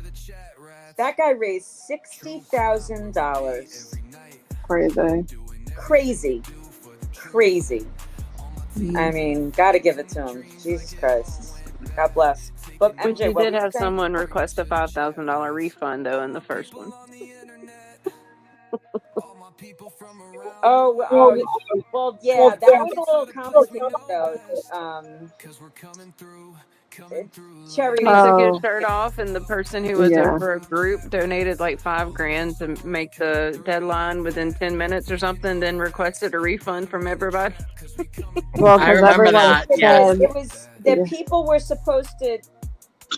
She was doing it. It was a little hard for me to follow, but then I was like, okay, well, if that, and I don't know if I donated that stream. I think I did. Yeah, that was the first one.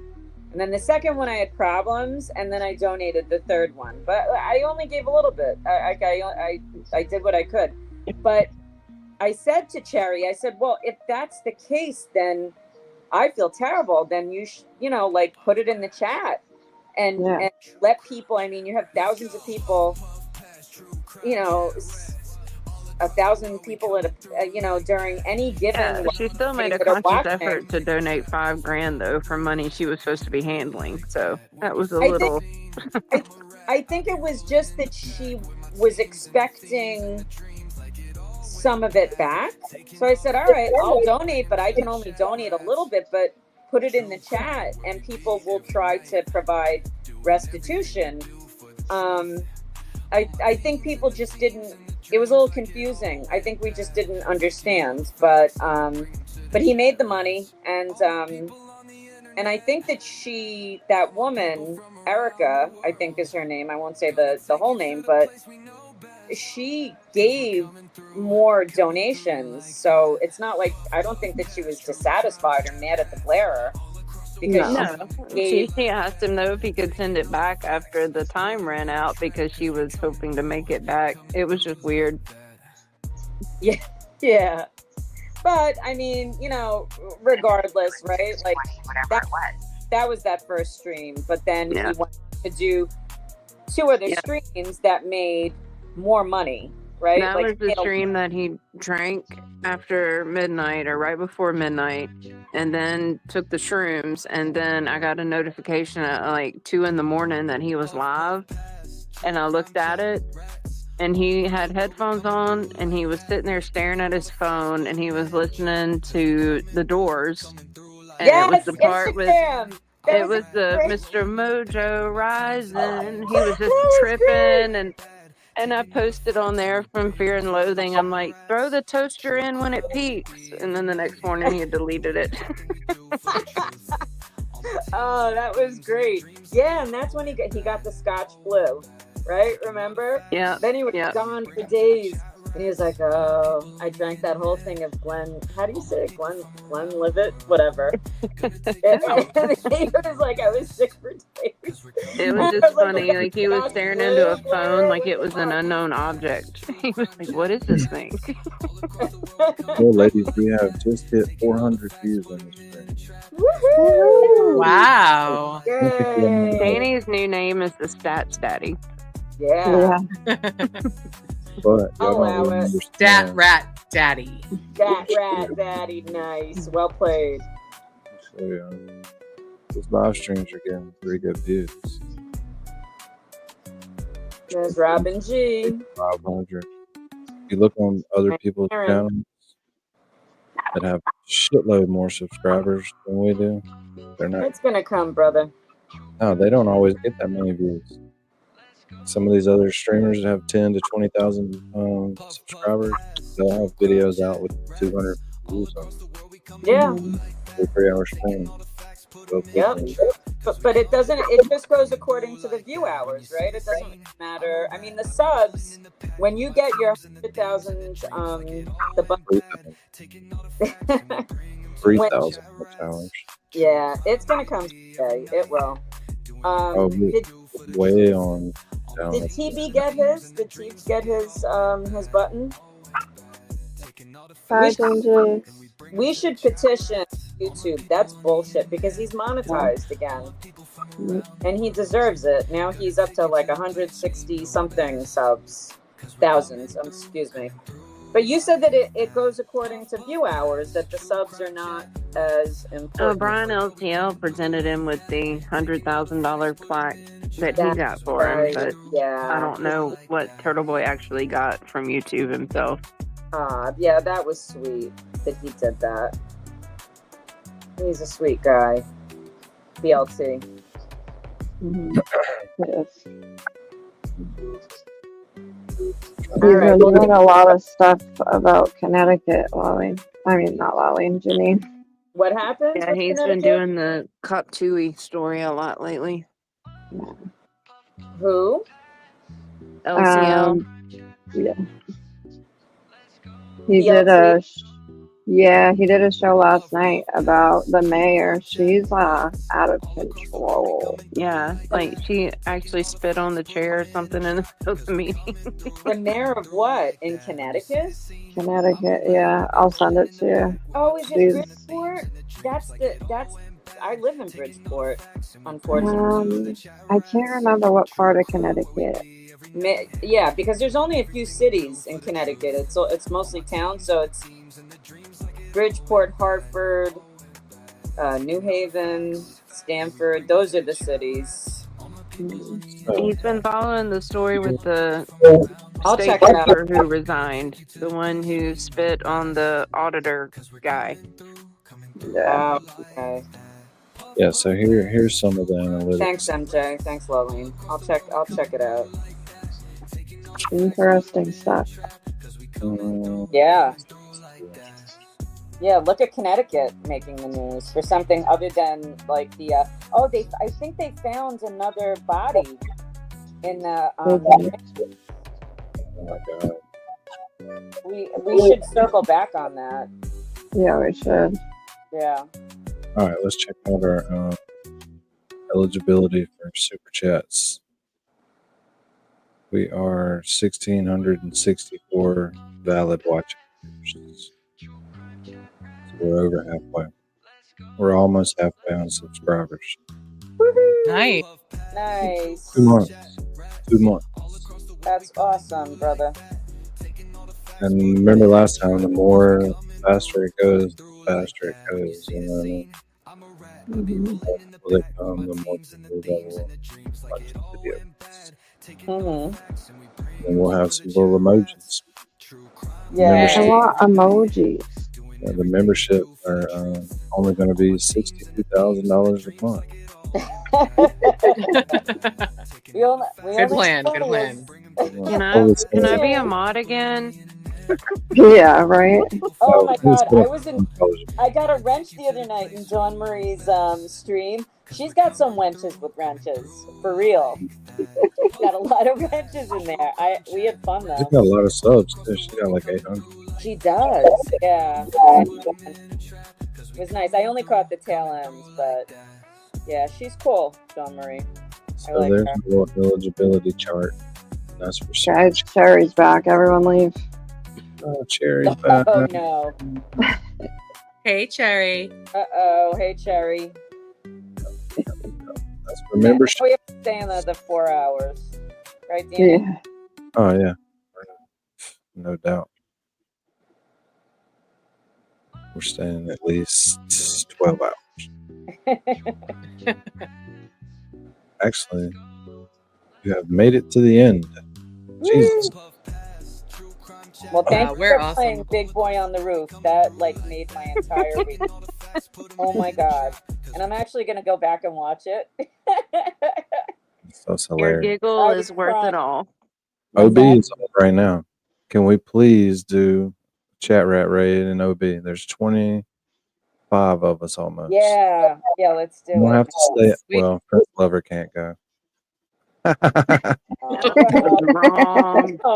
Prince 19 Lover. of We'll regroup with you. You'll be there in spirit. Let's change the number from 25 to 24. Well, we'll see you in Discord. We'll represent you, Prince That's Lover. why you wouldn't.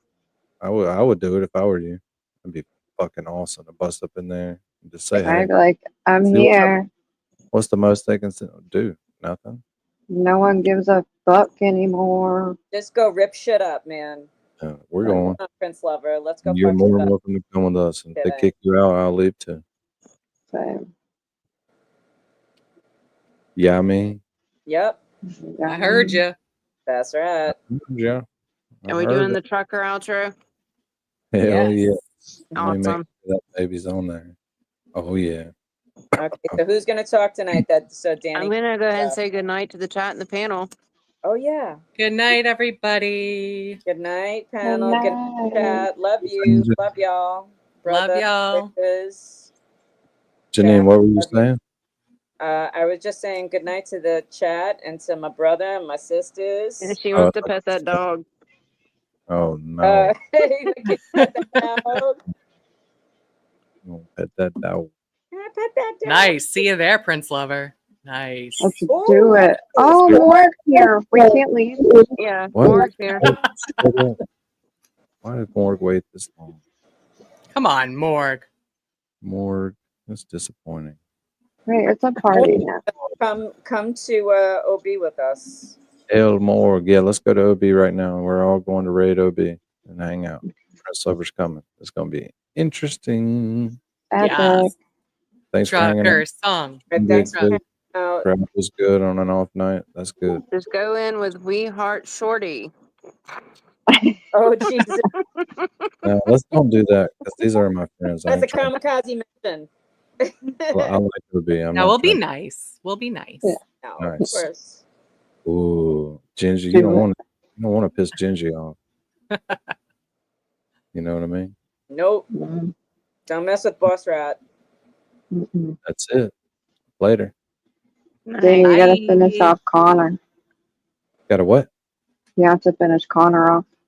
Fine. No. That's yeah.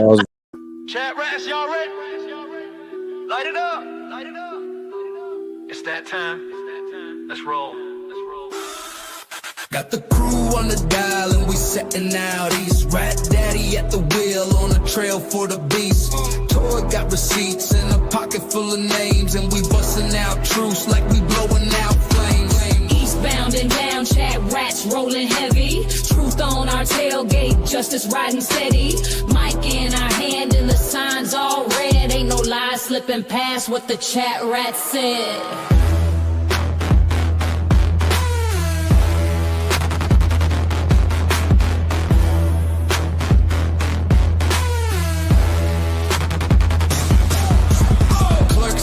Playlist, angels taking charge, law leans on the mic and her notes hit hard. Mary B's lifted but she's sharper than attack. Dean's dropping questions while he's rolling in his Cadillac. Break a rap mama here, got eyeballs on that shady scene. Y'all ready? Light it up, rats. 10-4-20. Northbound and bold, truth in the backseat. Chat rats got that heat. Can't be beat from the chat rats lounge to the courthouse gate. We ride for the truth and we show up to see that fate.